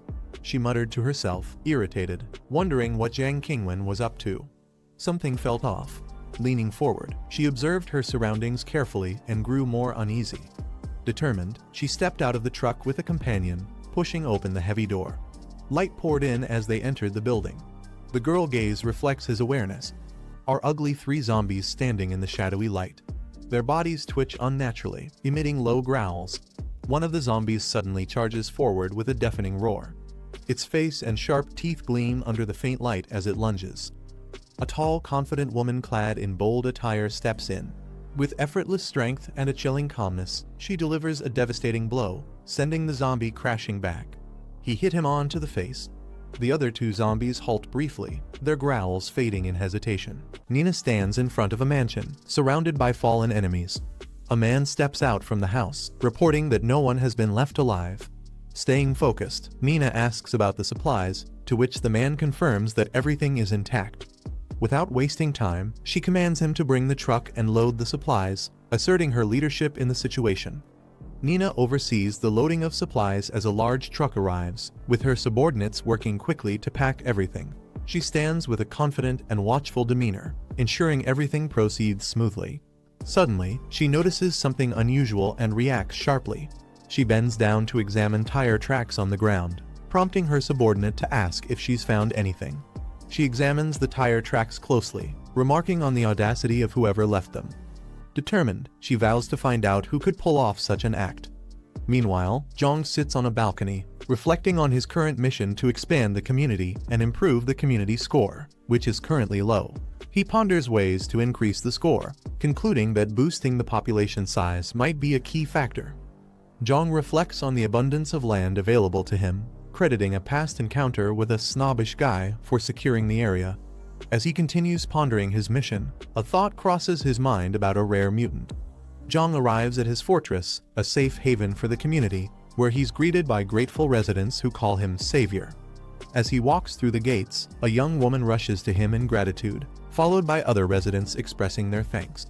Jiang humbly dismisses their praises, emphasizing that no thanks are needed. He questions one of the residents about the super monster she previously mentioned. She explains that her group encountered the creature at Hurenfa Market in Decor City while scavenging for supplies. The resident recounts the terrifying encounter with the super monster, describing how several people were killed, and the chaos caused their group to scatter. She explains that she and her daughter fled and initially found refuge with a group from Bichui Mountain Villa, believing they were saved. Jiang contemplates the situation, muttering Hurenfa as he pieces together the danger. She warns against provoking the monster, arguing they still have enough supplies. However, another points out the need to secure more resources to ensure long-term survival. Jiang firmly interjects, emphasizing that Decor City is dangerously close, less than 2 kilometers away, and allowing the monster to remain poses a significant threat to their safety. As Jiang prepares to face the monster, a bowl falls to the ground. A resident urgently warns him against going, pleading that the creature kills without hesitation. Jiang, calm and determined, reassures her with a confident smile, stating that they know what they're doing. He then instructs Zhang Kai to contact Brother Chong, decisively declaring that they're going to confront the monster directly. A group of survivors arrives at a large supermarket, led by a confident woman who points out the location. She reassures the group of the potential supplies, but one of the men warns against being overly optimistic, suggesting the place might already be cleared out. She counters his pessimism, reminding him of their past successes in finding resources at similar locations. The group confidently enters the supermarket, one of them boasting about their ability to move freely in the apocalypse. Unlike most others, inside, the atmosphere grows tense as they navigate the dark and eerily quiet interior. The leader observes the shelves, noting that while some items have been scavenged, the place hasn't been completely picked clean. One of the group members picks up a pot, noticing a bloody handprint on the wall. Another member cautiously calls out, asking if anyone is there, but the eerie silence amplifies the unease. The group's leader, clutching the pot tightly, instructs everyone to stay alert. The group's fears come true as zombies emerge from the shadows, snarling and charging toward them. Chaos erupts as the leader shouts for everyone to engage carefully. A violent battle ensues, with loud crashes, splatters, and thuds echoing through the supermarket. Once the zombies are defeated, the group stands victorious over their fallen foes, one of them casually remarking that the fight was surprisingly easy. The group observes that while there are zombies, the main horde seems to have been drawn away by previous scavengers, making their situation easier. One member optimistically declares it their lucky day. However, the leader keeps them focused, urging everyone to stay alert and venture deeper into the supermarket. As they proceed, an ominous figure looms in the shadows, a terrifying zombie with glowing red eyes and a menacing grin. The group stumbles upon a fully stocked section of the supermarket, overwhelmed with excitement at their discovery. One member exclaims it's a jackpot, suggesting the supplies they found could last them for years. Amid the enthusiasm, the leader spots something in the distance and points it out, directing everyone's attention. To their amazement, they find a pristine bed, an unexpected luxury in their harsh reality. One of the group members throws herself onto the bed, declaring she's staying there, overwhelmed by the rare comfort. The rest of the group lightens up, jokingly suggesting they settle down in the supermarket. Two members decide to step away for a smoke, discussing whether it's a good idea to make this place their base. While smoking, one of the group members voices his concerns about the mall being hard to defend due to its multiple entrances and exits. He also warns that the abundance of supplies might attract unwanted attention. However, he mentions noticing a more secure two-story building nearby that could be a better option. Before he can finish his thought, a loud noise startles them, and another member reacts in shock, realizing a potential threat is approaching. A terrifying zombie with glowing red eyes ambushes the group, grabbing one of the men and taunting him with talk of tender flesh. The other man panics, screaming and fleeing while shouting about a ghost. Back at the main area, the remaining group hears the commotion and anxiously wonders what's happening, their unease growing as the situation escalates. The terrifying zombie strikes one of the men with its sharp claws, impaling him through the chest. Lifting him effortlessly into the air, the creature showcases its immense strength. The sound of his body being torn apart echoes through the area, leaving a chilling and gruesome reminder of the danger lurking within the mall. The leader is paralyzed in shock, trying to process the monstrous sight before her. She quickly commands the group to retreat, but panic sets in as someone screams that escape is impossible. The group frantically starts running, with the monstrous zombie chasing after them, taunting them with sinister laughter and declaring that no one can escape. The monstrous zombie slashes through one of the fleeing members, leaving them screaming in agony. The rest of the group sprints away in panic, one yelling, "He don't want to die," as fear overtakes them. The leader pushes forward desperately, leading the escape, while chaos unfolds behind her. Every step is a race against death as the group struggles to outrun the relentless predator. The leader spots the exit in the distance, rallying the group with a shout of hope. "The exit! We're almost there!" She pushes forward with all her strength, but exhaustion catches up, and she collapses to the ground, struggling to catch her breath. As she glances back, fear floods her expression, realizing the relentless monster is still in pursuit, leaving her momentarily frozen in terror. The woman's sweat running down her face, startled and in shock as she looks ahead, raising her arms defensively. She shouts in fear. Chen Chong stands before her, his imposing presence filling the frame. He coldly states that he doesn't want to die. Later, he walks away, his back turned to her, as she watches him with a mix of confusion and caution. She softly questions his actions, unsure of his intent. The woman composes herself, her expression showing fear. She speaks to herself, calming her nerves and trying to regain focus. The woman looks at Jiang and Chen Chong beside him, surprised. She hesitantly asks who he is. Jiang steps forward with a calm demeanor and smirks slightly. He gestures toward her, mentioning something about a person who bought the land. Recognizing Jiang, the woman extends her hand. She confirms his identity as the man who was involved in the property deal, showing surprise. Jiang recalls her name, piecing together his memory of meeting her during the deal. As his thoughts align, the woman panics, holding her head as she screams about a monster inside the mall and urges everyone to run. Jiang reassures her with a calm voice, stating the monster has already been dealt with. She looks up, visibly shaken, her face showing confusion. Jiang stands close. Suddenly, her eyes widen in shock as she catches sight of something terrifying. The grotesque muscular creature emerges, towering over Chen Chong. The creature snarls menacingly, accusing Chen Chong of trying to take something for himself. Jiang communicates with Chen Chong, asking if he can handle the situation alone. He responds calmly, deciding to give it a try.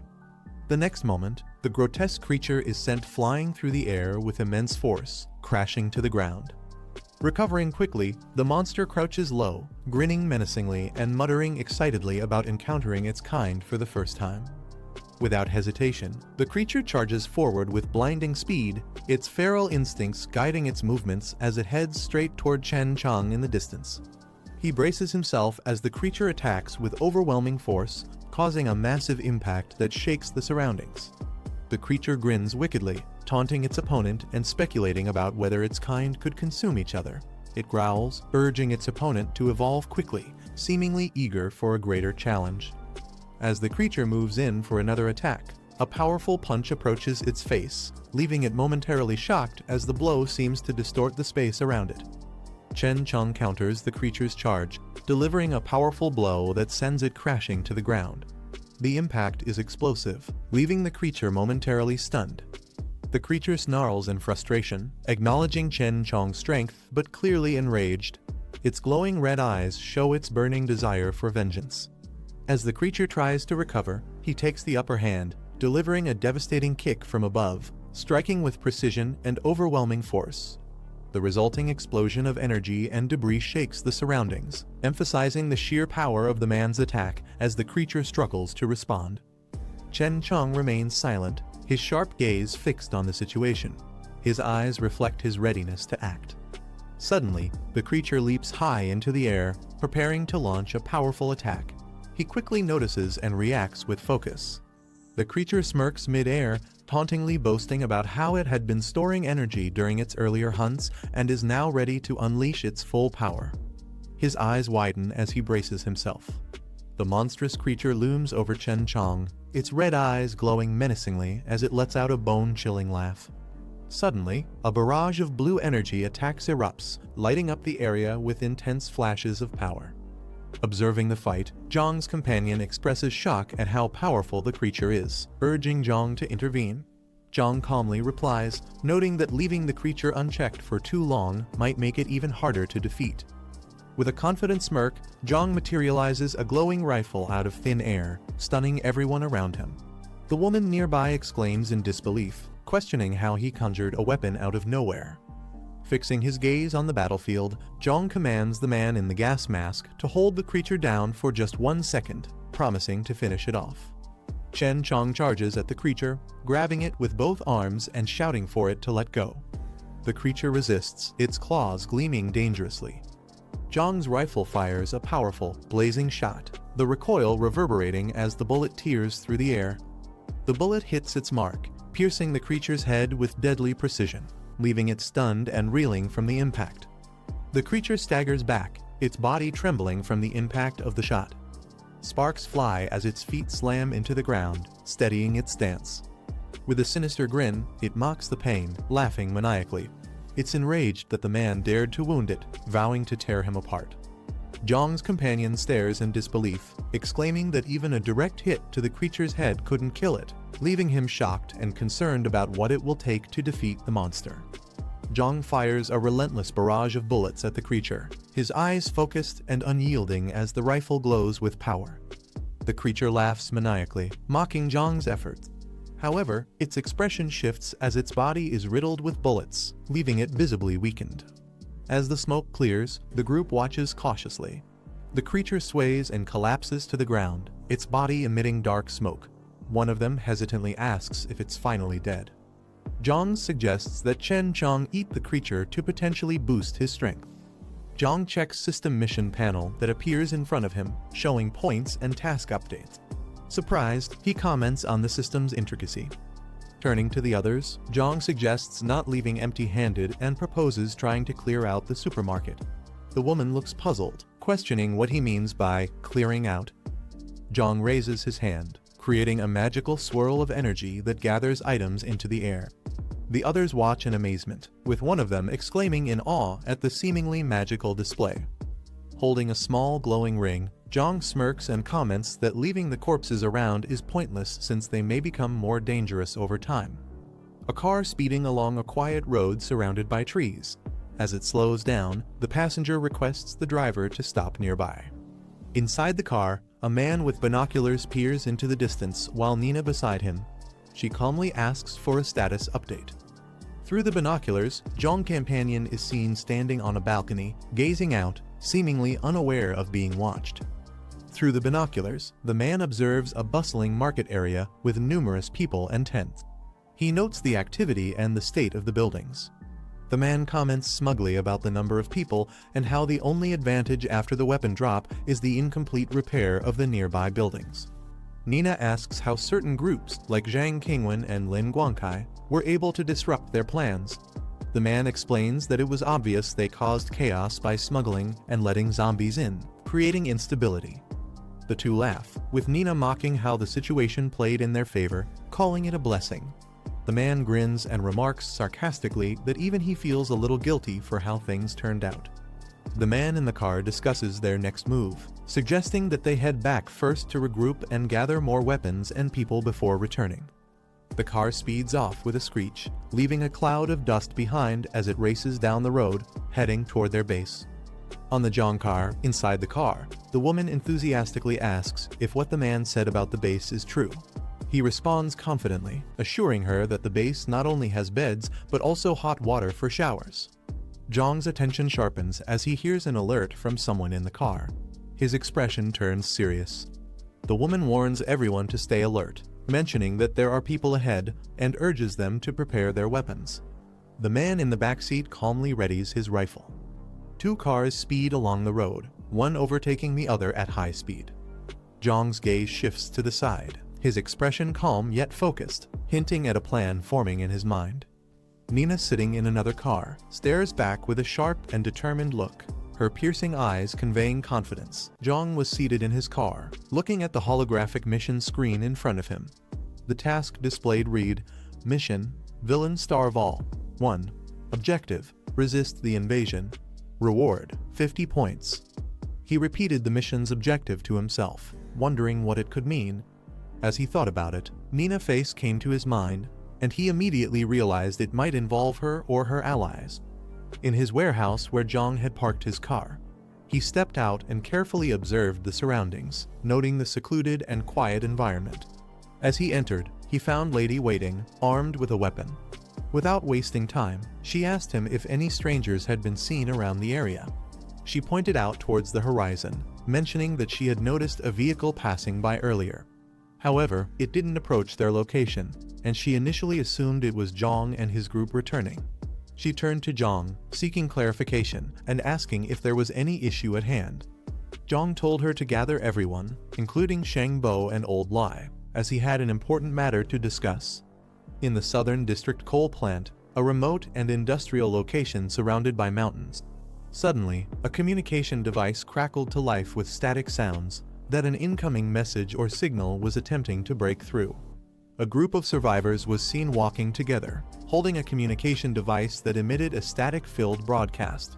The voice on the device announced an open invitation to survivors to gather at the Southern District coal plant, stating that they were establishing a base there but were short on manpower. The group, encouraged by the message, decided to approach the location, believing they were close to their destination. As they walked, one of them commented that the area should be nearby. Suddenly, they spotted a vehicle approaching, creating a moment of excitement among the group. They shouted in relief, recognizing the car and yelling out that the arrival of survivors was a good omen. The car came to a stop, and its doors opened. Man stepped out along with Nina. Seeing the group, the man questioned if they had responded to the broadcast and come to join forces. The survivors quickly confirmed, answering affirmatively, grateful to have reached a safe haven. The survivors approached Nina and his group with visible relief. One of the men, visibly surprised and awestruck, stared at Nina, who stepped forward to address them. She told them they had arrived at the right time and instructed them to follow her. The survivors eagerly expressed their gratitude, thanking the group profusely for the opportunity. Nina informed them that the destination wasn't far and suggested walking the rest of the way as the vehicle couldn't accommodate everyone. The survivors agreed enthusiastically, grateful for the chance to join a secure location. Upon arriving at the base, one of the survivors looked around in amazement at the spacious and well-organized setup.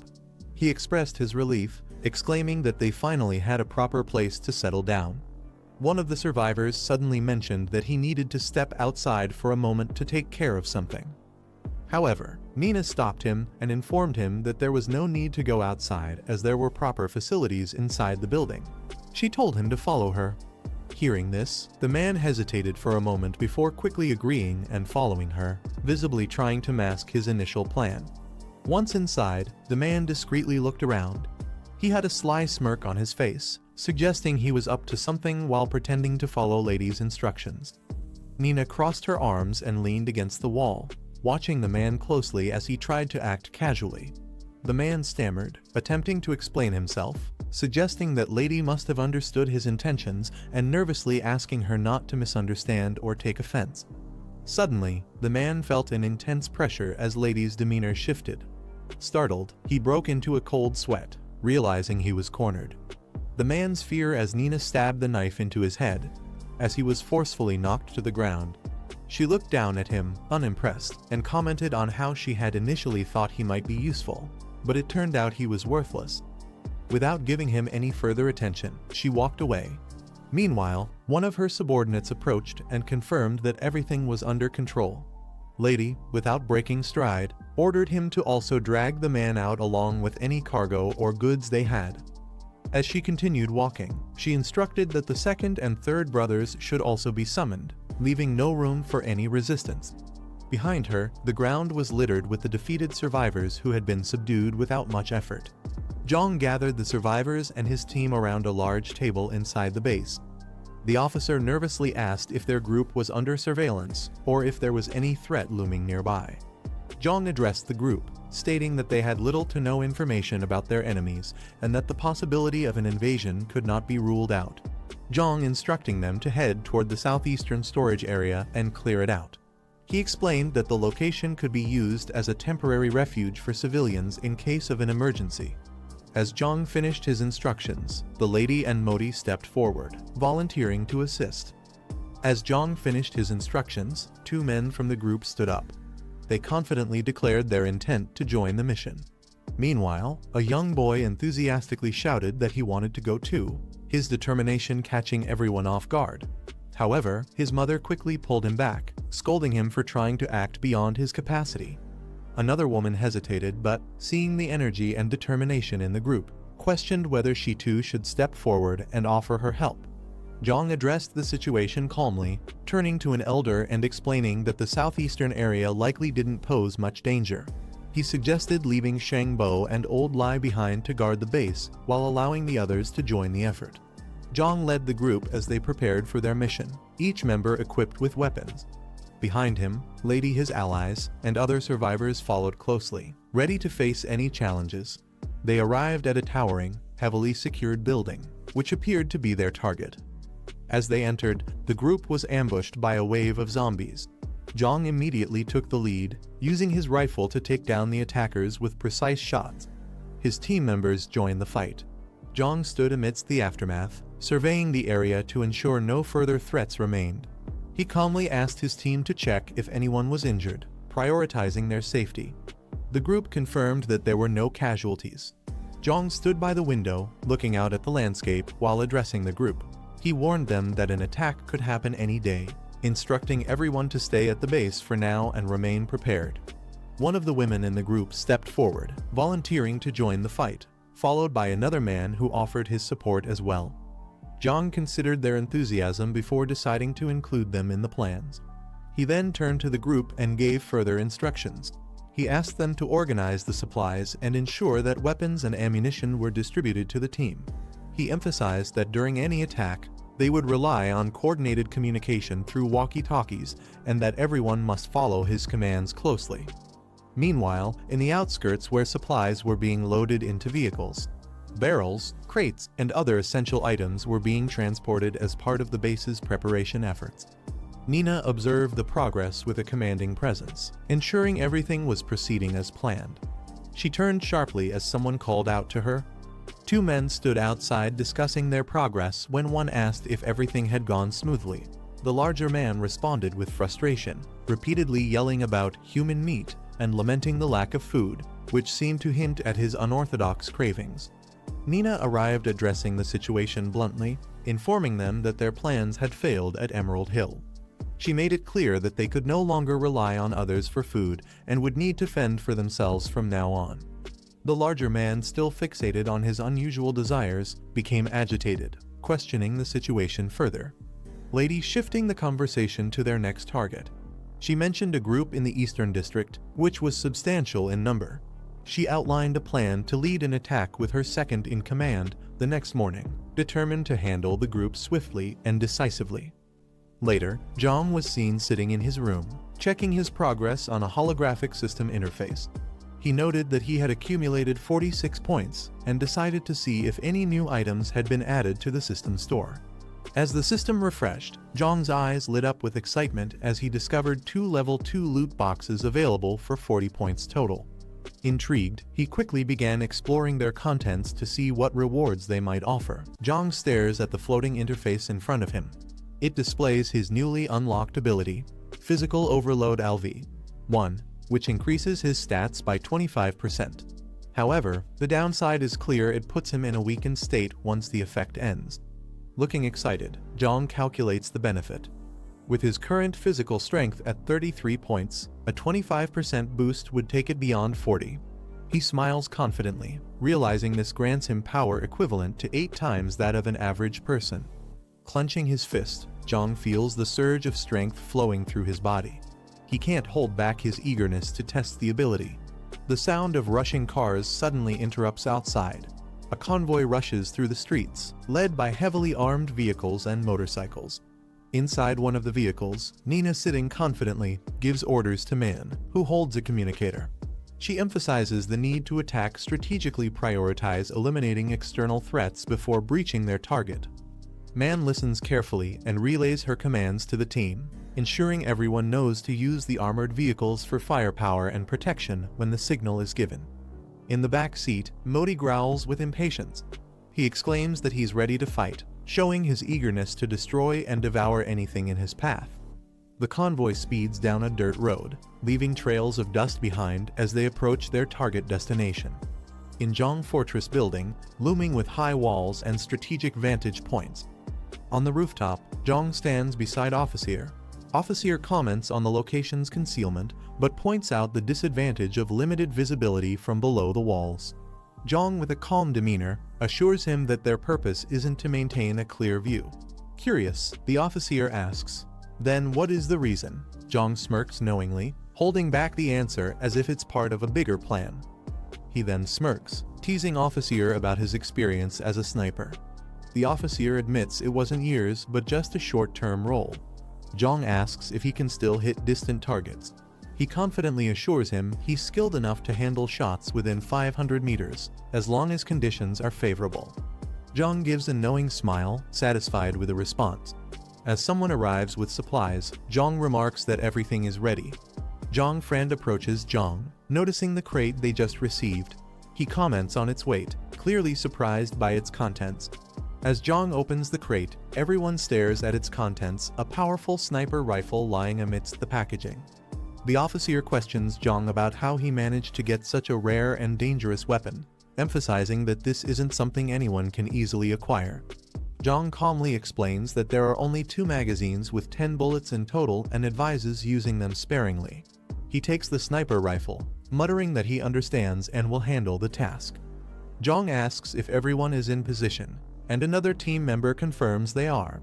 Jiang orders the group to stay alert as enemies could appear at any moment.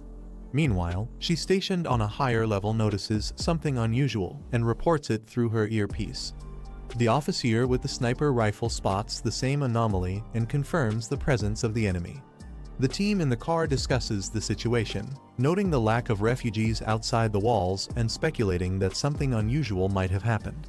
One of them suggests stopping to check the area, but Nina immediately dismisses the idea. She orders the team to charge forward, emphasizing that hesitation would risk detection and ruin their chances of success. The vehicles accelerate, heading straight for the wall. She commands the team to prepare for cover upon arrival. The enemy's defenses quickly spot them, and an alert goes out. Enemies are within range. Open fire! Jiang companions stationed on the upper floors unleash a barrage of bullets, aiming at the vehicles approaching the walls. The convoy comes under heavy fire, with bullets ricocheting off the vehicles.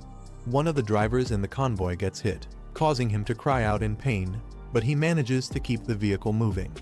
Another vehicle veers sharply to avoid incoming fire, struggling to maintain its course amidst the chaos. An explosion rocks the convoy as one of the vehicles takes a direct hit, sending debris flying. Inside another car, Nina realizes their position has been exposed, exclaiming in frustration. The driver questions what to do next, but Nina firmly orders the team to keep charging toward the wall for cover. The vehicles manage to reach the wall, screeching to a halt just in time. Doors fling open as the team quickly disembarks. Modi lands with a loud thud, his raw energy visible. Gripping a massive circular saw, Modi unleashes a terrifying battle cry, roaring his intent to kill. Modi revs his massive saw, creating a burst of energy as he charges toward the gate, slicing through obstacles with brute force. The defenders on the upper levels shout in alarm, spotting him as he begins breaking down the gate. The enemy team opens fire, aiming to stop Modi. A commander yells orders to concentrate fire on the gate breaker and prevent him from entering. Gunfire rains down as the defenders fire relentlessly. On the ground, Nina's team counters with suppressive fire, attempting to provide cover for Modi. With intense coordination, they hold their positions. The battle rages on as the enemy forces concentrate fire on Nina's team. She gets grazed by bullets and stumbles back, clutching her arm in pain, while her teammate ducks for cover. On another side, yells out as one of their comrades gets hit. He shouts at his team to hold their ground, reassuring them that they have plenty of ammunition. The defenders brace themselves, trying to maintain their positions against the relentless assault. The enemy team notices that the gate is being cut open, realizing that if it falls, they'll be overwhelmed. They prepare to respond, but Jiang calmly reassures his team that he has a plan. With determination, Jiang slips through a side entrance unnoticed and begins moving swiftly towards the interior. His footsteps echo as he sprints across the open yard, heading directly for his objective. Nina shouts in frustration, informing the team that they've already used up half of their ammunition. She demands a status update from Modi, urging him to finish quickly. Modi growls in determination, shouting that he's almost done.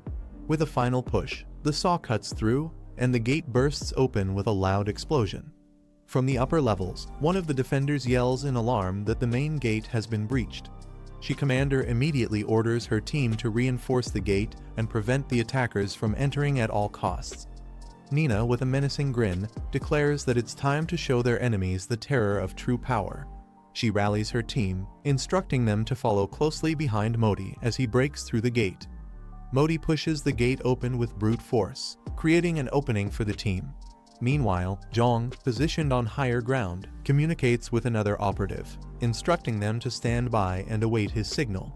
From a strategic position, Officer carefully takes aim through the scope, targeting the largest and most intimidating man among the attackers, Modi. Through the crosshairs, Modi's imposing frame comes into focus as he stands ready, exuding sheer power and determination. Modi lets out a fierce roar, his sheer size and power making everyone around him uneasy. One of the men, visibly shaken, questions if Modi is even human, while the others look on in stunned silence. Modi charges forward, leaping into action as guards open fire in a desperate attempt to stop him. Bullets hit his chest but bounce off harmlessly, proving their efforts futile against his impenetrable body. With a determined glare, Modi stands tall amidst the gunfire, showing no signs of slowing down. The bullets hitting Modi's chest begin to deform and fall off without causing any harm, his body healing instantly. The older man exclaims in shock, questioning how Modi could regenerate like that. Nina, standing confidently behind Modi, smirks and mocks the guards, saying they've clearly never faced an evolved human before. The officer stationed nearby tries to explain Modi's ability, stating that their small-caliber bullets are useless against someone with his kind of power.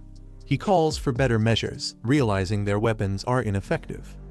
A powerful sniper fires, unleashing a massive blast aimed directly at Modi. The impact strikes him with overwhelming force, creating a shockwave. Modi's body is momentarily shaken, and he collapses onto the ground with a loud thud. The sheer force of the attack leaves a visible dent in the ground. Nina and the others rush toward, shocked by what just happened. One of the men exclaims in disbelief, questioning how someone as powerful as Modi could be taken down like this. Nina, though visibly concerned, stays silent, her eyes fixed on Modi's fallen. Nina looks shocked, realizing that their opponents have access to a weapon of such devastating power. She struggles to believe how this could even be possible. Jiang, standing at a distance, fires his weapon with precision. Suddenly, the group finds themselves surrounded as enemies appear from behind. Nina quickly warns everyone about the ambush, shouting that they are now completely encircled. Frustrated, Nina acknowledges their miscalculation, admitting that they underestimated the sheer strength of their opponents. The group fires back at the enemies as they retreat.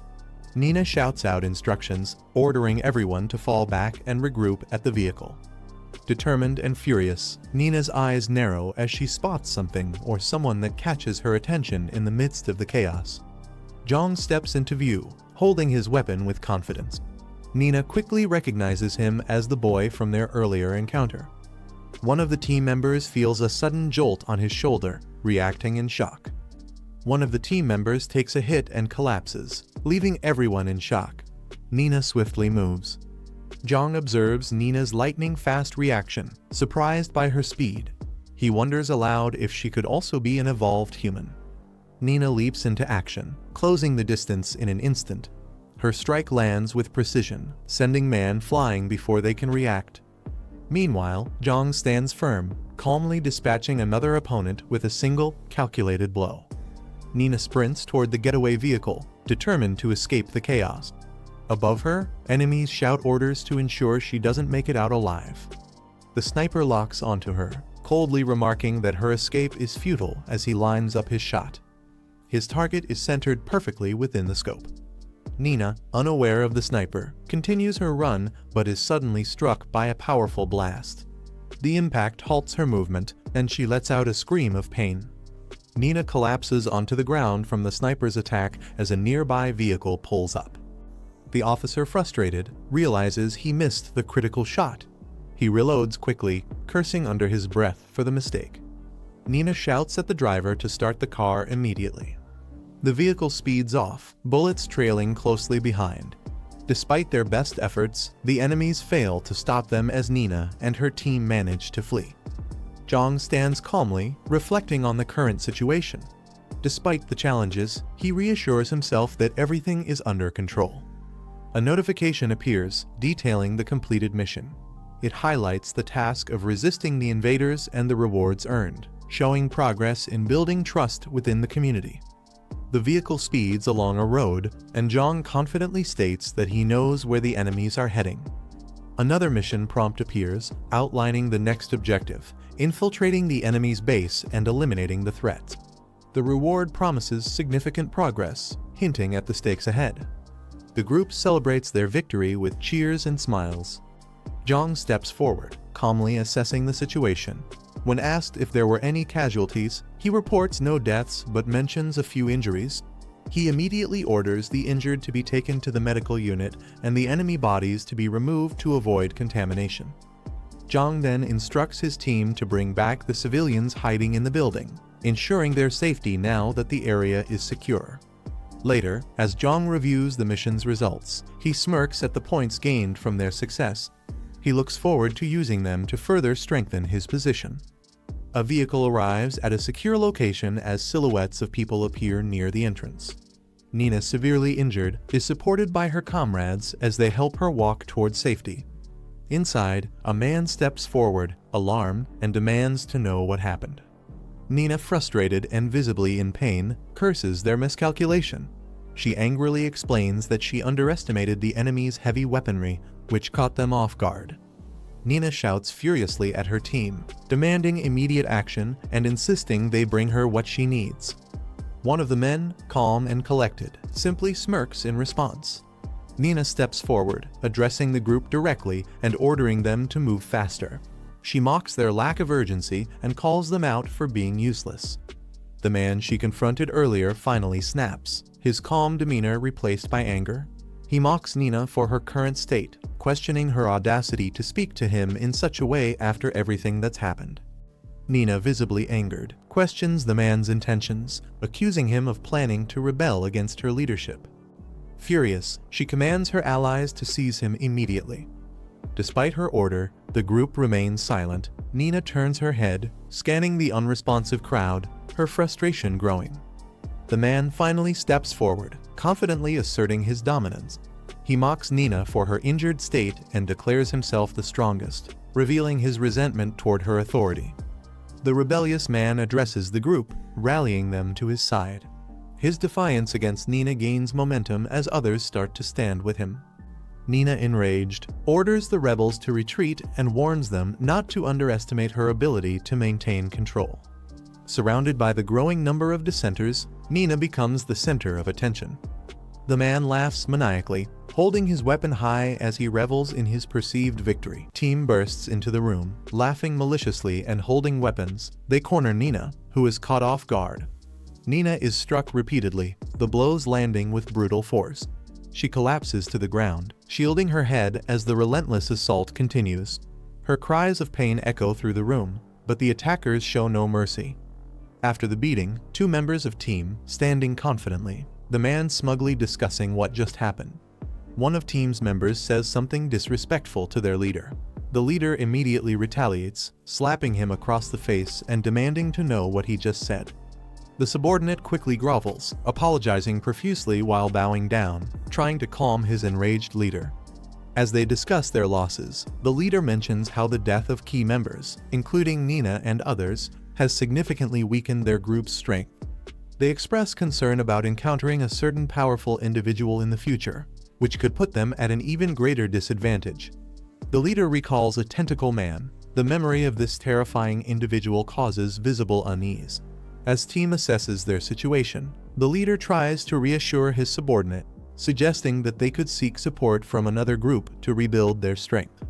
The conversation takes place with a backdrop of deserted buildings. Meanwhile, a car arrives in the area. Inside the vehicle are Jiang, his friend and officer, who are scouting the location. As they step out, Jiang confidently remarks that their tip was accurate. This place is indeed a base. The group quietly approaches, staying cautious. The officer warns them to keep their movements silent and avoid drawing any attention. Jiang nods, smirking slightly, as they prepare to infiltrate the area and uncover what secrets the base holds. As Jiang and his group explore the area, they come across Nina's lifeless body. The officer points out that she was likely killed by her own group, indicating the chaotic and ruthless infighting among team. Jiang observes with a smirk, commenting that such a turn of events doesn't surprise him. The friend mentions how team seems disorganized compared to the powerful group they faced earlier. He notes the stark difference between the two factions. The officer chimes in, recalling overhearing team talk about something related to evolvers. He seems puzzled, asking Jiang what evolvers are and how one becomes one. Jiang, with a serious expression, answers the officer's question about evolvers in a chilling manner. He reveals that the process to become an evolver is directly tied to consuming humans, a revelation that leaves both the officer and his friend in shock. They struggle to process the horrifying truth.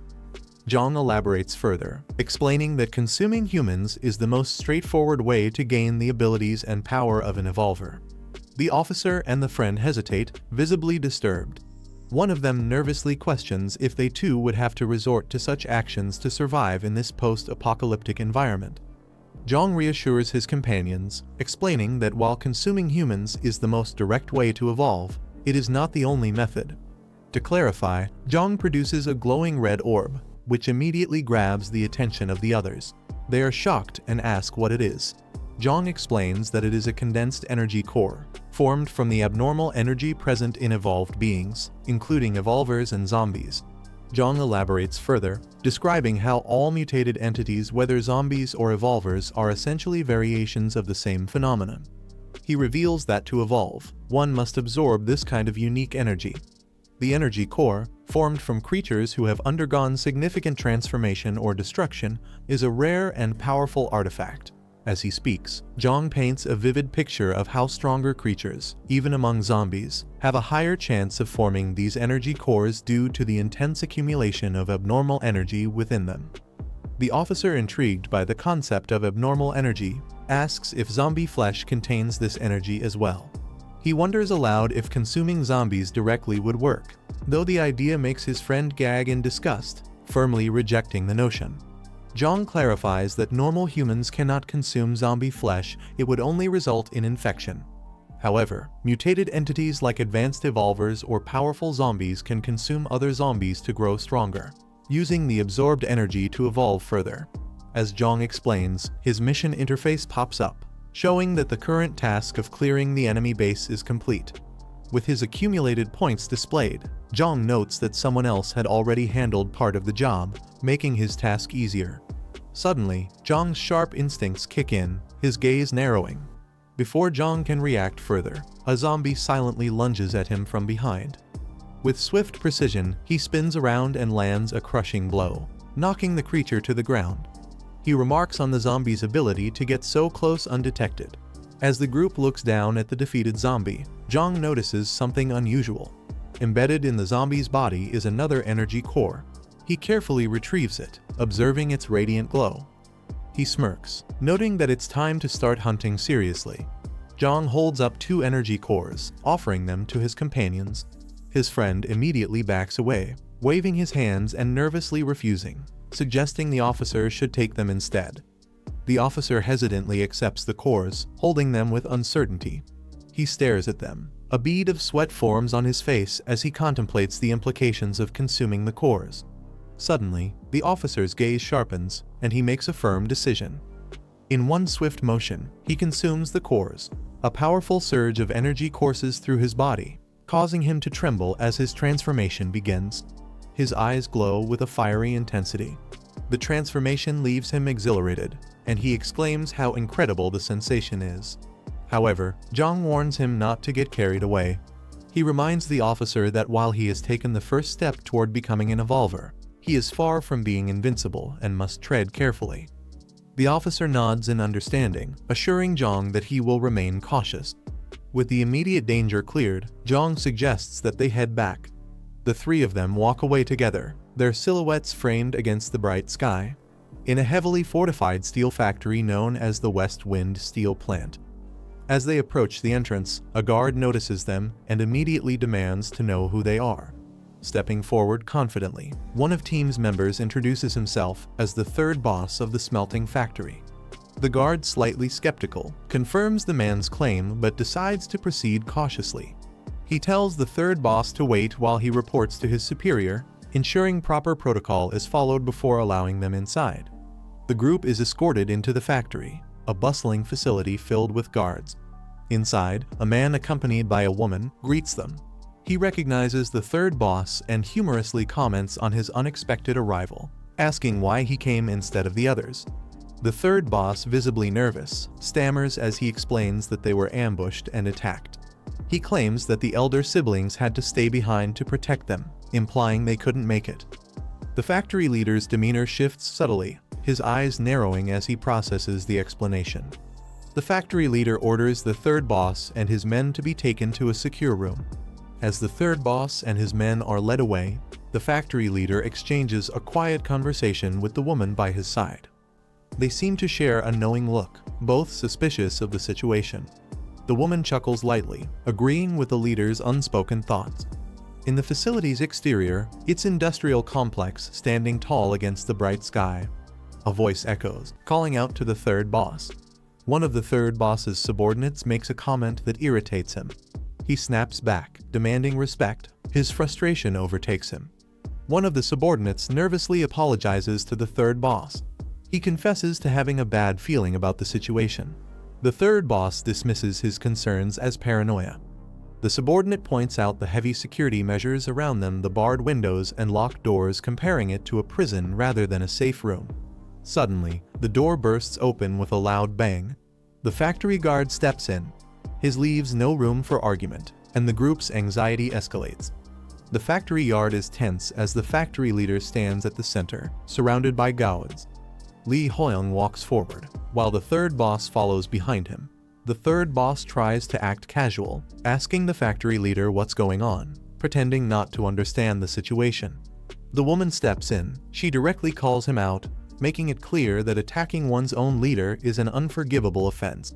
Caught off guard, the third boss quickly raises his hands in defense, insisting that there must be some misunderstanding. He tries to explain himself, looking for support, but before he can say much, This is the end of the video. If you guys want to see the next part, then don't forget to subscribe and like the video.